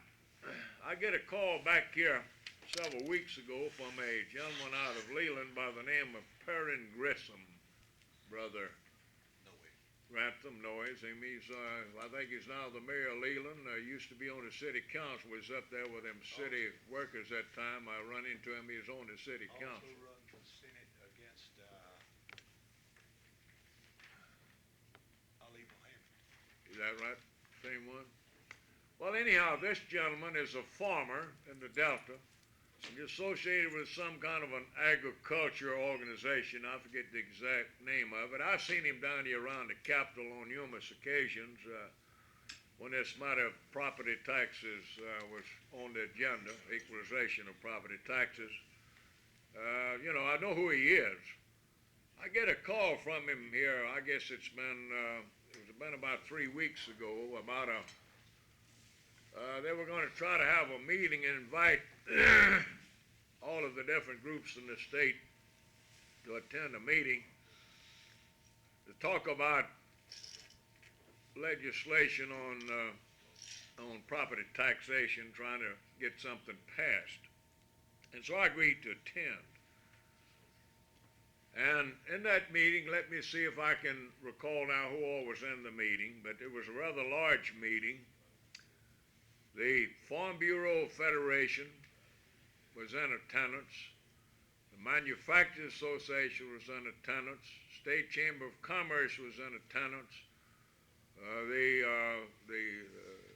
The MAE, that's the Mississippi Association of Educators, was in attendance. virtually all of the groups were there that have either been pushing for property tax equalization or been opposing it. Supervisors Association, yeah, that's another very important group. They were in attendance. The document that you have in front of you was presented and we had quite a discussion. Now, it comes down to this, that the opponents of property equalization, primarily the State Farm Bureau Federation, the group that's been largely responsible for blocking legislation, plus the boards of supervisors. Boards of supervisors and the Farm Bureau Federation have finally seen the handwriting on the wall. The lawsuit has got a lot of folks changing position, changing direction. And what this document amounts to is a proposal that will be submitted to the legislature as an agreed upon package by the various groups for legislation in this session. Now, I took a position that had this meeting been held a year ago, and had we come out with this kind of an agreement, and had we been able to pass legislation, there never would have been any need for a lawsuit being filed, right? Now that we've got an agreement, I assured those people that if we're successful in getting legislation passed encompassing the items in this piece of paper, then that I would use my influence to try to get the lawsuit withdrawn or modified. So let's look at what we got here and what does it do.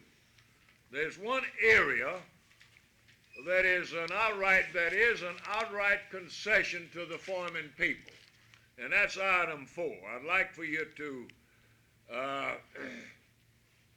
take a close look at that one. Now, that scribbling on item 3, I'll explain that to you after you've looked at this one.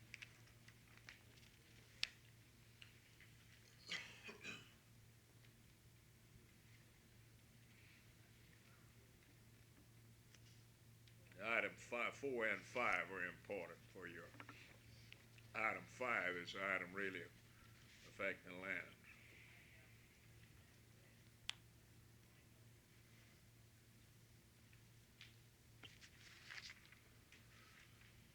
Now, what that adds up to, of course, item 4 goes into the way you go about establishing the proper value of property. But item 5 is a concession of sorts to the Farm Bureau, where they've been trying to get a constitutional amendment passed that would classify property and give special consideration to farmers. This, in effect, makes it possible to classify property that's being used for farm purposes, you know, to be taxed according to use. That's what this does. Now, item 6 is important in this, because where you got farmland adjacent to a metropolitan area that's real valuable property that could be sold at a tremendous profit for commercial, industrial use, or what have you, or home use, when that happens, at that point, the property will be taxed according to value, and there'll be a rollback, and they'll have to pay back taxes on that land when it's sold. Huh? You understand that? Huh? Okay. All right. Let's back up a little bit on item 2. Item 2 and item 3. Item 2, of course, the legislature would establish a loan system establish a fund along the county's interest-free money for reappraisal purposes. Now, I noticed in the paper, I think, Curtis, where Clay County is into this, and that one of your senators has filed a bill over here that make it possible for Clay County to float a bond issue to reappraise property. Well, if this bill passes, and the state can establish interest-free money to the counties, that bill wouldn't be necessary, you see. Now, the little scribbling in there on item 3, let me explain that to you. Failure to begin reappraisal by December 31, 1983, and then that insert into complete by December 31, 1985. That was written in there to safeguard this kind of a situation. If the county began to reappraise property by 1983, but it drug on and on and on with no deadline on completion, you see, which could easily happen, then you wouldn't accomplish anything. So the thinking of the group was that there ought to be a maximum limit for completion. That's what that pencil in there is all about. Now, let me see, there's another one on item, let's see. Let me see, is it 8? Yeah. All right, item 8. Add same as justice of the peace. Now, what we're talking about there, that were just my own notes for my own benefit. Back here several years ago, there was a tremendous problem with unqualified people serving as justices of the peace. No educational requirements, no criteria, anything. And so the legislature established a program by way of legislation making it mandatory for JPs to attend school, if you please, to properly train them whereby they could perform the duties of their office. And what this legislation would include in there is a training program making it mandatory for tax assessors in the various counties to do something along the same line. In other words, the tax commission would establish a system whereby the tax assessors could become more qualified to actually perform the duties of their office. You know, let's face it, one of the major problems, thing that got us into this screwed up situation we're in now is because we've had a bunch of unqualified tax assessors who over a long period of years simply pass the roll on from year to year. Now, on, let me see.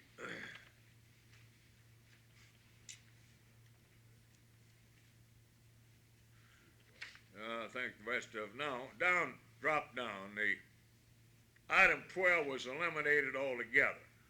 That was dropped, unanimously dropped over there for obvious reasons. Now, number 13, set assessment rate. The group, after we had quite a bit of discussion on this, and of course, under the present law, and the lawsuit that we filed will simply seek an enforcement of existing law. There'll be no assessment ratio or percent of true value used. It'll be true value, period. You know, because that's the law. Now, we had quite a bit of discussion in this meeting on that subject. In my position was this, and this is the position that eventually prevailed, and it was eventually agreed on unanimously, is that if we're going to use assessment ratio, and that's simply a percent of true value for tax purposes, then that ratio should be uniform in all 82 counties. That's our position, and you know, I think it's justifiable. Now, for the benefit of those of you not too familiar with this subject, let me simply say this to you, that the tax commission is using 30% of true value on utilities and automobiles already. Now, on this automobile tax business, you know, that the governor's talking about, for whatever it might be worth, let me say this to you on that one. The tax commission, this is one area that the tax commission is actually performing its duties. And, you know, we want something similar to this on property where it's uniform. The tax commission itself sets the value of automobiles. they prepare a booklet that's mailed out to all of the counties, and automobiles are also assessed at 30% of true value for tax purposes. Now, and I think what will probably come out of this, if legislation passes, that we'll probably wind up with a system where I think that 30% of true value is going to be the figure, because it's being used on utilities and on automobiles already. I'm quite pleased, frankly, at this turn of events. It's almost unbelievable that really that the boards of supervisors, the State Farm Bureau Federation, the State Chamber of Commerce, the State FFL-CIO, and a few other smaller groups could get together and come out of a meeting with a unanimous agreement, and that's what this represents. Is this where this come from? Yeah. Paul, I didn't understand you. Has this been submitted to the legislature already? Mm-mm. It will be. Yeah. And if it's adopted, Mate will withdraw their suit. Yeah. I told the group in the meeting, it turned out that Red had a problem, no man Red, the chairman of Mate, couldn't be there, couldn't be at this meeting. It turns out that I'm the only person present that's been directly associated with the lawsuit. And that's when I made my statement to him at the end of this, after we had agreed on all this, that if we'd had this meeting a year ago, and had we had agreed to this package, and had we been successful in getting legislation passed, then we wouldn't have had a lawsuit. Now, I told him further that if we can get legislation passed in this session that will include these items, that I'll use my influence with Mate to see that the lawsuits dropped or modified. If the legislature tears into this thing, they can take out a few phrases here and there, and we'll be right back where we're at now. Well, that's the reason that we are not backing off on anything until we see what comes out of the legislature. The fact that these groups have met means an awful lot, but it doesn't mean that we got a bill passed. And of course, the attorneys are now in the process of taking deposition from the tax commission and people like that. But this is, I think, a very important turn of events. The fact, for instance, that the Farm Bureau Federation, Curtis, especially, has modified their position up to the point they have that they have agreed for uniform assessment in all 82 counties, and that they've agreed to reappraise property in all counties. You know. You made that, y'all made headlines all the way up in the northeastern part of the state. I read it in the paper. This? Yeah. It hadn't been a word down here about it. It was in the paper and list all the groups and. Have y'all seen it in the paper? I haven't. All North Mississippi was covered with it the next Well, day. if you said there ain't been nothing down here, have you seen anything on it? We hadn't looked, did we look at Clifton's Lane? I've been very busy, but I have tried to scan through the paper. It hadn't been in the Clarion Ledger. You didn't see this in the Daily Journal, did you? I seen where they had this meeting that they agreed Well, on the I outline of it, That not meeting the whole didn't thing. go into no kind of details up there. well, let me pose this question to you. I am, of course, your official spokesman in these things, and it means a lot to me to know whether or not you approve of what I'm doing in this area or not. Are you in agreement on what we've come out of this with? Do you have any problems in supporting it? Number 3 shouldn't wait till 1983 to start, should it? Which one is that? Item 3. That's the latest. Failure, that's the latest date. Now, of course, that's the latest date. Now, what we hope, of course, now the lawsuit, we're giving them 2 years. See, Tucker, you may or may not know is that if all of them have to do it at one time, they ain't got enough people, qualified people that they can pull in to do it. This is the reason Lowndes County has already evaluated theirs, I believe, and they've run into a lot of problems over there, and Clay County is in the process now, is trying to, if this law passes, of course, the price of doing that is going up too. So, it's gonna, if you say all of them got to start in 1 year, why, it wouldn't be enough people, they say now, I don't know. They Well, say it the way would. this thing reads, they could all wait till 1983 to Well, start. let me ask you a question there. Yeah. Does this give them 2 years from the date they start, or they've gotta wrap up by 85? Well, it says failure to begin a place. Yeah. Failure to begin and failure to have it done by 1985 authorizes the tax commission to withhold homestead reimbursement. That's the penalty involved. Well, what if Lee County starts in 79? Do they have till 85, over my question? They would have until 85 to complete it without being penalized. Yeah, that's what it means. They wouldn't take that long, I don't believe. Now, I hope everybody here, clearly understands what this document is now. It's simply an agreement. Agreed at proposition on these various groups that will go before the legislature and support a bill that will include these matters. That's what this represents. Now, let me say a word. The fact that we're talking about a 30% evaluation, Yeah. that doesn't keep the supervisors from still setting the millage, right? No, right. You see, yeah. Well, that's very important that everybody understands what we're talking about. What we're talking about is uniform valuation and uniform percent of true value for tax purposes, either true value or a uniform percent of true value. The actual amount of taxes that you and everybody else pays in final analysis is determined by the millage levied by the Board of Supervisors, mostly. The Board of Supervisors will still have control of this millage matter. Right? Everybody understands that. Just one thing I think Yeah. y'all left out, Yeah.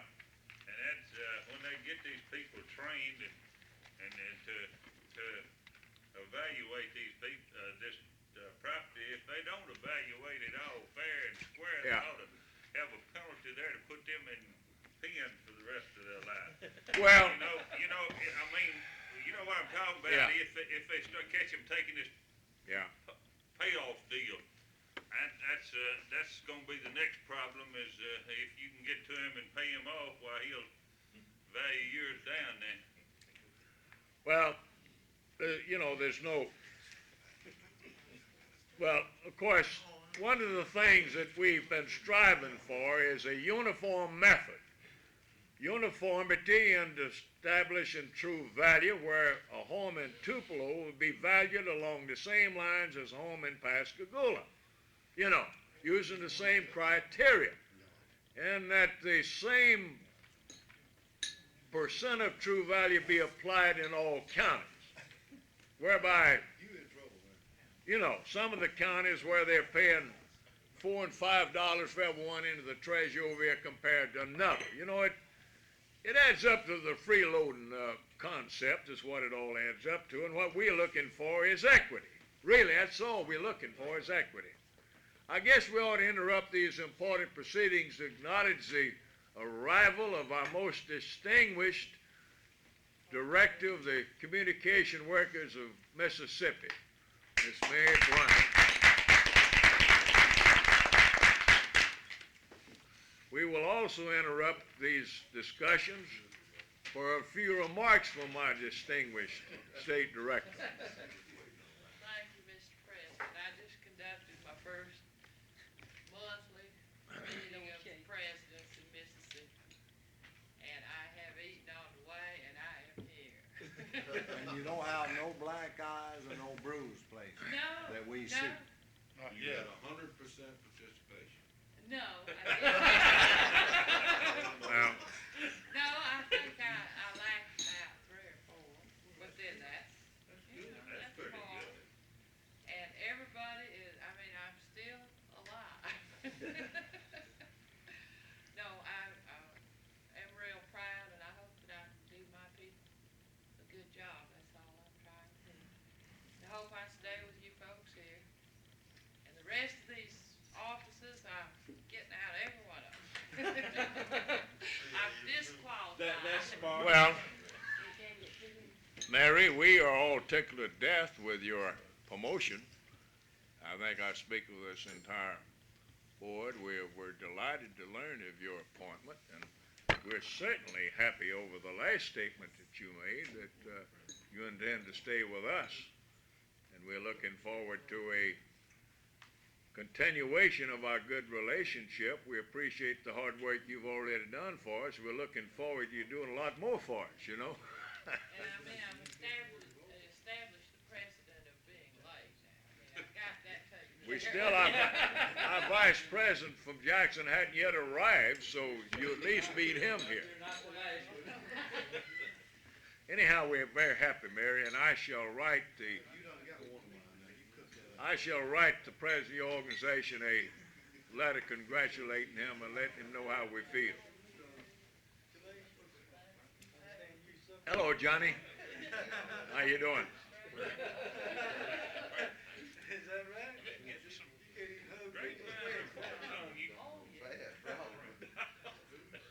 I guess here, who is Russell Kelly's right-hand man. I understand he does most of his work for him.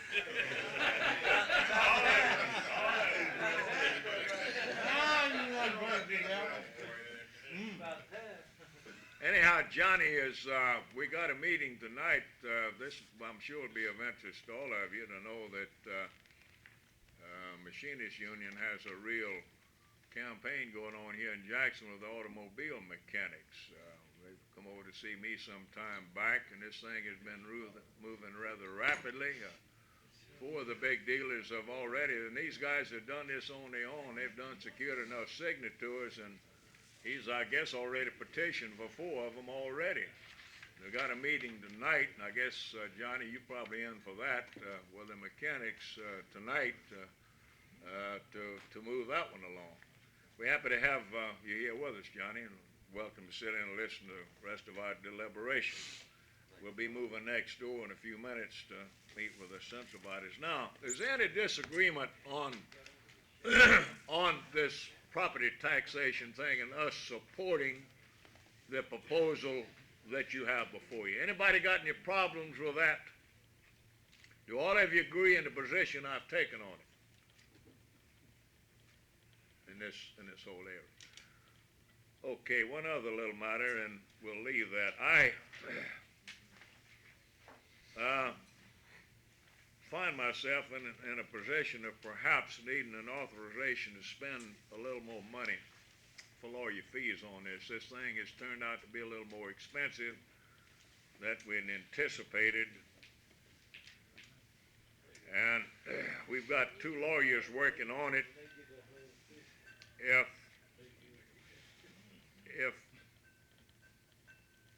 If it would meet your approval, I'd like to be authorized to spend up to $2,500 more in this area if it become necessary. And you have my assurance that it won't be spent unless it does become necessary.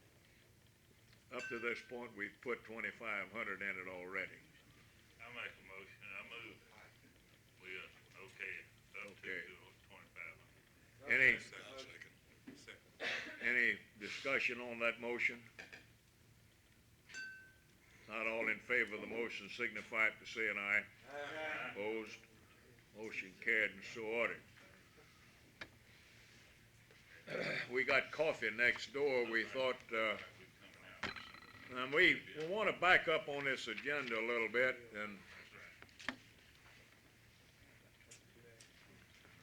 and get some clarification on a couple of things. We got gubernatorial succession.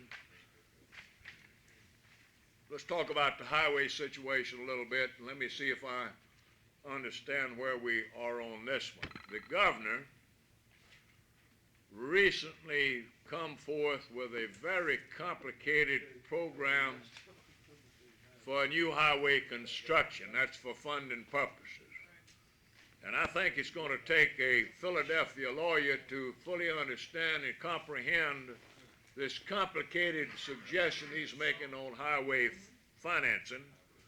But I have talked with a couple of people in the legislature that are more or less authorities in this area that understand this type situation. and they think that it is feasible. Now, what I fear about this whole thing is additional taxes for highway construction. If they can assure us that this thing can be done without additional taxes, I think we can support it. Any disagreement on that? I think all of us agree that you folks from northeast Mississippi need some highways real bad, especially 45 from Tupelo to Corinth up in that general area, and there is a real need for some new highways in that general area. Huh? All the way down to Meridian. Well, right, that 45 period. Yeah, northeast Mississippi primarily is where we're talking about now. All up and down the 10-ton waterway. Yeah, right, We right. did something down on the coast down there. Okay, if we can be assured that this matter is feasible and it can be funded by simply reshifting money, then I don't think we got any problems in supporting. Is that agreeable? Okay. Yeah, that's agreeable. All right, the other thing that the governor hasn't touched on, but it is in the mill again, and that's the fact that there will be an effort made again in this session to increase the weight limit. Now, prior to the last session in one of our board meetings, we took a position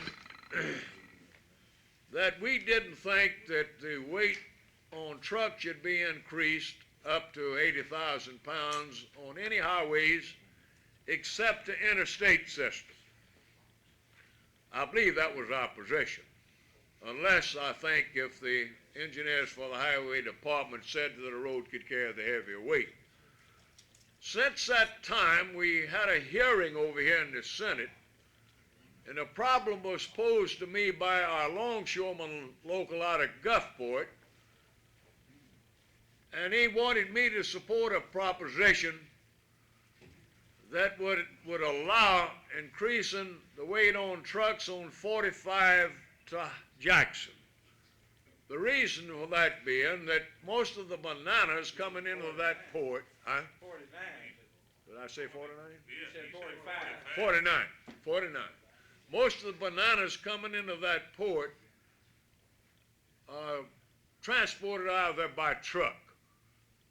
And that if we can't get that weight limit increased coming out of Gulfport headed north, they're fearful they'll lose that business to Mobile where they can haul 80,000 pounds on those roads over there.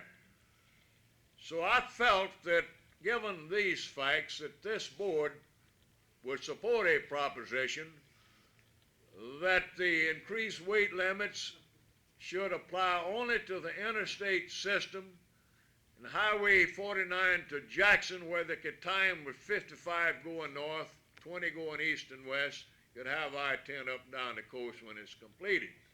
With an understanding, of course, that the highway engineers would approve this weight increase for the bridges on 49. And that is what I said at one of those hearings. Of course, the bill was finally killed in committee. They didn't ever get a vote on it. But does anybody disagree with that position on the increased weight limit? Wilson Evans come up here, and I had a conference with him, and I told him that I felt that our board was fairly open-minded on this, that we thought that it would be a catastrophe to increase the weight limits on these trucks on all the highways. Many of them couldn't carry the additional weight without tearing them up. But if it was limited to 49 to Jackson, it gives them trucks a shot going north to Memphis. You get 55 in Jackson, right? 20 across the state, and I-10. Of course, you got 59 in Hattiesburg going into Birmingham, right? Yeah. Most of them slip in, you know, with Yeah. those weights anyway on these main roads already. Yeah. You know, if they ain't got to go all the way across. But what's really is tearing up the highways is something like this 41 that goes from Oklahoma to Pontotoc or something. It's a little cutoff that you can, if you're coming from Memphis, you can cut around bypass Tupelo before they got the bypass finished. And they get off on some of these little highways that just ain't built to take it. They tear them up even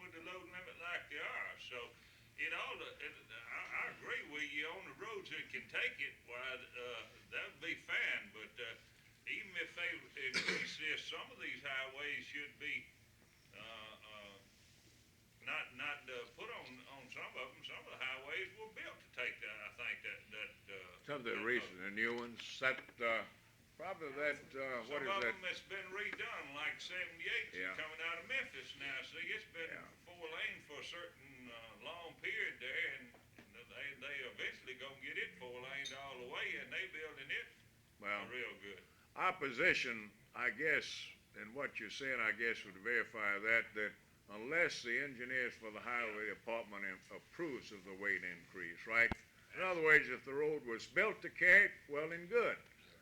But all of you know that there's some of these highways in this state, it wouldn't take long to tear them up with 80,000 pounds, would it? Exactly right. Okay, I think I've got your position on that, and so I'll act accordingly there. If the reason I'm raising this question, they'll most likely be having hearings over here on this one again.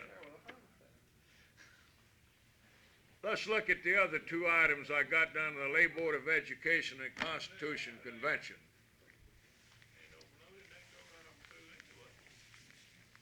There is some agitation now, as there has been for several years, but I'm inclined to think perhaps the agitation is worse now than it has been for some time to establish a state lay board of education.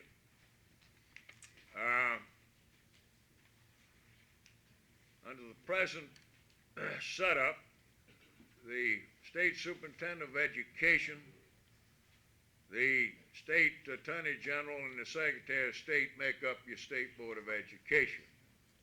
And there's a thinking on the minds of a lot of people that we need a lay board of education or reconstitute a state board of education. I agree that there's a certain amount of logic there. The question is, how do you select them? What is the AFT's position on this, Bob? Huh?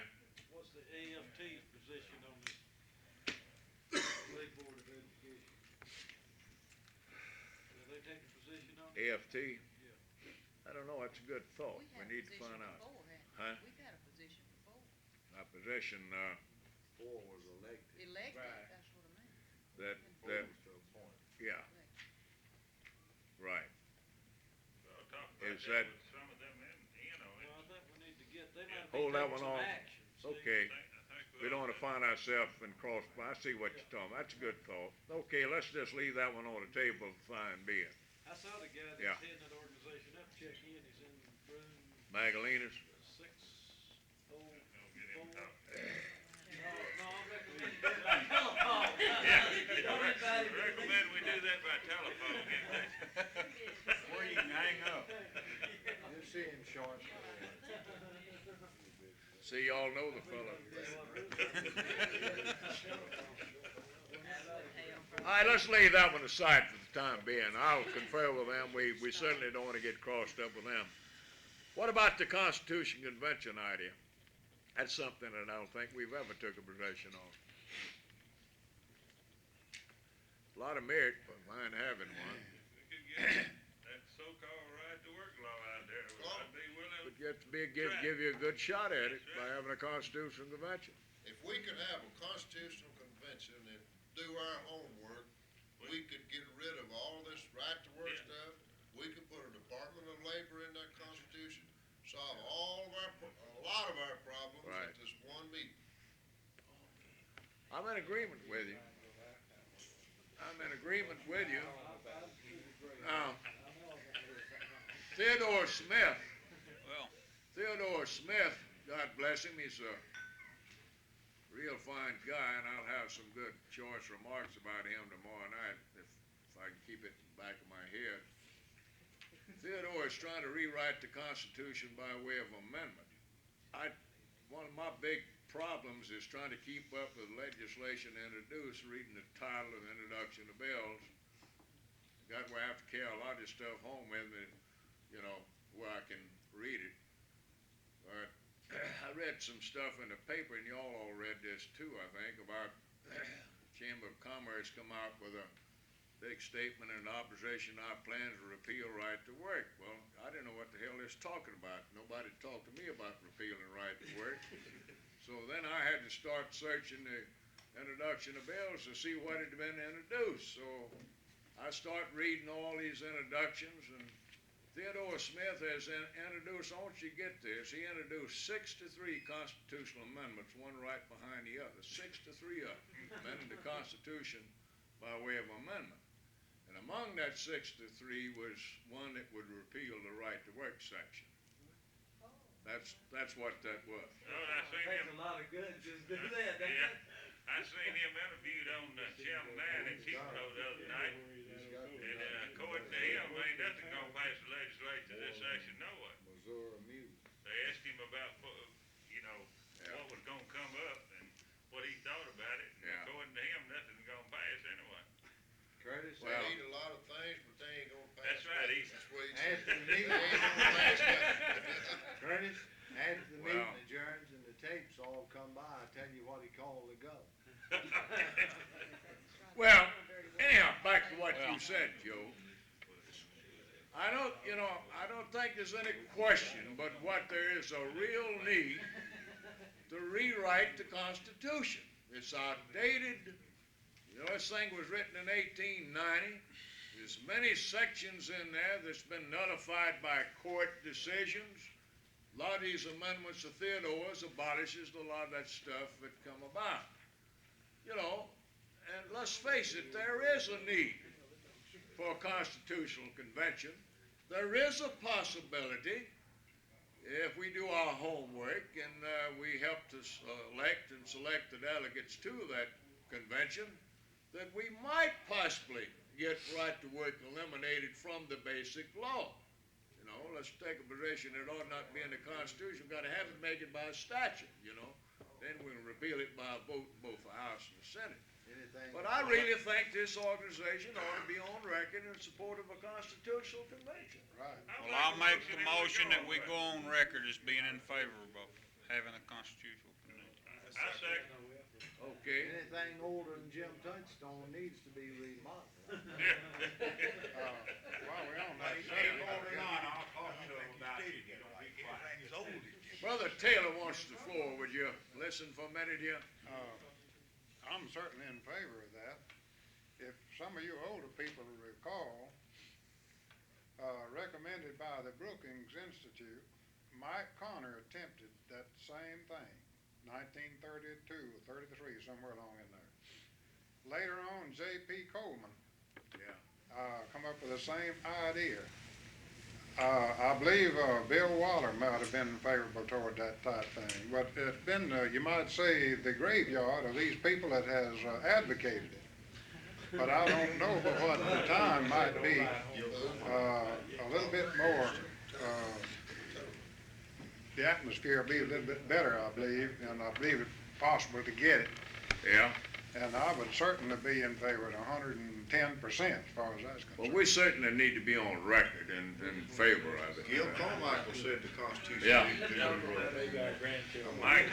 Well, we do have a motion and a second. We do have a motion and a second that the executive board go on record in support of the calling of a constitutional convention. We have any further discussion? Not all in favor of the motion signify by saying aye. Aye. All opposed? Motion carried and so ordered by unanimous vote. I don't know why we haven't done this before. It's something that I think we should have been on record on about the same time on this gubernatorial succession. I was thinking we had, but I wouldn't be sure. We can't find it. We'd have to probably go back and dig way back. We might have. I'm going to go back even to the files that are out in Yeah. storage, and we're going to reproduce every action. I think we should. We probably need to. Yeah. Condense it, put it on. But anyhow, that's reaffirming it just in case we did several years ago. Well, let me see here. I got 20 minutes to 3. Let's see where we are now. $20 tag. Mr. Dees, could you cut your heat down a little bit?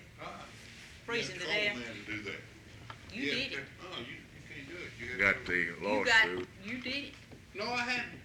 You told him to. You told him to. I hadn't told him that? Yes. I did. Somebody did. Well, let's reverse the trend just a little bit. I hollered about it. When I get told, it has been told. He's the one that does anything. Here's my coat. Take my coat.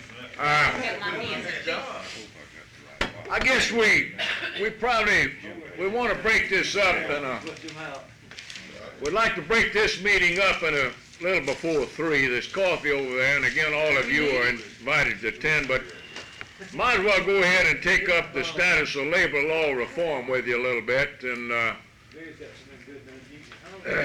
let you know where we are and what we've been doing, etc., on that matter.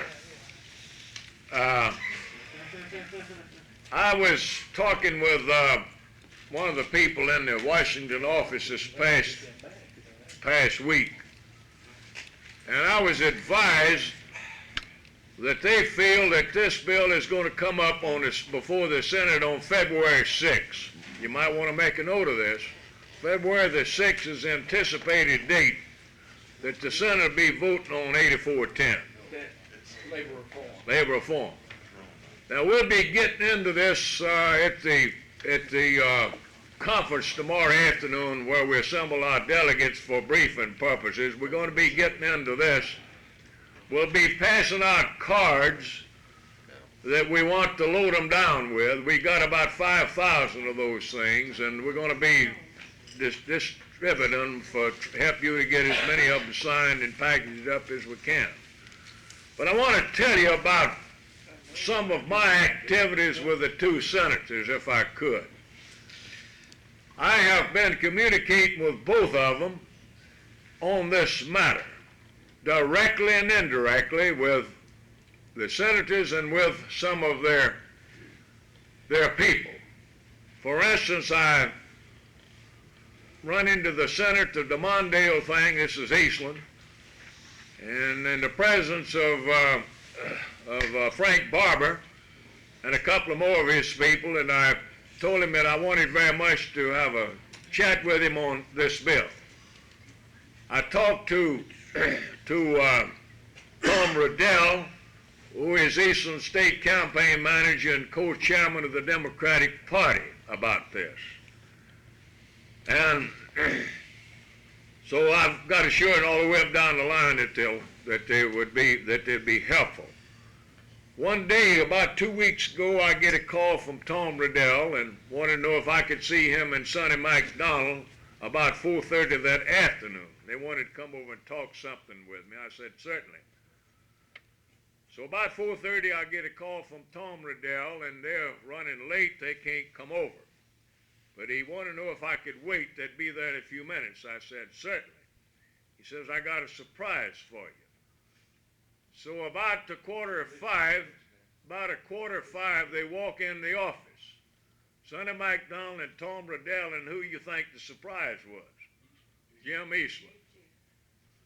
Walked in with Jim Eastland and then the state FLCO office. About a quarter of 5. That was what the surprise was. Well, I'd never been in more surprise in my life, I guess. You know, Tom was off, but he was home. I could have got him if I'd known it. I'd have had him there. It was that kind of a thing. But anyhow, after he come in and sit down, they were on the way to the airport with him. I told him, I said, well, Senator, I've been wanting to sit down and talk with you a little bit. And now that you're here, we might as well go ahead and talk, you know. So this is what I told him. Of course, we kicked the breeze around a little bit, and I acknowledge the fact, you know, that he has supported the nominee of the party for president, to my knowledge, since Kennedy, which he has. And some of you who have been involved in those things, especially Tom here, can verify all of this. This is what I told him. I said, Senator, I am convinced that the Republicans are going to field a candidate against you this time, and that you just might have a pretty good battle of survival, and that you're going to need all the help that you can get. I said, now, I'd like to be able to help you, you know, but I'm going to have something to help me first. I said, it's going to be very important that you vote for labor reform. The bill that's passed the House will be coming up there early in the year.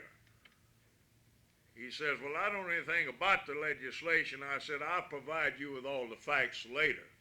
But I said, it's very important, this legislation is. It's going to provide some legal protection for unorganized workers that want to organize. It doesn't affect organized workers one iota. It simply implement the National Labor Relations Act, the original intent. But I'll be happy to sit down with you and go over this with you in detail. And I said, failing to do that, if you can't vote for the bill, then we'd like for you to at least vote to cut off a filibuster where we can get a vote on the bill. And he seemed to be favorably inclined on that one. Again, you know, he says he wasn't familiar with the bill. Right. All right. Okay. Let me give you, this one is going to shock the hell out of you. The one I'm about to give you next is going to really knock you for a rope. The Coke people, Dan Powell in particular, have been talking to me about trying to get a member of the Senate to agree to do a mail out all of our members where we can update our mailing list. They can do this thing and it don't cost you anything, and they'll get an up-to-date where they're moved and all that and get your mailing list up to date. See, we're getting on a computer set up and we'll be getting a printout, and we can get him to do a mailing, you know, and then return to us those that return with the corrected mailing addresses. Then we'll get the computer updated. And I put that one to him and told him that several senators had already done this. It wasn't anything new. And you know what he said? He said, I'll do it.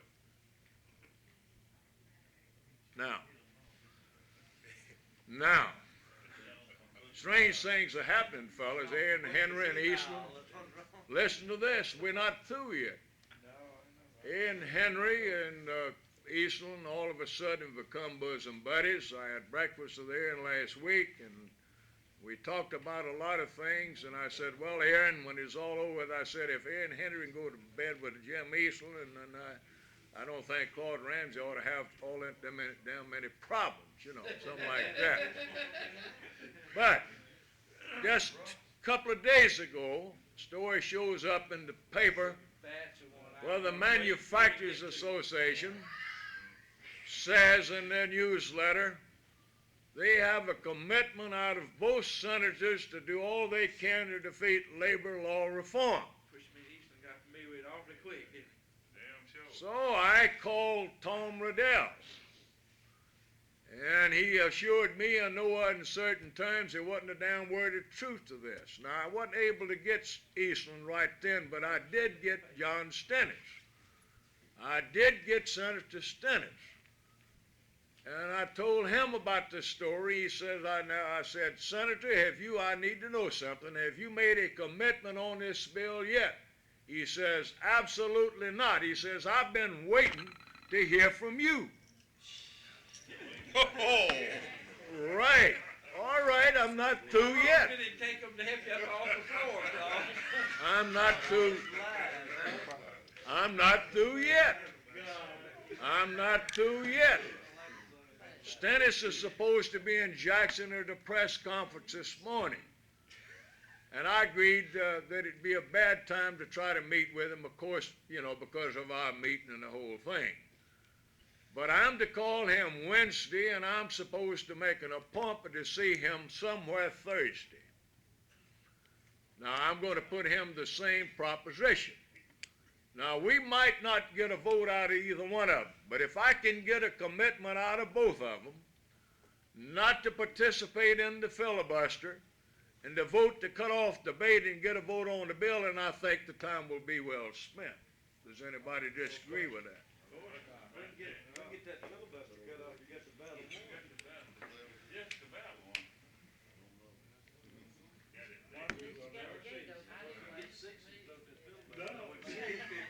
Let me say this. Mr. Knight wants the floor. See, with Eastland, this situation is serious. He's a politician. He's gonna have opposition in the general election, and he may have opposition in the primary. Now, let me give you my own version, and I'm gonna stick to this until after the deadline to qualify, regardless. I'm gonna stick to it. If I'm wrong, I'm wrong. read a lot of different stories in the paper. I think the Republicans are talking to Rob Robinson, the so-called Democrat, former director of the A&I. I think they are the ones, it's their money, if he gets in the Democratic primary, that's gonna finance him. Cause he's some 72. They would like to wear him down. They don't want to leave him just to the rigors of a general election campaign. They want to wear him down physically and financially, and this will help do it.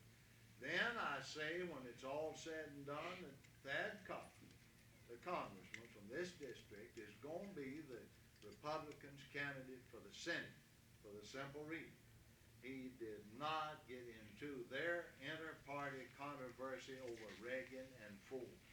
Now, Charles Pickering is mentioned. He was a Reaganite. Carmichael has indicated he'd rather try for governor again. He was a Fordite. But the money bags of the party are in Reagan's camp. But be that as it may, Thad Cochran is unscarred as far as the inter-party squabbles is concerned. And I'm still saying and going to say through April the 6th that Thad Cochran is going to be the Republican candidate for the U.S. Senate as far as their money and looking at it from their point of view. And Jim Eastland knows they got money. They hate him now. He hates them. And I think all of that together, and just between us, I'm hoping that Robinson is going to get in the primary against him. Because every bit of that is going to help us. Of course, some of it's going to come after the vote on labor law reform. But I think if it's real enough, and don't think he hadn't got all of his hooks out again, all of his monitoring equipment, that's going to help us with Jim Easton. So that's all in. Strange that things are happening rapidly around here, man. You have to scratch yourself up once in a while to realize that it's really happening, just like the meeting with the different groups on property appraisal the other day. The Lion and the Lamb that done got in the bed together, you know. But I should. Who was the lamb? Well, we've been debating that. I got that in first. We were the lamb. You gotta be Jim. That's right. Well, Who was the lamb? Well, that's the old bad,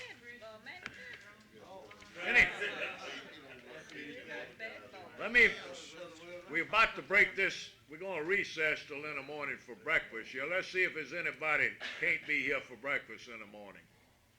Can all of you be back here at 8 in the morning? Madam Bryant, can you be back here, grace us with your presence in the morning?